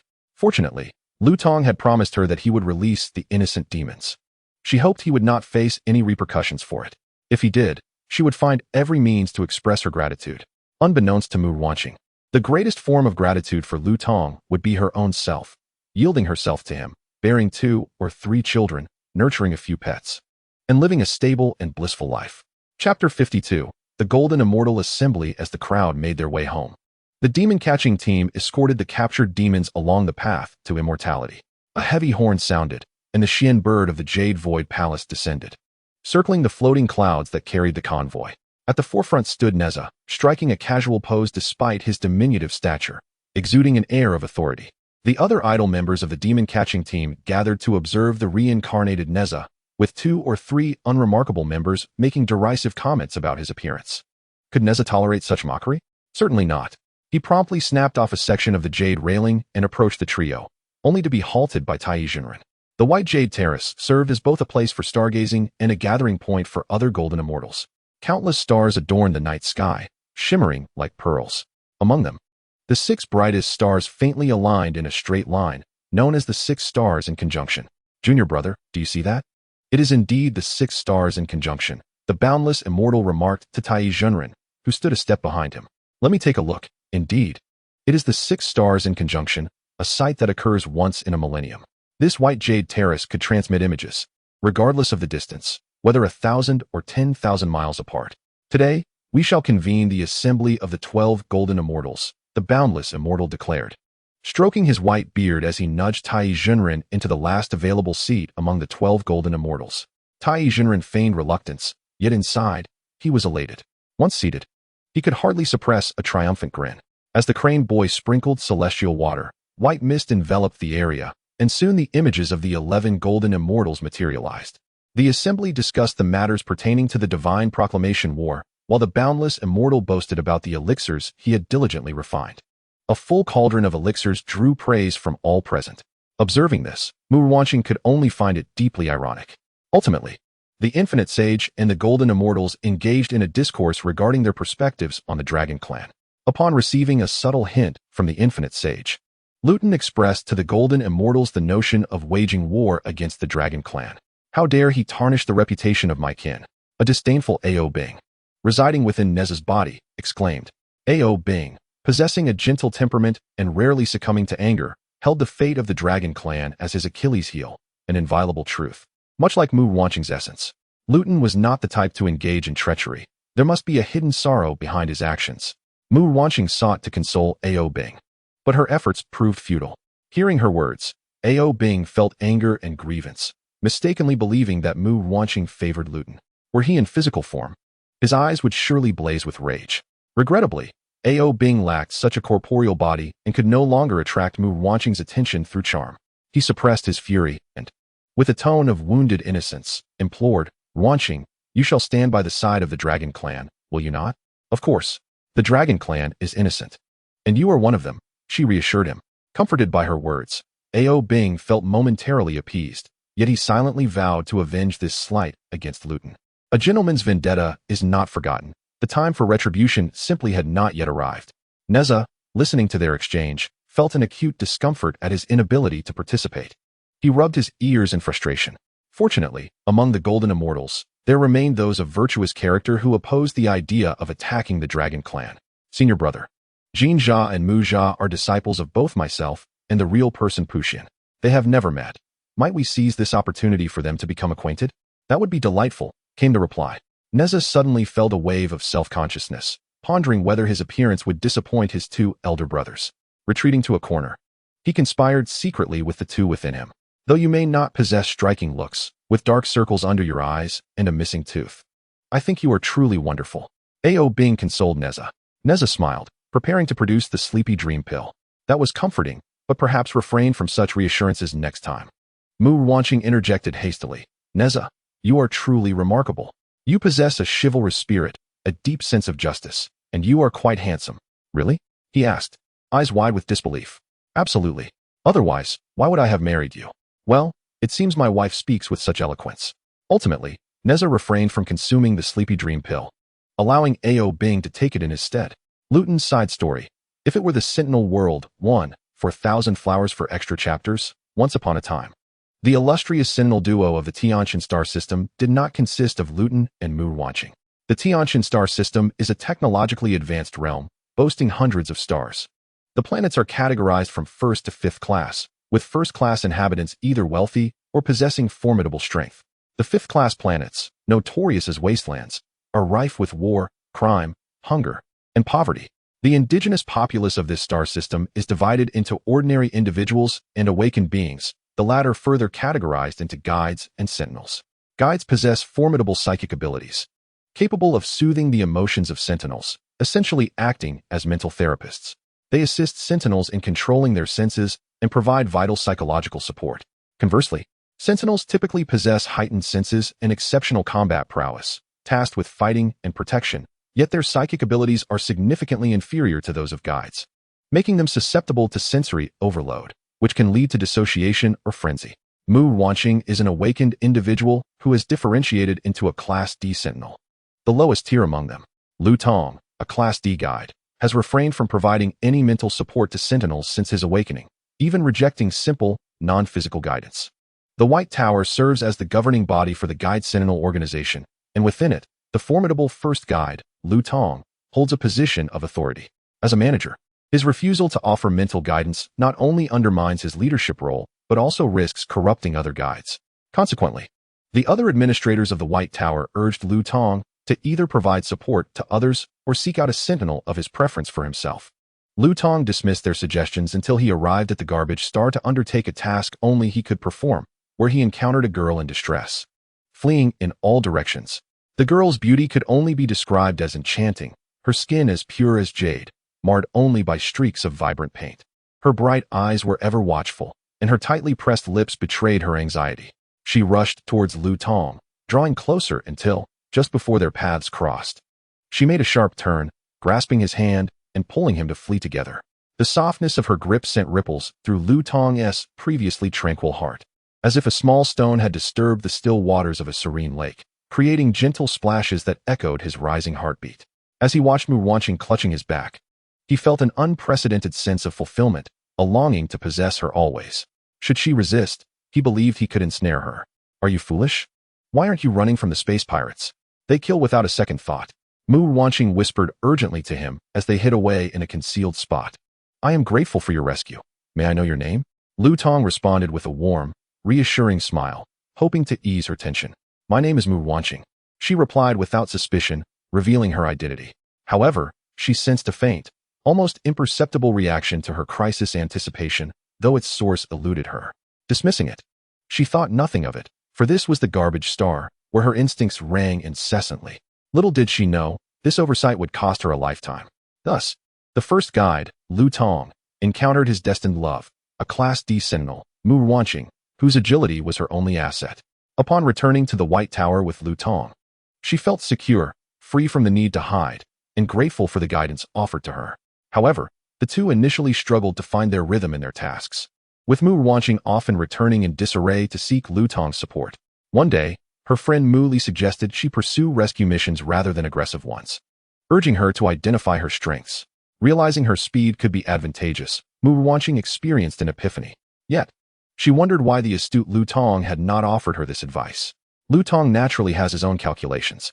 If Mu Ruanqing grows too swiftly, she may gradually become independent of him.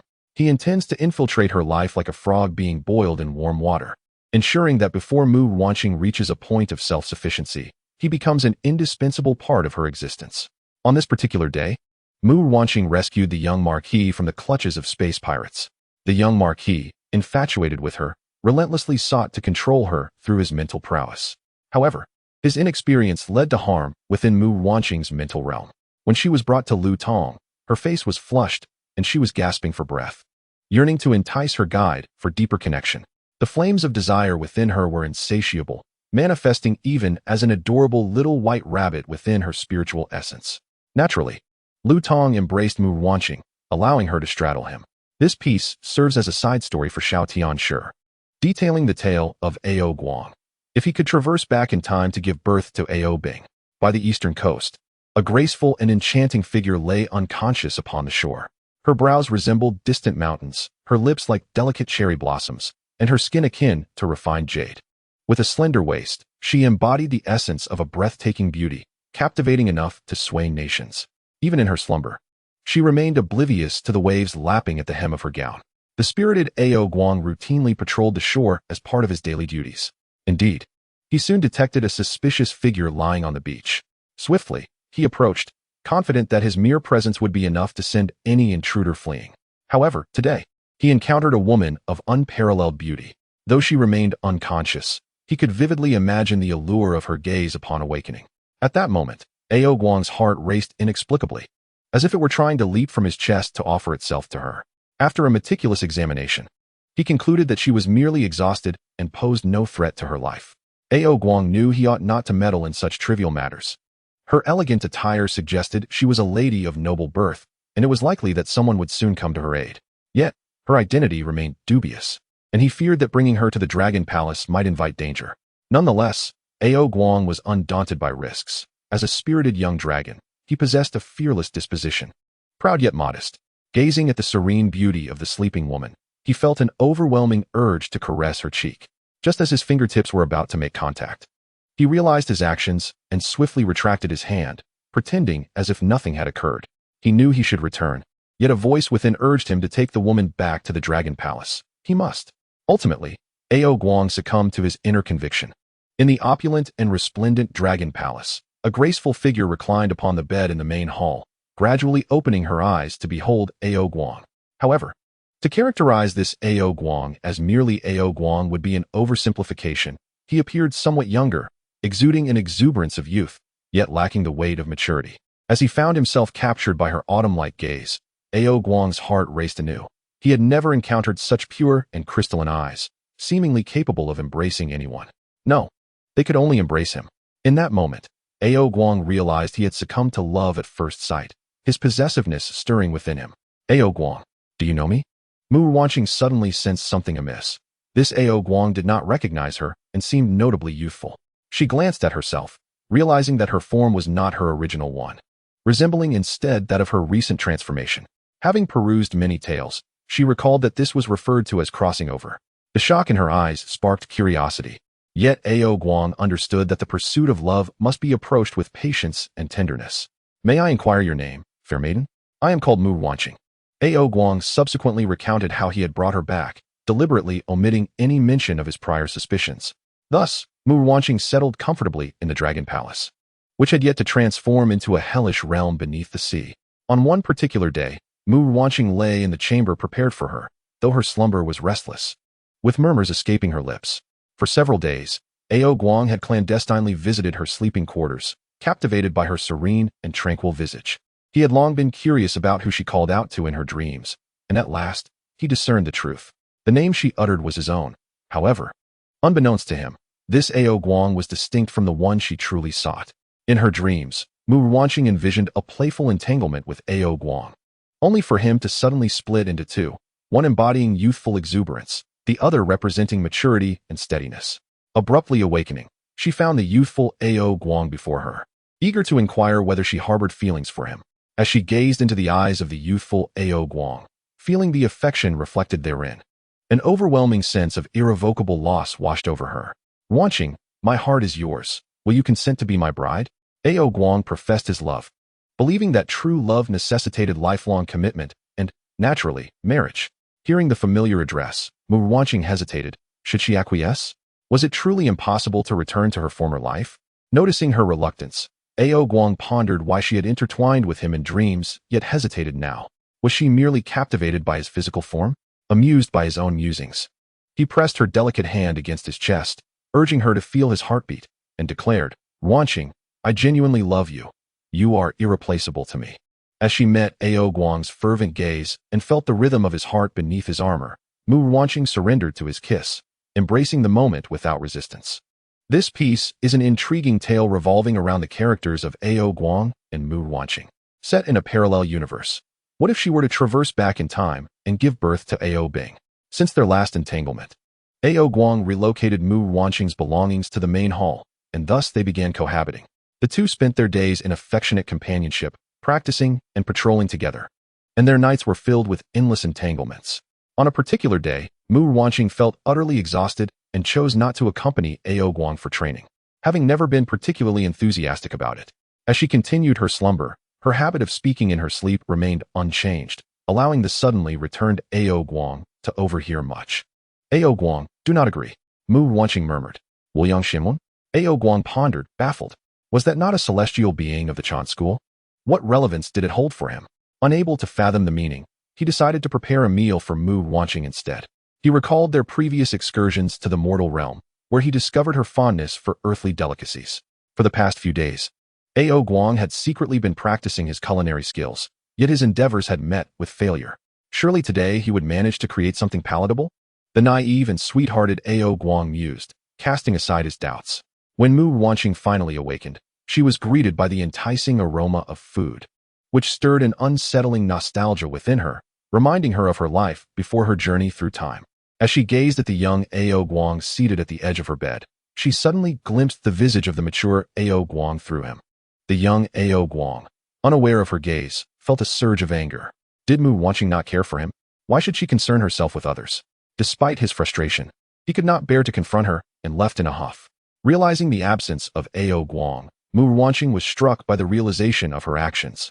How could she have so carelessly wounded the heart of the young Ao Guang? She regarded the dishes laid out before her and concluded that the older Ao Guang could not possibly have cooked. Thus, the young Ao Guang must have learned to do so for her sake. She could only imagine the effort he had expended, and as she consumed the tasteless meal, tears streamed down her cheeks, each droplet akin to pearls cascading onto her ornate attire. Determined, she resolved to confess everything to Ao Guang, her origins, her past before the traversal. At the beach where they first met, she found him lost in thought. Ao Guang, I was wrong, Mu Ruanqing lamented, her heart heavy with trepidation, uncertain if her honesty would alter his affections or diminish his care for her. Ruanqing, upon hearing her admission, Ao Guang's anger dissipated. He chided himself for his earlier resentment. Mu Ruanqing must not endure any distress. His love-stricken heart remained unwavering. Ao Guang, I am not from here. I know. You do? Yes, I can surmise. Though Ao Guang appeared naive and infatuated, he was far from foolish. As the Dragon King of the East Sea, he had always been remarkably astute. Would you care to listen to my story? Mu Ruanqing asked, her thoughts adrift. You may speak, and I shall listen.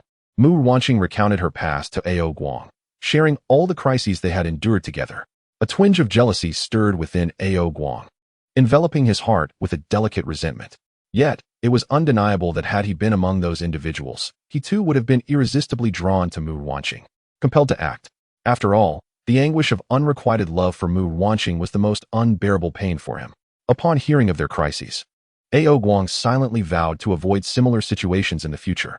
Ruanqing, marry me, he proposed to Mu Ruanqing, unable to endure a day longer without her being entirely his. Yes, Mu Ruanqing replied with a radiant smile, promising a lifetime of devotion to him. The grand wedding of the Dragon King of the East Sea was a splendid affair, attended by the other 3 Dragon Kings, as well as many unfamiliar faces to Mu Ruanqing. Some young talents, disregarding the significance of the occasion, sought to express their affections by attempting to snatch the bride.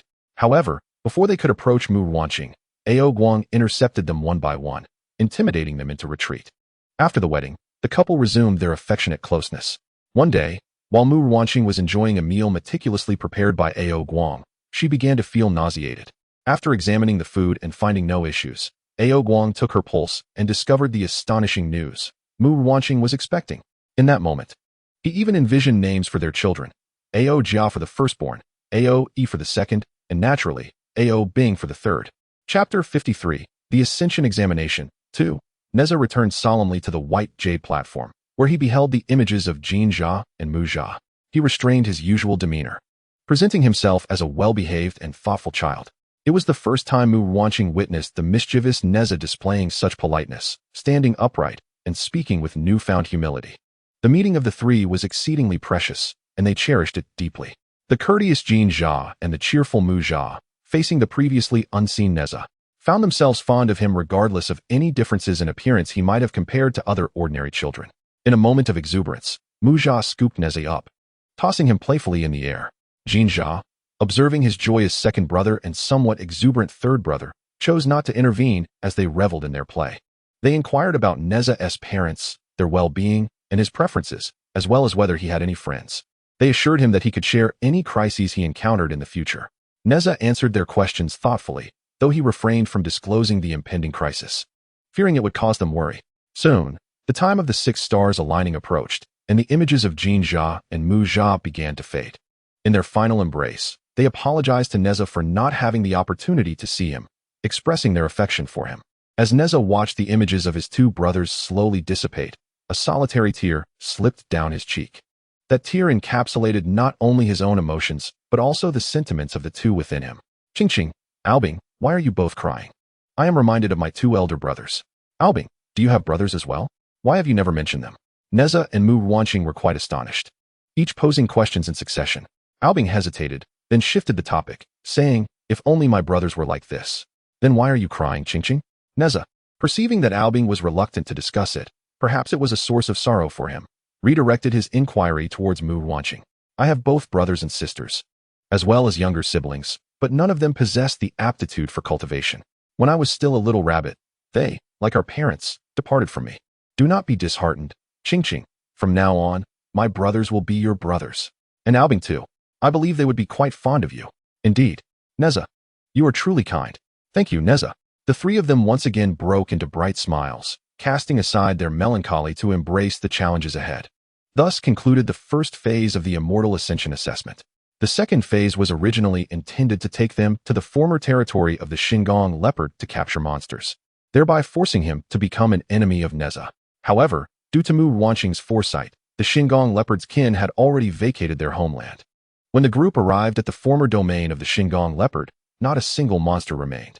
Although Juling was aware of the connection to Mu Ruanqing, he concealed it well and reported back to the Infinite Immortal.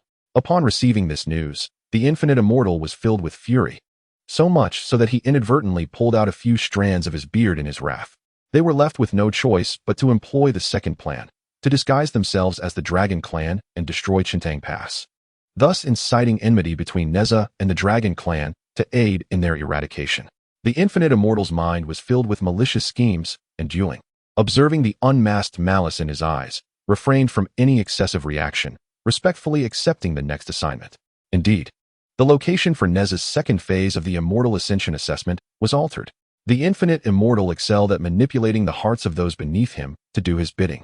And this time the setting was Mu Ruanqing's homeland. Chapter 54. Forgiving Juling suddenly, Mu Ruanqing's crisis intuition was triggered. She spoke to Nezha within his body, saying, I have a premonition of danger. This phase may pose some difficulty. Fear not, for who am I? The monsters capable of defeating me have yet to be born. Due to the presence of the demon hunting team members following behind, Nezha could only respond in a hushed tone. However, as they drew nearer to their destination, Mu Ruanqing found the forest increasingly familiar. Only when they were closer did she realize that it was the very place where she had transformed into a monster. Gritting her teeth, she exclaimed, The Infinite Immortal dares to lay hands on my homeland. What could his intentions possibly be? Albing hurriedly offered consolation, saying, Ruanqing, do not fret. There will surely be a way. Qingqing, do not be afraid. Nezha whispered, evidently influenced by Mu Ruanqing's anxiety, sharing in her concern. I am not anxious, but the Infinite Immortal shall not succeed. At that moment, Juling flew over and addressed Nezha, saying, Nezha, come with me. There are important matters to discuss. Nezha understood that this was a discussion on how to confront the impending challenge. Tong, with his heart set on Mu Ruanqing, naturally knew where her hometown lay. He and Tong stepped aside, distancing themselves from the other members of the demon hunting team, finally afforded a moment of solitude. Mu Ruanqing hastily sought a course of action and implored Nezha, Nezha, may I borrow your body for a while? Tong must know something. Despite Nezha's reluctance to let Mu Ruanqing approach Tong, a man who evoked a sense of danger within him, he had no choice but to set aside his jealousy in this critical moment and relinquish his body to her. In an instant, the mischievous visage of Nezha transformed into an innocent and endearing countenance, though his brows were furrowed, reflecting a mature concern akin to that of a little adult. My dear, do not worry. The infinite sage is currently unaware of your existence, nor does he know that you reside within Nezha's body. Tong gently caressed the strands of hair atop Mu Ruanqing's head, yearning to trace the delicate contours of her picturesque features with his fingers, but refrained out of respect for Nezha's form. Feeling Tong's soothing touch, Mu Ruanqing gradually calmed herself. Indeed, the infinite sage was yet oblivious to her presence, which meant that Nezha's impending attack on her hometown was not directed at him. The infinite sage must have a purpose behind his actions, but what could that purpose be? Besides Nezha, there were members of the demon hunting team, the esteemed Tai Junren, and Tong. Yes, the infinite sage's focus was on Tong. Why would the infinite sage target you? You are his most cherished disciple. Mu Ruanqing gazed up at Tong, her large eyes filled with confusion. The infinite sage believes I am beyond control. It is because of me, isn't it? Tong, I have fled from the Yushu Palace for so long, and the infinite sage has not punished me. Have you interceded on my behalf?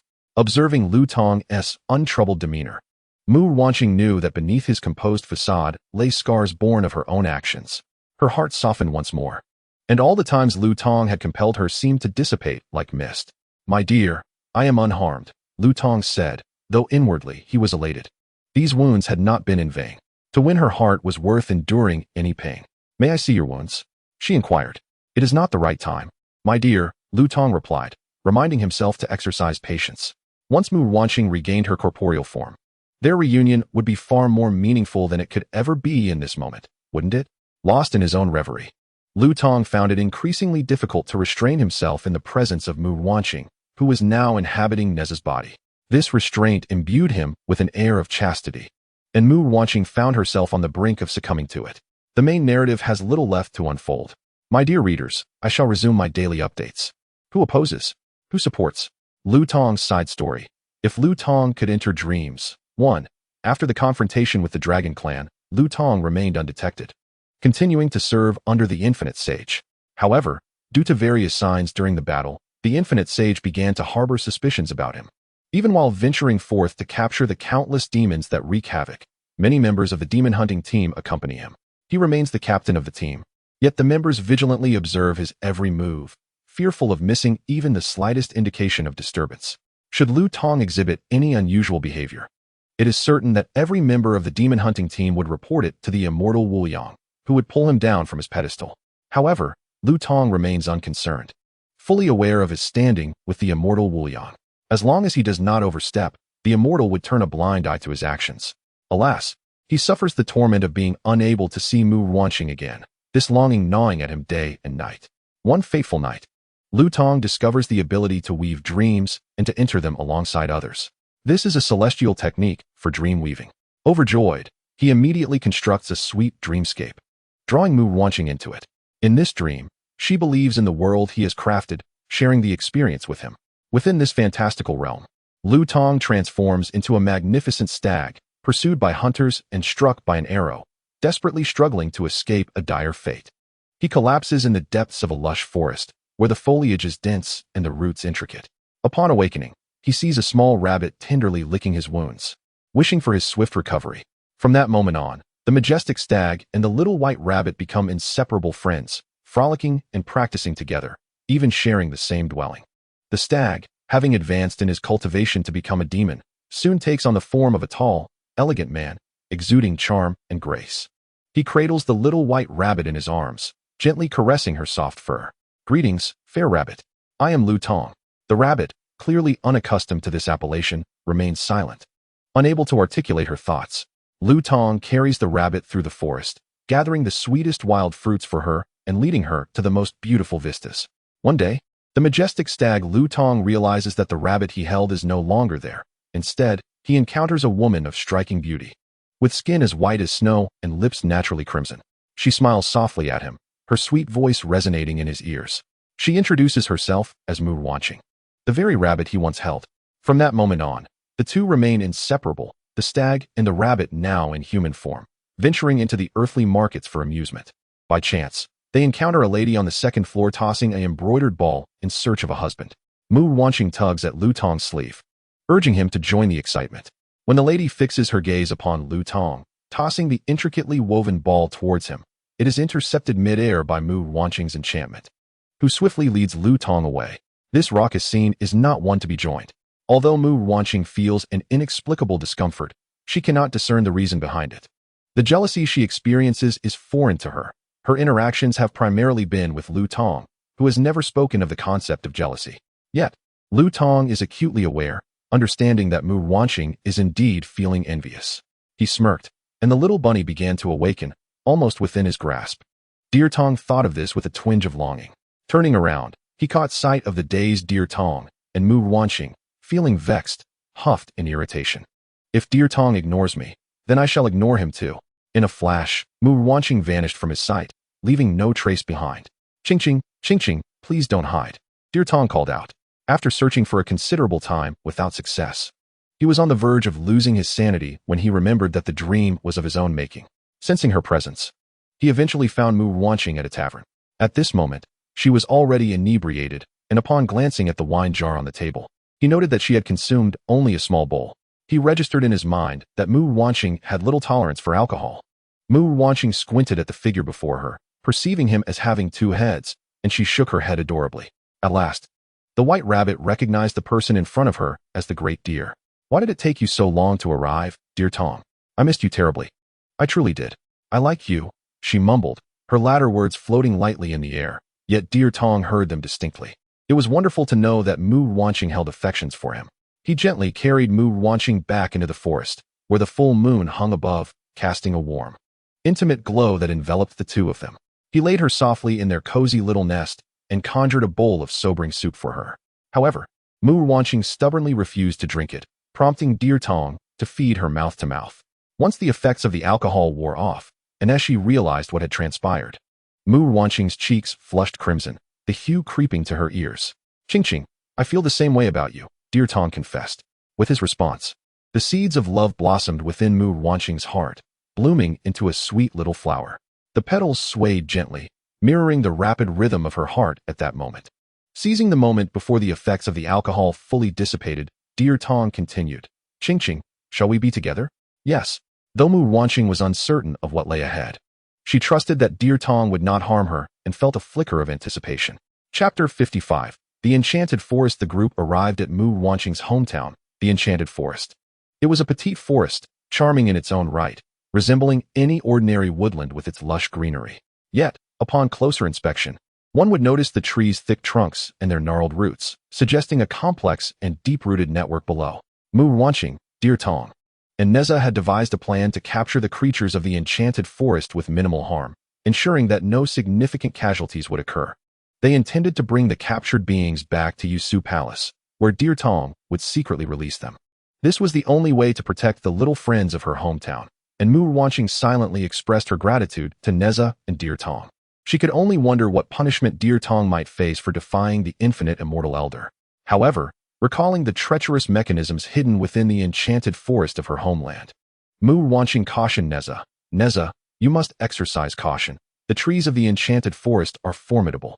Once outsiders tread upon its soil, the dew upon the trees releases an intoxicating aroma that ensnares one in delusions. Is this enchanting fragrance truly so potent? Albing engaged Mu Ruanqing in light conversation to alleviate her concerns. In truth, the fragrance is easily discernible, yet the stronger one's inner demons, the more potent the aroma becomes. Only those with unwavering resolve can perceive the illusions and extricate themselves from the phantasm. Now I understand. I shall prepare myself to confront the enchantment of this forest. Nezha, could you please inform Tong of the dangers posed by this intoxicating aroma? Nezha was reluctant to warn his rival, but unable to resist Mu Ruanqing's earnest plea. He coldly advised Tong. There is an intoxicating aroma within. Be cautious. Though Nezha spoke softly, Tong clearly heard him. He raised an eyebrow, fully aware that it was his beloved who prompted Nezha to convey this warning. Indeed, she cared for him deeply. Should Nezha have known that a mere utterance could provoke such reflections in Tong, he would likely have regretted acquiescing to Mu Ruanqing's request. Upon learning of the intoxicating aroma in the forest, Tong steeled himself for the encounter, deciding against informing the other members of the demon hunting team. These members were staunch adherents of the Infinite Sage, and during their battles against the Dragon Clan, they would certainly heed his commands. Allowing them to be injured, or even perish, was precisely Tong's intent. He shared no brotherly bond with these hypocritical comrades and was indifferent to their demise. As the primary force, Nezha was the first to step into the enchanted forest. Indeed, a thick fog emerged, suffused with a purplish hue, guarding this mystical realm. The members of the demon hunting team stood ready, yet none faltered. After all, their rewards were based on merit. A single pill granted could equate to a decade of arduous cultivation. They eagerly sought to capture more demons to present to the infinite sage for alchemical refinement. Regardless of the innocence or harm of these creatures, deep within the forest, several diminutive demons gathered, observing the swirling purple mist as they deliberated strategies. One demon, possessing heightened senses, detected the presence of dozens outside the forest and hurriedly relayed this information to its companions. Fear soon gripped all the little demons.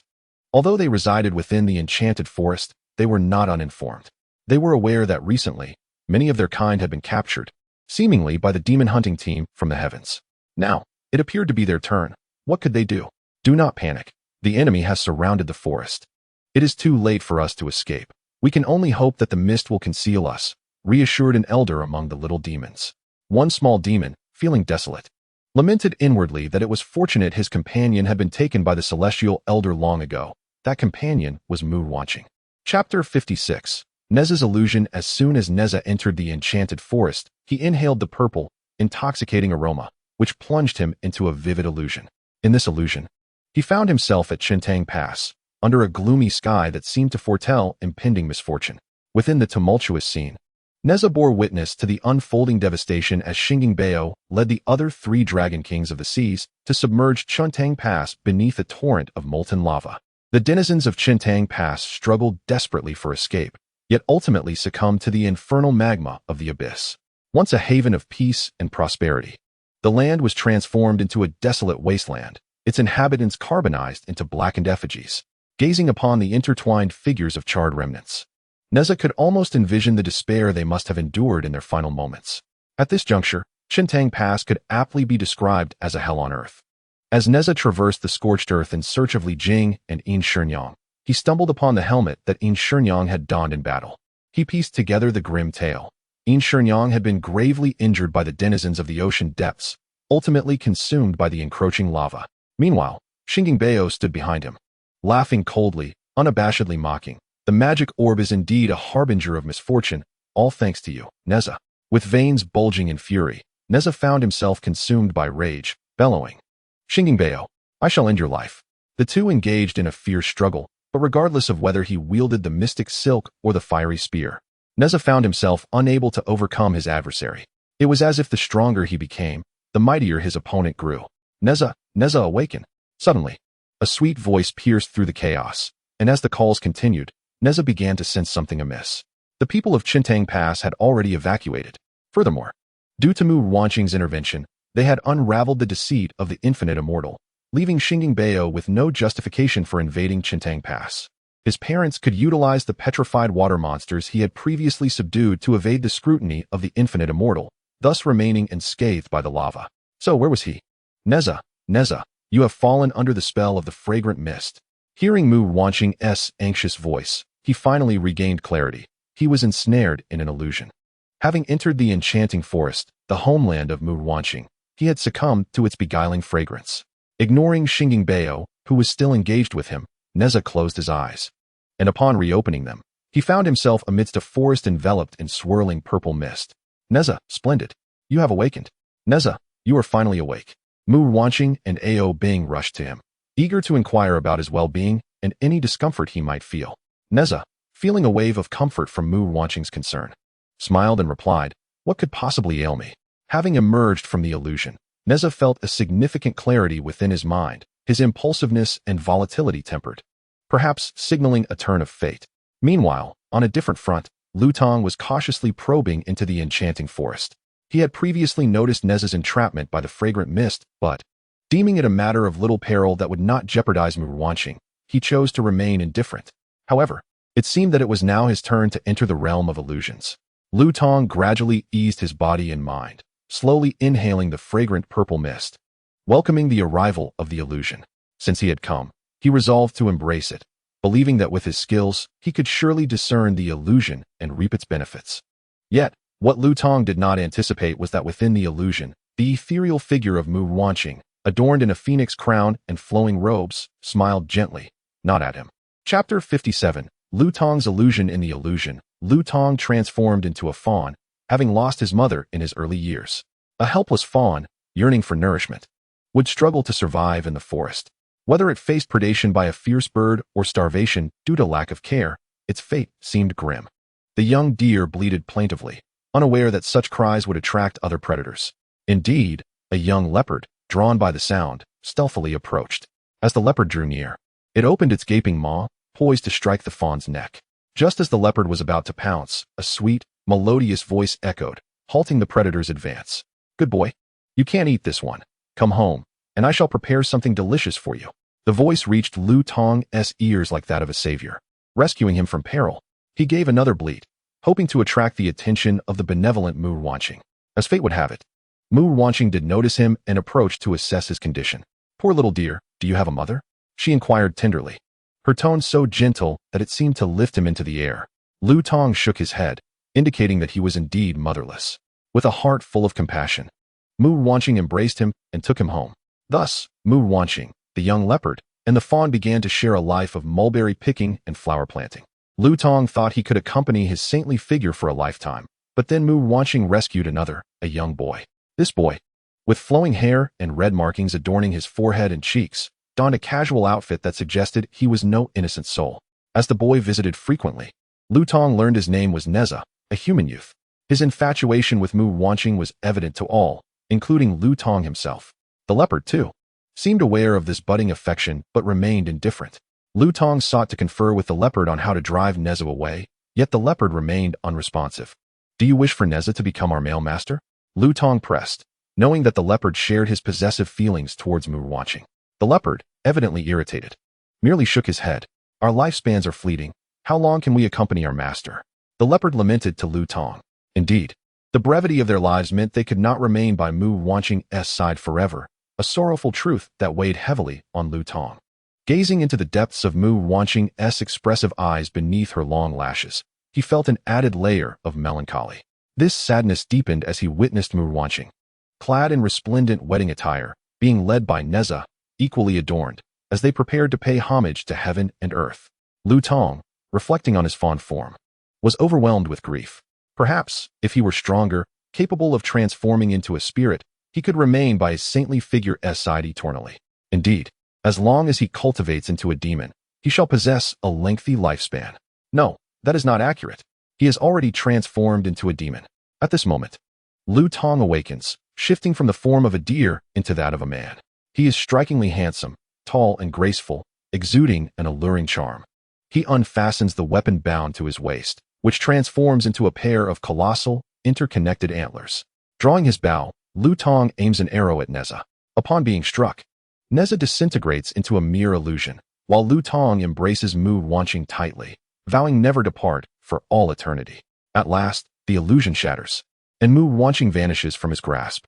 Yet, he feels no regret, for he has discovered his true love and merely awaits her return to corporeal form, ensuring she will never leave his side again. His wife, his saintess, his Mu Ruanqing. To accompany you for a lifetime is indeed my greatest fortune. Chapter 58. Lu Tong has also entered the illusion. Nezha, could you check on him and see if he is well? TCH. Why bother looking at him? Oh Nezha, you are the best. Very well then. The first to escape the illusion, Nezha rides the wind-fire wheels and flies to Lu Tong's side, glancing around. He finds Lu Tong with his eyes firmly shut, a sorrowful expression adorning his face. He is well. Nezha begins to fabricate his words. How can he be well? Ruanqing. Perhaps Lu Tong's illusion encompasses some sorrowful matter. Ao Bing, residing within Nezha, adds fuel to the fire. Perhaps he once had someone he cared for deeply. Huh. Someone he cares for?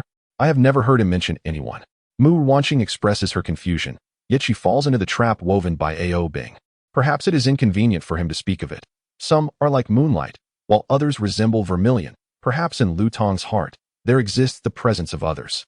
Ao Bing's words resonate with a certain truth, yet Mu Ruanqing's thoughts are whimsical and erratic, leading her to ponder the identity of the speaker. Ao Bing, am I your moonlight or your vermilion? Do you have others you care for? Ha ha, Ao Bing, you've stumbled. Haven to you. Nezha exclaims with a sense of schadenfreude. Ruanqing is my moonlight and my vermilion, a treasure beyond compare. I belong solely to you, Ruanqing. Ao Bing replies fearlessly, uttering sweet nothings. The souls of Ao Bing and Ruanqing within Nezha's body quickly begin to intertwine, as though merging into one. Nezha, unwilling to witness their intimacy, interrupts hastily. Ruanqing. Lu Tong has awakened. Mu Ruanqing, peering through Nezha's eyes, observes Lu Tong, whose eyes are tinged with red and lashes glistening, as if moistened by tears. Lu Tong does not attempt to conceal his sadness. He embraces his tears, for they serve as a potent weapon to soften the heart of his beloved. Seeing Lu Tong in such a state, Mu Ruanqing feels a pang of sorrow, yearning to comfort him and draw him into her embrace. My lady, I am unscathed. I have merely solidified my feelings for you. Lu Tong expresses his affection with an intensity that belies any signs of embarrassment. My lady, perhaps you ought to address me as your husband. At this moment, Lu Tong seemed to have an instinctual understanding, realizing that his beloved was calling for him. What a surprise. Qingqing is calling her husband, and that must be me. Nezha once again interrupted the flirtatious atmosphere between them, lamenting that his lady had far too many admirers, and he had to disrupt countless rivals each day. Members of the demon hunting team continuously poured into the enchanted forest, all falling prey to the intoxicating fragrance, ensnared in a hallucinatory realm. Nezha and Lu Tong were unconcerned about them, pressing on towards the heart of the forest, where they could sense the gathering of minor demons. The little demons struggled fiercely, yet Nezha captured them with merely 30% of his strength, inflicting no harm upon them.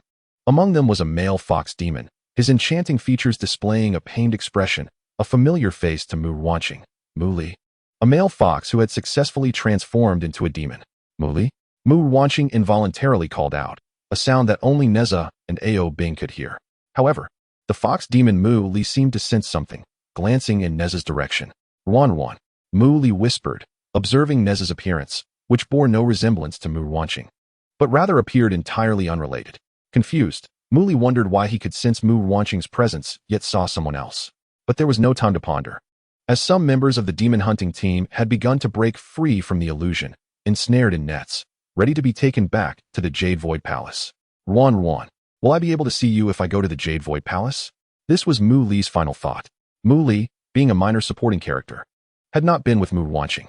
Chapter 59. Jealousy. Mu Ruanqing searched among the captured demons for her former companion, and at last, she spotted an alluring figure. Now in a deep slumber, the figure possessed 3 long fox tails, resembling a 3-tailed fox demon. Mu Ruanqing urged Nezha to approach a little closer, confirming that it was indeed her dear friend Mu Li. Nezha, do you see that 3-tailed fox demon? Mu Ruanqing asked with concern. I see it. Qingqing, what is the matter? That fox demon is my companion Mu Li. Could you ask Lu Tong to look after him for me? Qingqing, is he merely your friend? Ao Bing questioned, harboring some doubt about the long-standing childhood bond that had accompanied Mu Ruanqing, wondering if it concealed deeper sentiments. Of course, he is my good friend, once my best friend. Upon hearing Mu Ruanqing's use of the word once, Ao Bing let out a gentle sigh of relief. During their conversation, Mu Li opened his eyes and turned to look in their direction, clearly sensing something. Mu Ruanqing, observing Mu Li's gaze, understood from her familiarity with her old friend that he must have detected her presence. Both Mu Li and she possessed strong perceptual abilities. Mu Ruanqing's instinct for danger was sharper, while Mu Li was more attuned to the essence of human presence. Nezha, could you lend me your body for a moment? Qingqing, do you wish to see your companion? Nezha did not entertain thoughts of anything beyond friendship between Mu Ruanqing and her companion, simply considering them as friends. Yet, a vague sense of unease lingered in his heart. Was Mu Li truly so familiar with his companion, to the extent that she could sense her presence within his own body? Ao Bing, heedless of the consequences, scrutinized every talented young man acquainted with Mu Ruanqing, determined to prevent any further rivals from encroaching upon his beloved. Nezha relinquished his form to Mu Ruanqing, transforming from the mischievous demon child into an innocent and charming figure. Witnessing this transformation, Mu Li's gaze intensified with fervor. He was now certain that it was indeed Mu Ruanqing. However, how had she found herself in another's body? What had become of her physical form? Was she in any danger? Despite his own precarious situation, Mu Li could not suppress his concern for Mu Ruanqing. Furthermore, the owner of the body she occupied was evidently affiliated with the demon-catching team, yet Mu Li bore no ill will towards her. Refraining from questioning her association with those who had captured their little demon clan, Mu Ruanqing must have her own untold struggles, he pondered. In truth, Mu Li's feelings for Mu Ruanqing transcended mere friendship. There lay a deep-seated affection, a desire for mutual support. He had once felt joy when witnessing her ascend to prominence. Taken away by the immortal elder, and had willingly let her go. Yet, at this very moment, as Mu Ruanqing approached him, all the love he had concealed was on the verge of flooding forth. Ruan, it has been too long. Upon hearing these words, Mu Ruanqing's eyes glistened with unshed tears, emotions swirling within her gaze. They had countless words to exchange, yet all that emerged was a simple greeting. Ruan, have you been well? Yes, I am well. Mu Li, I will save you. I will certainly save you. In a gesture reminiscent of their time together in the enchanted forest, Mu Li encircled Mu Ruanqing's delicate arm, as if sculpted from jade, with his tail, gently wiping away the tears pooling at the corners of her eyes. She had always been prone to tears, and he often performed this tender act. The reason for using his tail was that Mu Ruanqing had once adored playing with it. By drawing her attention with it, he could quell her tears. Their reunion was brief, interrupted by the arrival of the dear boy. Observing their interaction, the implications were unmistakable. Clearly, that three-tailed fox demon was enticing Mu Ruanqing. Concealing his fury, the dear boy maintained an appearance of genteel composure. Ruanqing, it is time to return to the Yushu Palace. With that, he cast a penetrating glance at Mu Li, laden with warnings and disdain.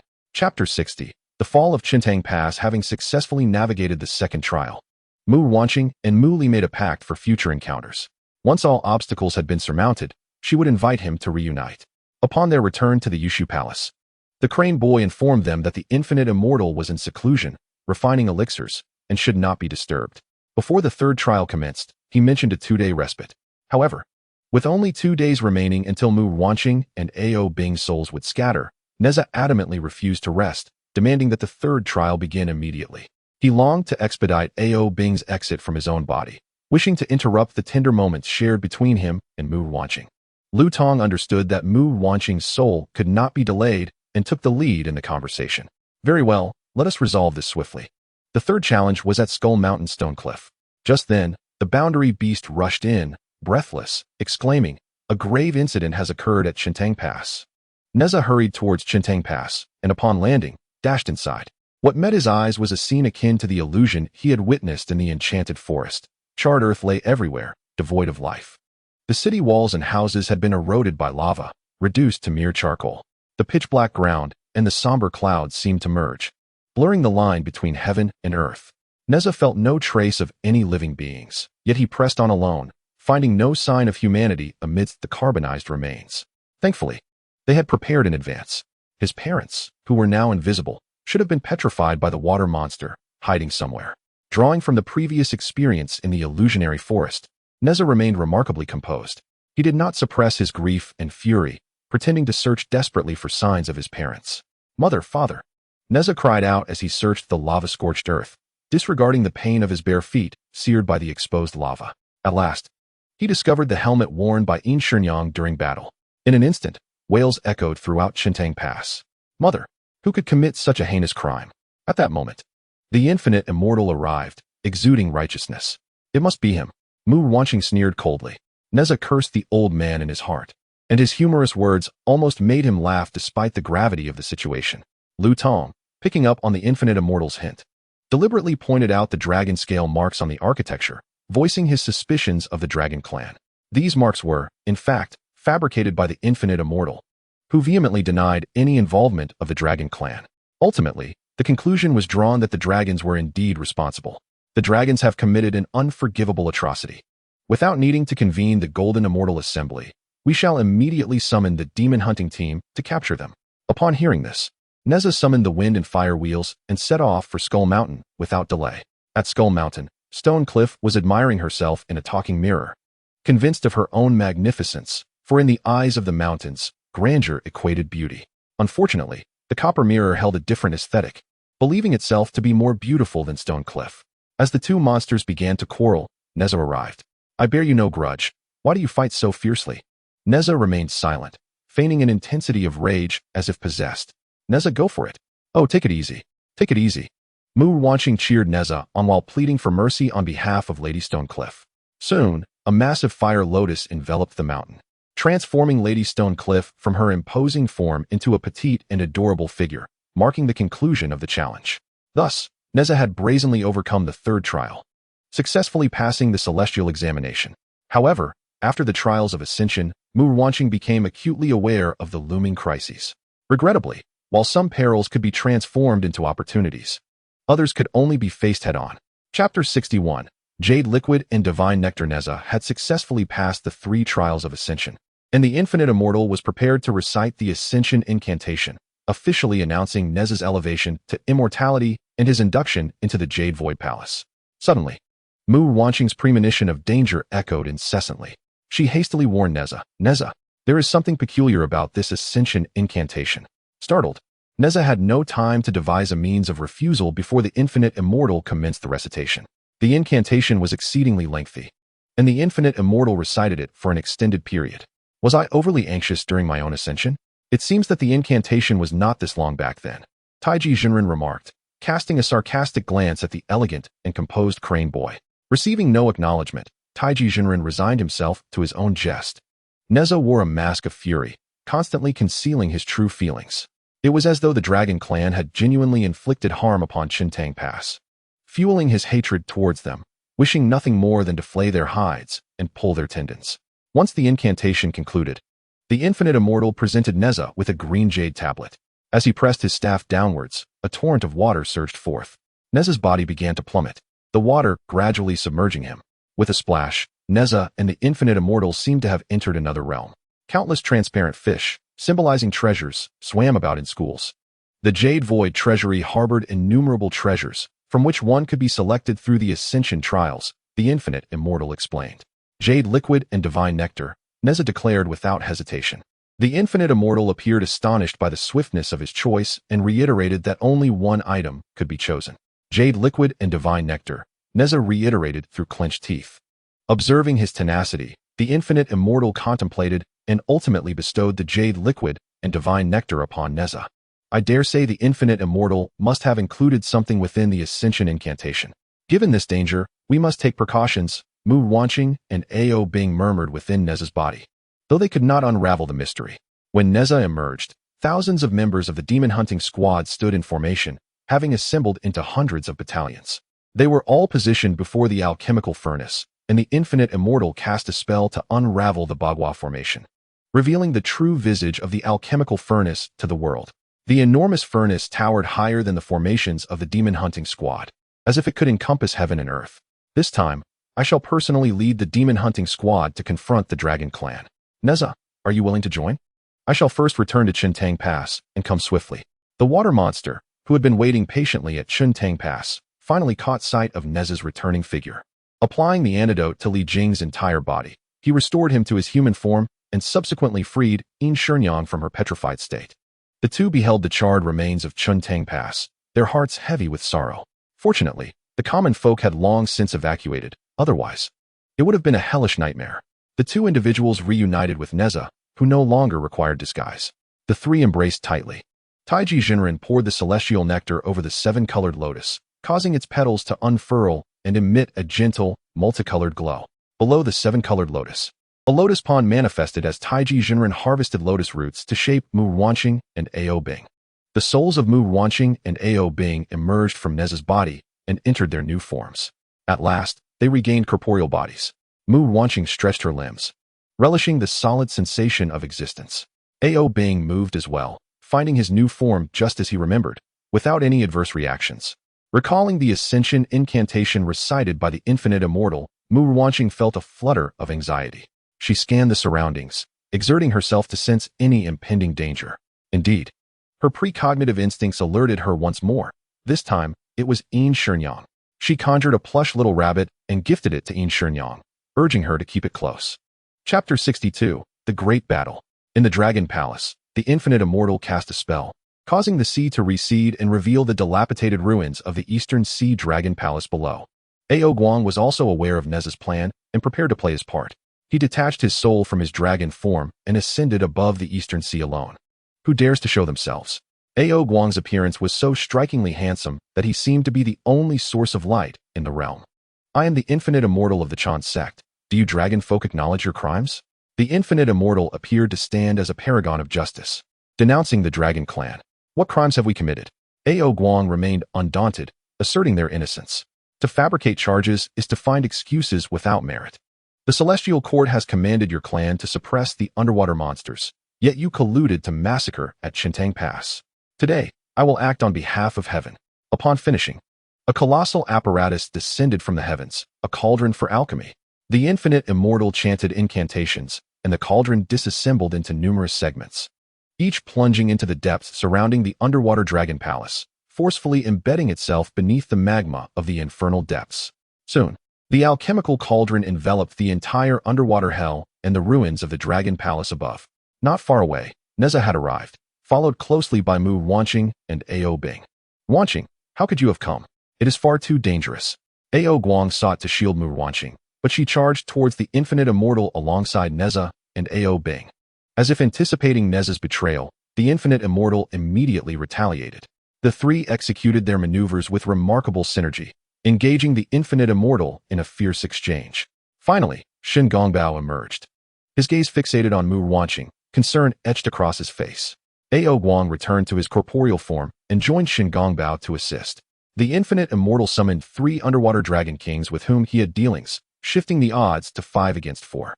Mu Ruanqing, moving with remarkable speed, coordinated with the other 4 while also ensuring her own safety, for her injury would distract the others.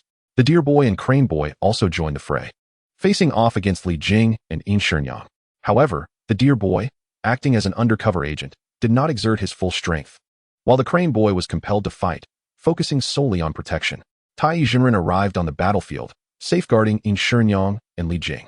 At this moment, Li Jing managed to divert his attention to address the members of the demon hunting team, stating, "The infinite immortal has imprisoned countless innocent demons to refine elixirs. This is an act of injustice. Will you continue to partake in this heinous endeavor?" The members of the demon hunting team paid no heed to Li Jing. Perhaps they had long been aware of the infinite immortal's ways, or perhaps they were complicit in the benefits derived from the elixirs they consumed annually. Seeing that the alchemical furnace was nearly closed, the infinite immortal knew time was of the essence. He recited the heart-piercing spell, instantly immobilizing Mu Ruanqing, Nezha, and Ao Bing. Sharp spikes began to emanate from the hearts of the 3, piercing through their flesh. Should they attempt to move, they would be subjected to 1,000 torturous cuts. This heart-piercing spell was intertwined with the ascension spell, cast during Nezha's assessment. "You old rascal! You cunning old man! How treacherous you are!" Mu Ruanqing exclaimed. "What a pity to find you here, your abilities wasted. Since you serve another, let us transform you into an elixir." With that, the infinite immortal callously cast Mu Ruanqing into the alchemical furnace, which was on the verge of sealing. "Qingqing! Ruanqing! Sister Ruanqing!" The trio cried out in unison. While the descending Mu Ruanqing could only respond with a faint smile. They had unraveled nearly all conspiracies. This outcome was not meant to be. Soon, Mu Ruanqing's falling figure diminished into a mere speck before vanishing entirely.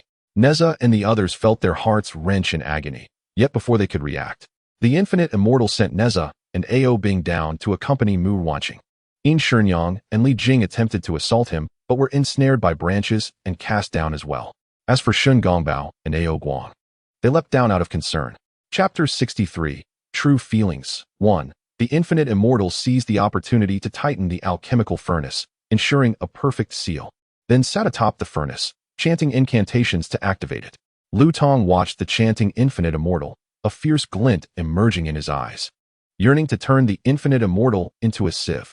However, he restrained himself. Upon marrying Mu Ruanqing, he had cast the heart unity spell upon her, ensuring that should she perish, he could not survive either. At this moment, the heart unity spell remained dormant, and due to the subtle hint Mu Ruanqing had given him during her descent, signaling him to remain concealed, he could only suppress his fury and seek a way to rescue Mu Ruanqing. Inside the alchemical furnace, upon finding Mu Ruanqing, she stood upon a rock, surrounded by ferocious underwater demon clans. Nezha and Ao Bing landed beside Mu Ruanqing, eager to assist, yet found themselves unable to move. Yin Shenyang and Li Jing also fell, bound tightly.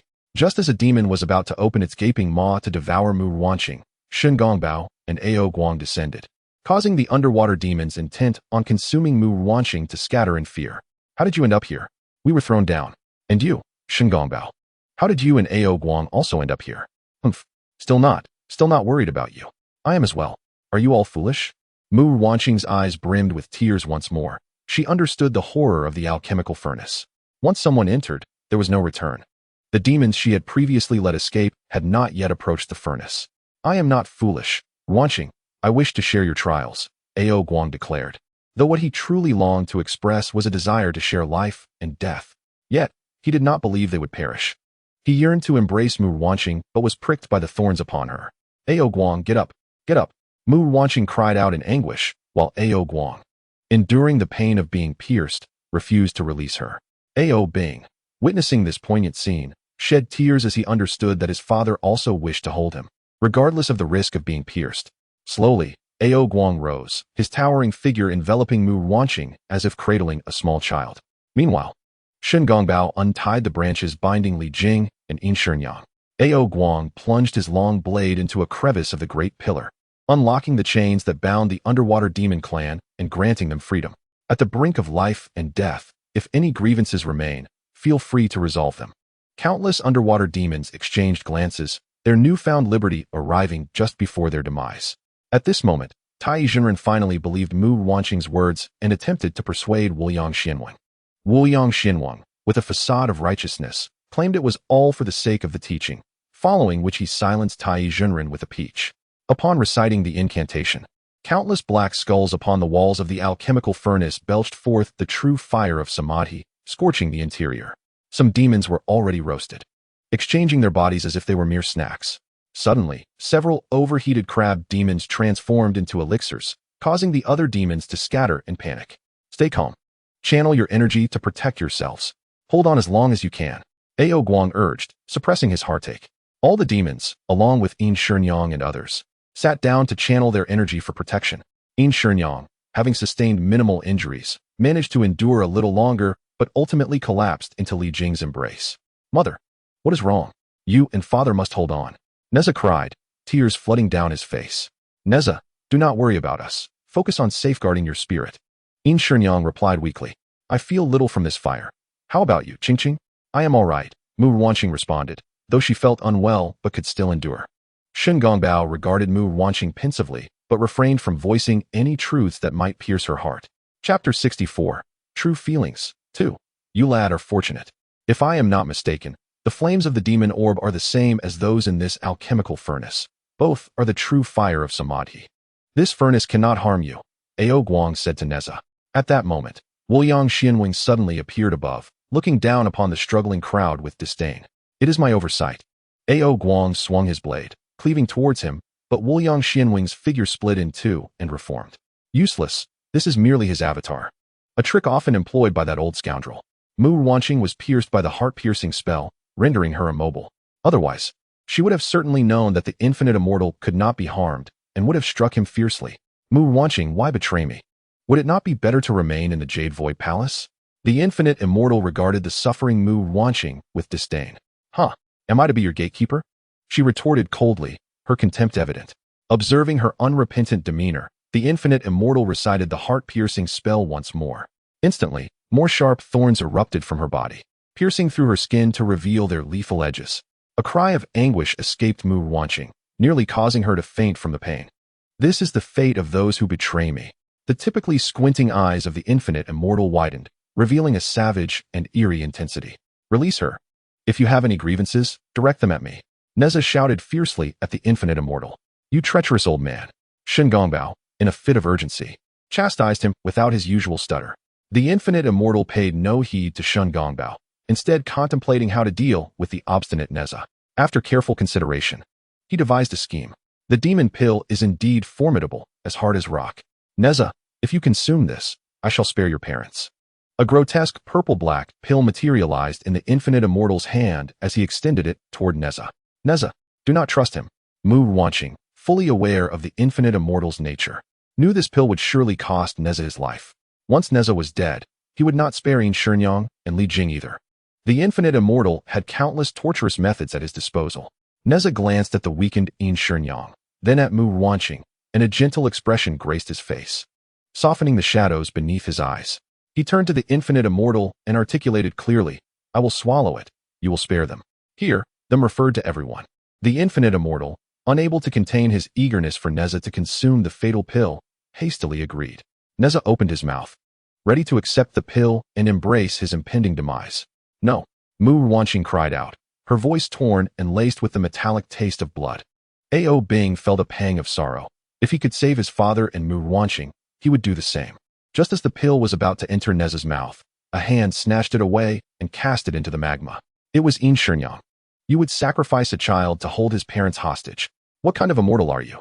You are not even human. She reproached the infinite immortal bitterly. Seeing his plan thwarted, the infinite immortal's form dissipated. Yin Shenyang, summoning every ounce of strength, embraced Nezha, undeterred by the wounds piercing her body. Mother, don't hold me. It will hurt. Nezha wept, the little tyrant unable to conceal his emotions in the face of his mother's suffering. In the end, let me embrace you properly. Yin Shenyang replied, her strength waning as she held Nezha tightly. She smiled faintly, casting a final glance at Li Jing. Mu Ruanqing smiled helplessly, grateful that she had prepared a contingency plan. Chapter 65. Turning danger into safety amidst Nezha's heart-wrenching cries, Mu Ruanqing's sweet, yet resigned voice resonated. It is not over yet. Sister Shenyang, do you remember the little rabbit I gifted you? It's right here. With that, Yin Shenyang found herself immobilized, as Li Jing retrieved the rabbit and placed it in her hand. To their astonishment, the little rabbit began to dissipate at a visible rate, releasing a rich aura of spiritual energy that flowed into Yin Shenyang's body. Revitalized, Yin Shenyang released Nezha and offered a respectful bow to Mu Ruanqing. Thank you, Sister Ruanqing, for your foresight. I'm relieved that you're all right, Mu Ruanqing replied, unable to move but managing a smile. Nezha remained momentarily dazed, the intensity of his previous sorrow leaving him in shock. He turned to his good brother Ao Bing, hoping for an explanation. Nezha, do you recall Ruanqing's ability to foresee danger? I see it now. She had it all planned out. Nezha exclaimed. Ruanqing, you are truly remarkable. I always knew I was impressive, Mu Ruanqing replied, stifling her weakness and feigning pride. However, her voice faltered as she added with a hint of bitterness. But the little rabbit can only store a limited amount of spiritual power. We must devise a solution. At this moment, Nezha's fury, fueled by the immortal elder, reached its zenith. He refused to accept defeat or resign to fate. Memories flooded back to him. The maternal love of Yin Shenyang, Li Jing's stern affection, Ao Bing's brotherly loyalty, and the boundless love from Mu Ruanqing. The immortal elder sought to annihilate them. Nezha was determined to carve out a path of vitality. With great effort, Nezha moved his body, disregarding the pain as if he were impervious to suffering. Nezha, what are you doing? Mu Ruanqing thought ominously, sensing trouble brewing. Nezha, you will be torn apart, Ao Bing urged from the side. Ruanqing, do you sense anything? Nezha asked, his demeanor surprisingly calm, his mind frighteningly clear. Locked onto a singular principle, rebellion against heaven and earth.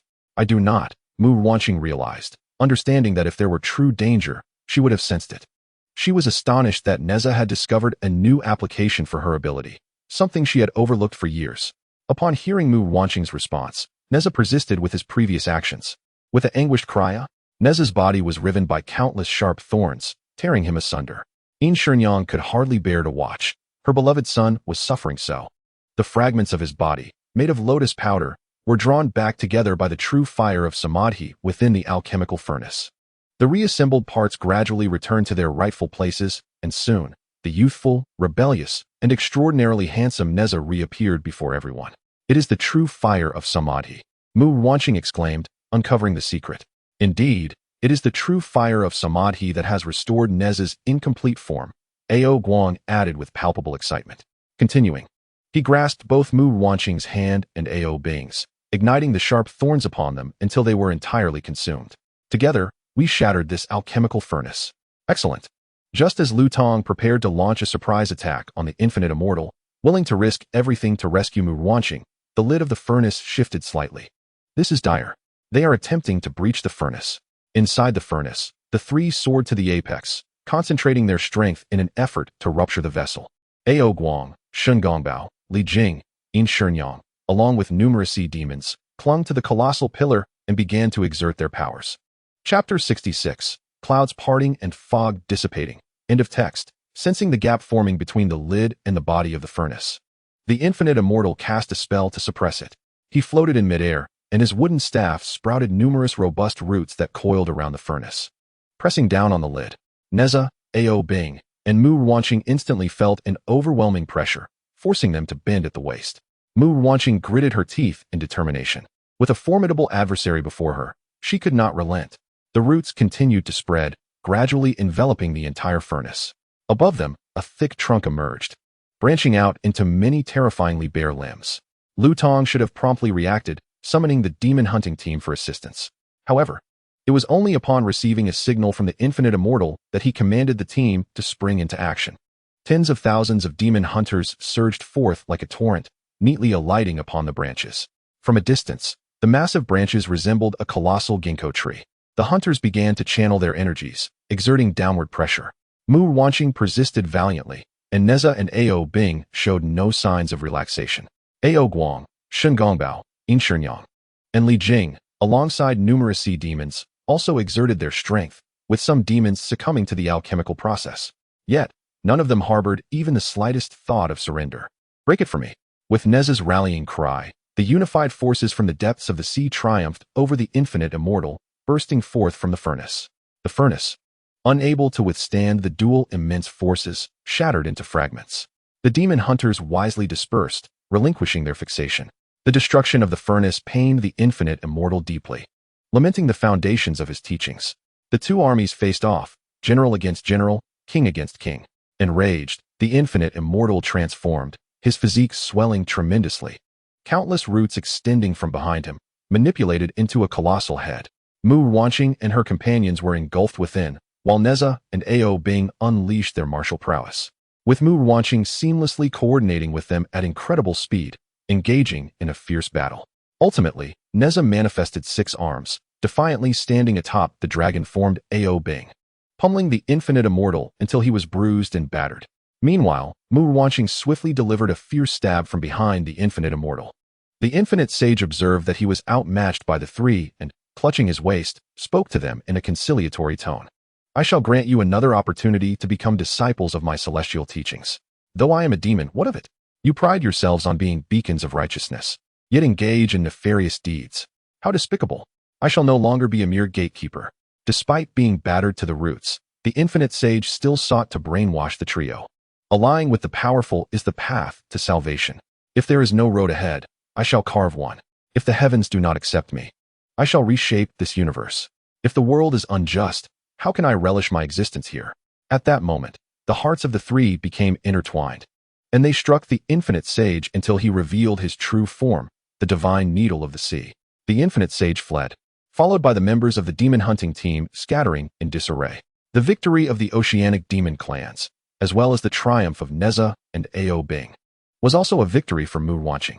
They exchanged knowing smiles, their feelings beyond words. In the dilapidated yet vibrant Chuntang Pass, Nezha and Ao Bing bid farewell. Nezha decided to guard Chuntang Pass while Ao Bing would return to the depths of the ocean with his father. They both turned to Mu Ruanqing and said, "Qingqing, come back to Chuntang Pass with me. Ruanqing, join me." Just as Mu Ruanqing hesitated, Ao Guang interjected, "Ruanqing, come back with Ao Bing and me. Shen Gongbao is also there." Shen Gongbao turned away, unwilling to meet Mu Ruanqing's gaze, his flushed ears betraying his feelings. "Father, I intend to remain at Chuntang Pass." Finally resolute, Ao Bing chose to join Nezha in changing the world, such is the fervor of youth. So, Ruanqing, whom do you choose? The main text concludes here. There will be a follow-up titled If There Were No Mu Ruanqing in the form of an epilogue.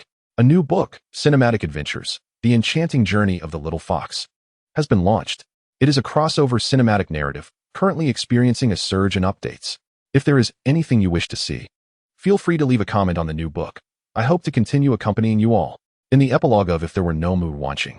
While Mu Ruanqing was enjoying closeness with Ao Bing and Ao Guang, she suddenly noticed a shift in her surroundings. The trio, initially unreserved in the resplendent Dragon Palace, found themselves abruptly separated by a flash of white light, each seated on individual cushions. The cushions were soft, yet not as yielding as the places they had just touched. As they gathered their senses, Nezha and Shen Gongbao appeared beside them. Shortly thereafter, Li Jing, Investiture, and Tai Jinren also arrived. They could not move freely, otherwise. In this unfamiliar setting, they would prioritize protecting Mu Ruanqing and Investiture first. "Where's this place?" Mu Ruanqing inquired, surveying her surroundings. It resembled an empty room, with only a massive curtain in front, plush cushions below, and a table laden with fruits, nothing else in sight. "Ruanqing, be cautious. Fear not, my dear, for I am here with you." At this moment, the final guest made his entrance, Tong.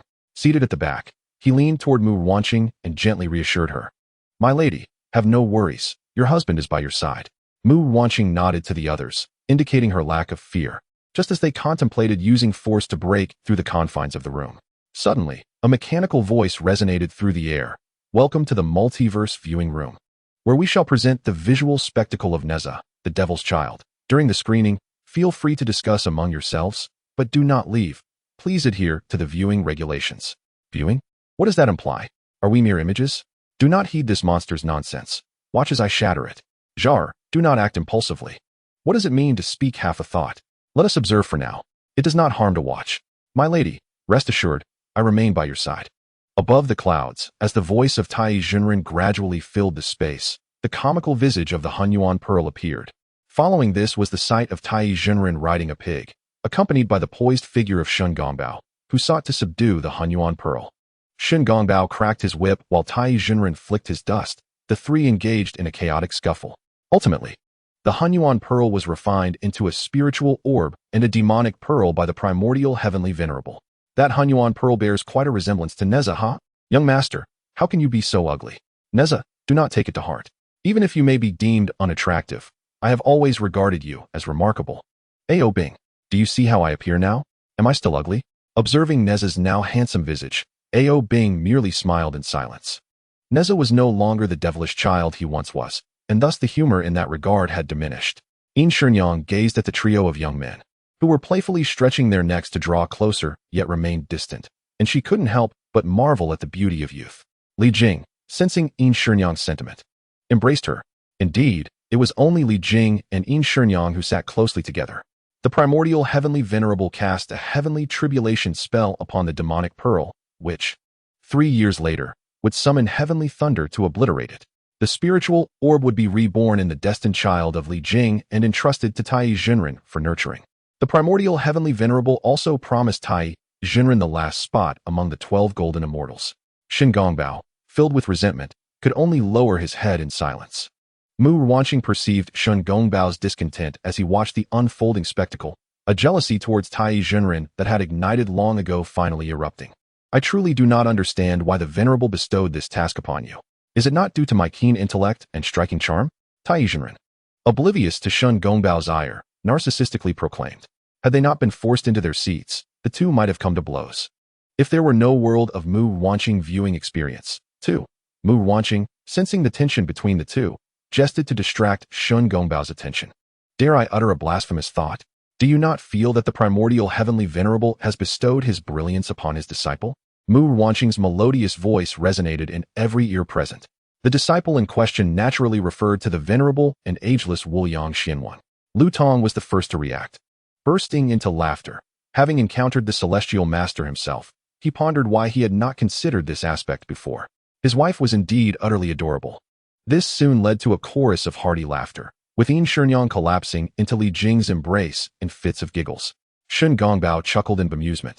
Having never shown such disrespect towards his master before, yet he presumed the elder would not be offended by such levity. The primordial celestial master conferred the Bao Yin to Tai Junren, speaking with an ethereal grace. Once the spirit pearl is born, he shall be named Nezha. With this pronouncement, the film commenced in earnest. It became evident that my name was bestowed upon me by this old man. Nezha addressed In Shenyang and Li Jing, previously believing that his name was a gift from his parents. One must not show such disregard for the celestial elders, the rule-abiding Li Jing admonished Nezha. Indeed, though Wuliang Xianwen behaved in this manner, perhaps the primordial celestial master was unaware, otherwise he would not permit such audacity. In Shenyang also regarded the primordial celestial master as a benevolent deity. However, Mu Ruanqing harbored a different sentiment, yet her foresight of impending crises faltered at this juncture, preventing her from voicing her thoughts. What if it were merely her conjecture? Li Jing and In Shenyang arrived at the Guanyin temple, with In Shenyang displaying an excellent appetite, nibbling and sampling delights along the way. She even leapt over the threshold with remarkable agility. Li Jing knelt reverently on the mat before the Guanyin statue, his demeanor earnest and respectful. Conversely, In Shenyang refused to kneel, hurling an apple, which unexpectedly materialized into Tai Junren. Father, mother, thank you for your love. Nezha realized that his parents cherished him, yet he had never comprehended that he was loved even before his birth. This epitomized the essence of parental love. Beside them, Mu Ruanqing couldn't help but dab at the moisture in her eyes, confiding in Ao Bing, I miss my mother. Indeed, Ao Bing replied, feeling a tinge of shyness as memories of his past dreams surfaced. He momentarily averted his gaze from Mu Ruanqing, who remained oblivious to his unease. The film continued to unfold, captivating the audience, but Lu Tong's eyes remained fixed on Mu Ruanqing, having not seen her in reality for quite some time. Forced to remain undercover beside Wuliang Xianweng, Lu Tong could only enter Mu Ruanqing's dreams through the celestial arts he had mastered, sharing sweet reveries to alleviate his longing. The spirit pearl was cunningly seized by Shen Gongbao, leading to the birth of a demonic child within Investiture. The mischievous Nezha wreaked havoc everywhere. Tai Yizhenren sought to discipline Nezha, but was stopped by Investiture, who held Nezha tightly as he bit down fiercely. Ultimately, sensing her love, Nezha relented. Investiture, witnessing her image on the screen, seemed to drift into a reverie, her gaze tenderly fixed on the small Nezha. Li Jing too was lost in reminiscence. Perhaps he ought to have shown Nezha a bit more kindness. Nezha's eyes glistened with unshed tears as he discreetly lifted his head to suppress them. Mother is here. Mother is here. In the viewing room, both Investiture and the image of Investiture simultaneously uttered the phrase, and at last, Nezha's tears began to flow. The experience of watching If There Were No Mu Ruanqing's World 3 continues to unfold across the myriad realms, yet if this spectacle persists, Nezha's secrets will inevitably be laid bare. It feels as though Nezha has emerged as the principal character in this cinematic narrative. Indeed, Nezha, you have become the leading protagonist. As Mu Ruanqing observed Nezha recover from his tears, he remained somewhat bashful and fidgety.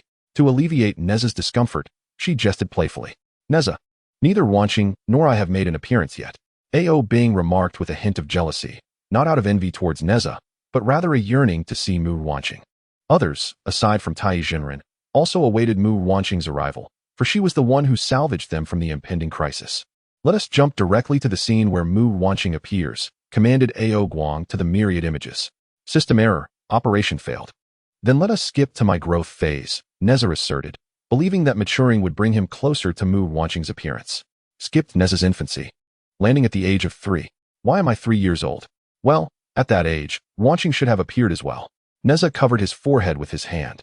Exasperated, realizing he was destined to embarrass himself again, in a bid to prove he is not a monster.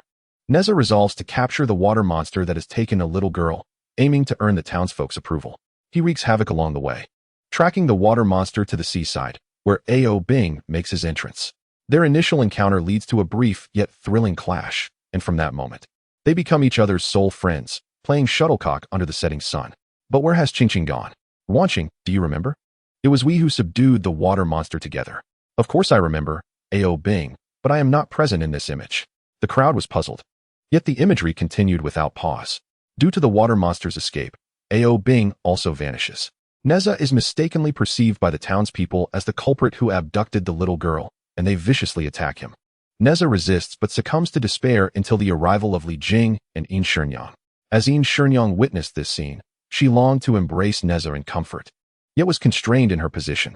Nezha, along with Mu Ruanqing, felt his heart constrict with the weight of Nezha's melancholy. It became apparent that events in a world devoid of Mu Ruanqing would unfold in such a manner. Unbeknownst to them, the imagery would reveal even more regrets as it progressed. The imagery fast-forwards to the birthday banquet. Shen Gongbao exposes the truth before Nezha, leading him to mistakenly believe that Li Jing is deceiving him for the sake of his military reputation. During the banquet, he breaks the shackles of the Qian Kuan circle, uncontrollably attacking the crowd. Ultimately, he is forced to don the Qian Kuan circle once more, transforming back into the form of a demon child to escape. Ao Bing's dragon lineage is revealed, and Shen Gongbao's theft of the spirit pearl also comes to light. Shen Gongbao incites Ao Bing to consider burying Qintang Pass alive. Shen Gongbao, Mu Ruanqing exclaimed with indignation. I had intended to do this all along, but what is the matter? Shen Gongbao said, nervously stroking his beard as he spoke. Upon learning about the death replacement talisman, Nezha returned to the battlefield of the banquet where chaos ensued. Nezha triumphed over Ao Bing, yet chose not to take his life. Instead, they clasped hands in reconciliation. Ultimately, the heavenly thunder descended, and Nezha along with Ao Bing rose to confront the heavenly tribulation, with Tai Yizhenren also charging in with the seven-colored lotus. Nezha and Ao Bing's physical forms were obliterated, transforming into souls. Moved by the bond between Nezha and Ao Bing, Mu Ruanqing suddenly realized her absence held little significance, leaving her with a hint of melancholy. Was her existence superfluous? Or did her presence merely cause disruption? My dear, it's truly wonderful to have you. The dear boy behind Mu Ruanqing was the first to notice her emotional unease and offered her comfort. Yes, thank you, dear boy. if not for Mu Ruanqing's world viewing experience. 4. The first installment, Nezha, Birth of the Demon Child, has concluded. Now, we present the second part. Nezha, the Demon Child conquers the sea. Do viewers require a break before the continuation? No need. Guang was already eager to see if Mu Ruanqing would appear again. The second viewing will feature comments from other worlds. Stay tuned. As Tai Jinren's narration unfolded, the vibrant lotus blossomed, and the pond below brimmed with lotus roots. The citizens of Shintangwen rolled up their sleeves, preparing lotus powder. Have you seen the spin-off? You say the female lead is my beloved Qingqing? I have seen it. It was delightful. Nezha, who claimed Qingqing as your wife? Love-struck Guang. I object. What is all this? Mu Ruanqing gazed on in bewilderment. Perhaps the imagery featuring you is referred to as a spin-off. These individuals are discussing us after viewing it. Bing explained attentively to Mu Ruanqing. How infuriating. Why are so many calling you their wife, Qingqing? Nezha, filled with unexpressed anger, noticed Bing's closeness to Mu Ruanqing and could only clumsily seek her attention. Nezha, I saw several comments calling you their husband. I am yours, Qingqing. Nezha exclaimed, secretly pleased to find himself quite popular. Bing, I spotted comments referring to you as their wife, haha. Nezha teased Bing upon seeing the comment, causing Bing's cheeks to flush crimson, momentarily at a loss for words. After all, he had also seen comments calling him the husband of his father and master, which was quite shocking. Guang and Shen Gongbao clearly noticed, but chose to feign ignorance. At that moment, everyone was perplexed by the complexity of individuals from another world. The imagery played swiftly, reaching the second stage of the celestial examination.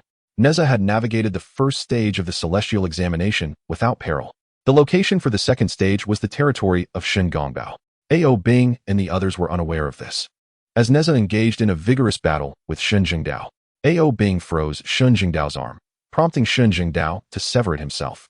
Shen Xiaobao arrived at the clan's territory to resist the demon-catching team. Shen Jingdao and Shen Xiaobao were struck by the arrows of Tong. Ultimately, Shen Jingdao shielded Shen Xiaobao's escape, succumbing to unconsciousness himself. Cursed Wuliang Xianwing. He alone knows the whereabouts of my home. Shen Gongbao seethed. His teeth clenched as he beheld the images of the comatose Shen Jingdao and the transformed Shen Xiaobao cradled in his arms. Shen Gongbao, it's all a fabrication. These are mere illusions. Mu Ruanqing longed to embrace him at that moment. Oh, my little Bao. Director team. Hurry, bring Xiaobao back to life. Come witness the spin-off. It's utterly delightful. Laughable, the spin-off is devoid of any blades. Isn't Nezha's marriage with Mu Ruanqing rather sharp? Shen Gongbao did not fall prey to Wuliang Xianwing's trap. Amidst his profound sorrow and rage, he discerned the malevolent scheme. Wuliang Xianwing feigned an invasion by the dragon clan, and Shen Gongbao retaliated fiercely against 3 colossal dragons. As molten lava ravaged Qintang Pass, Shen Gongbao vanished without a trace. Cool. Shen Gongbao's moment is truly heroic. He is a real man. Qintang Pass suffers greatly. Old Shoutao is exceedingly wicked. Indeed, Qintang Pass is in ruins. Mu Ruanqing witnessed a mother and brother standing beneath an eave, lifting their little sister high. Yet it was futile as they were engulfed by the lava. Wuliang Xianwing. What kind of deity is he? Observing this tragedy, even Guang, who had previously declared that if Bing were to perish, Qintang Pass would follow suit, could not bear to watch further. Tong, too, felt a pang of compassion. The viewing experience has one final segment. Do you all enjoy such viewing formats? If there were no Mu Ruanqing's world viewing experience, 5. The film continued to unfold, the narrative scarcely differing from their own world, as the group intently focused on the bullet comments. The comments had evolved into factions. The second segment of the spin-off transformed into Mu Ruanqing's hometown, where an alluring fox demon made an appearance. That is my new husband, Mu Li. To be frank, I stand with Mu Sifeng, Mu Li, and Mu Ruanqing. Tong remarked, I deem Mu Li utterly vile, not an innocent creature, he shall not be spared. Fearless in our ranks. I ship Yin Shenyang and Mu Ruanqing. Upon reading this, Yin Shenyang smiled lightly, casting a glance at the bashful Mu Ruanqing. Li Jing also noticed, feeling a twinge of discomfort as he held Yin Shenyang closer. Tong sneered inwardly. With him present, Mu Li could never hope to touch Mu Ruanqing. At that moment, the imagery shifted to the inside of the alchemical furnace. Wuliang Xianwing trapped everyone within, and Yin Shenyang was the first to succumb. Wuliang Xianwing coerced Nezha to ingest poison in exchange for her life. Yin Shenyang discarded the poison, vehemently cursing Wuliang Xianwing, embracing Nezha, and ultimately transforming into a medicinal pill. Oh, tears like bricks have entered my eyes. What are you staring at? Cry, everyone. I am reminded of my mother. Friends, let us watch the spin-off. Shenyang is alive and well. Thankfully, we have Mu Ruanqing. Fortunately, Mu Ruanqing felt tears welling in her eyes for Shenyang.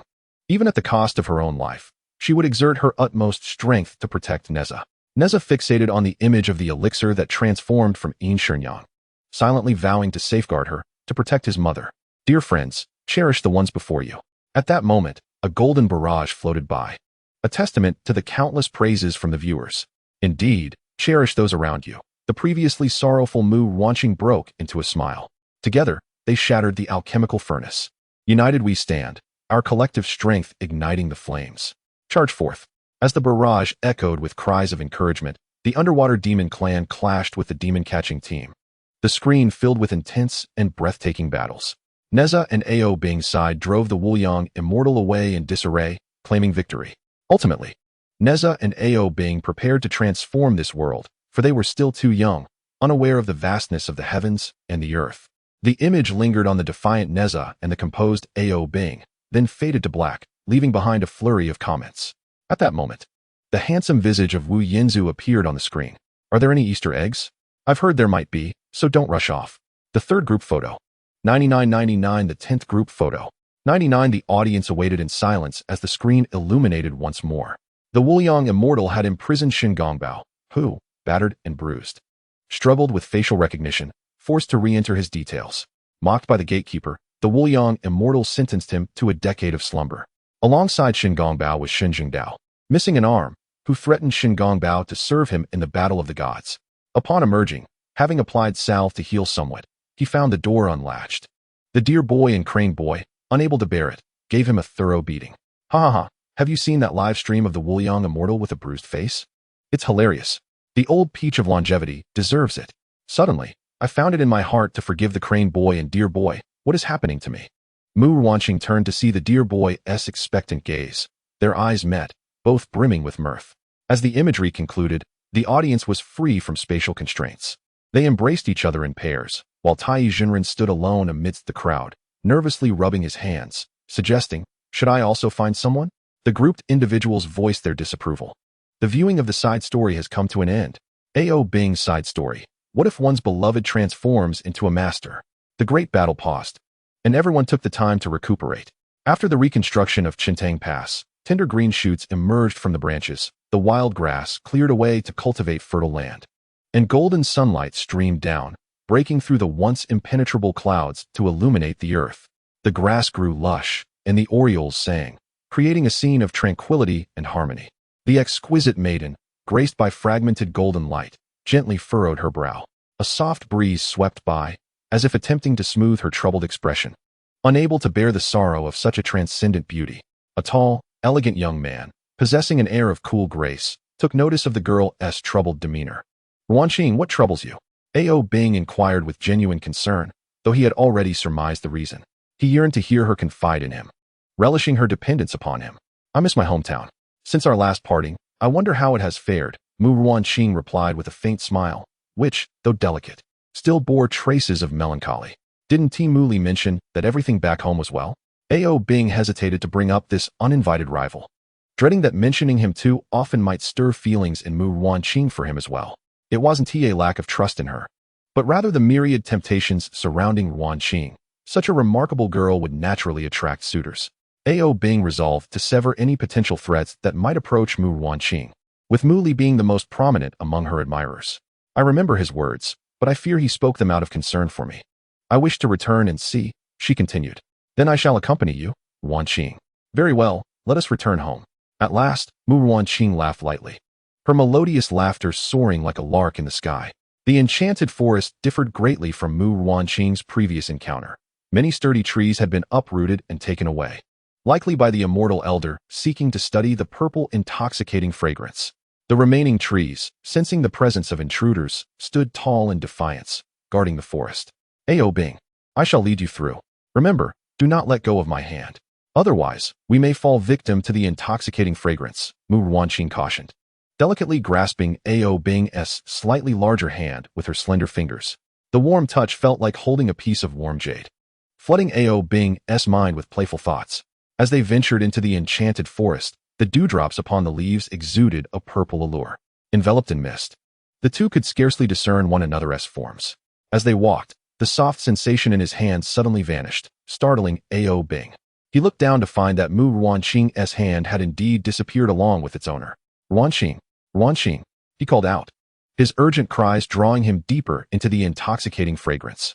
The fragrance wove a tapestry of illusion, an illusion in which A.O. Bing found himself yearning to lose himself. Within this dreamscape, he transformed back into a silvery blue dragon, encountering the kind-hearted Mu Ruanqing. She accompanied him daily, though he could not take human form. She had only him, her little dragon, and together they were each other's sole companions, with no one else around.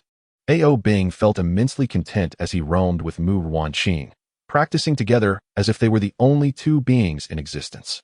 In contrast to the dreamscape akin to that of the dear child, he yearned to immerse himself within the reverie, alongside the one and only Mu Ruanqing, who belonged solely to him.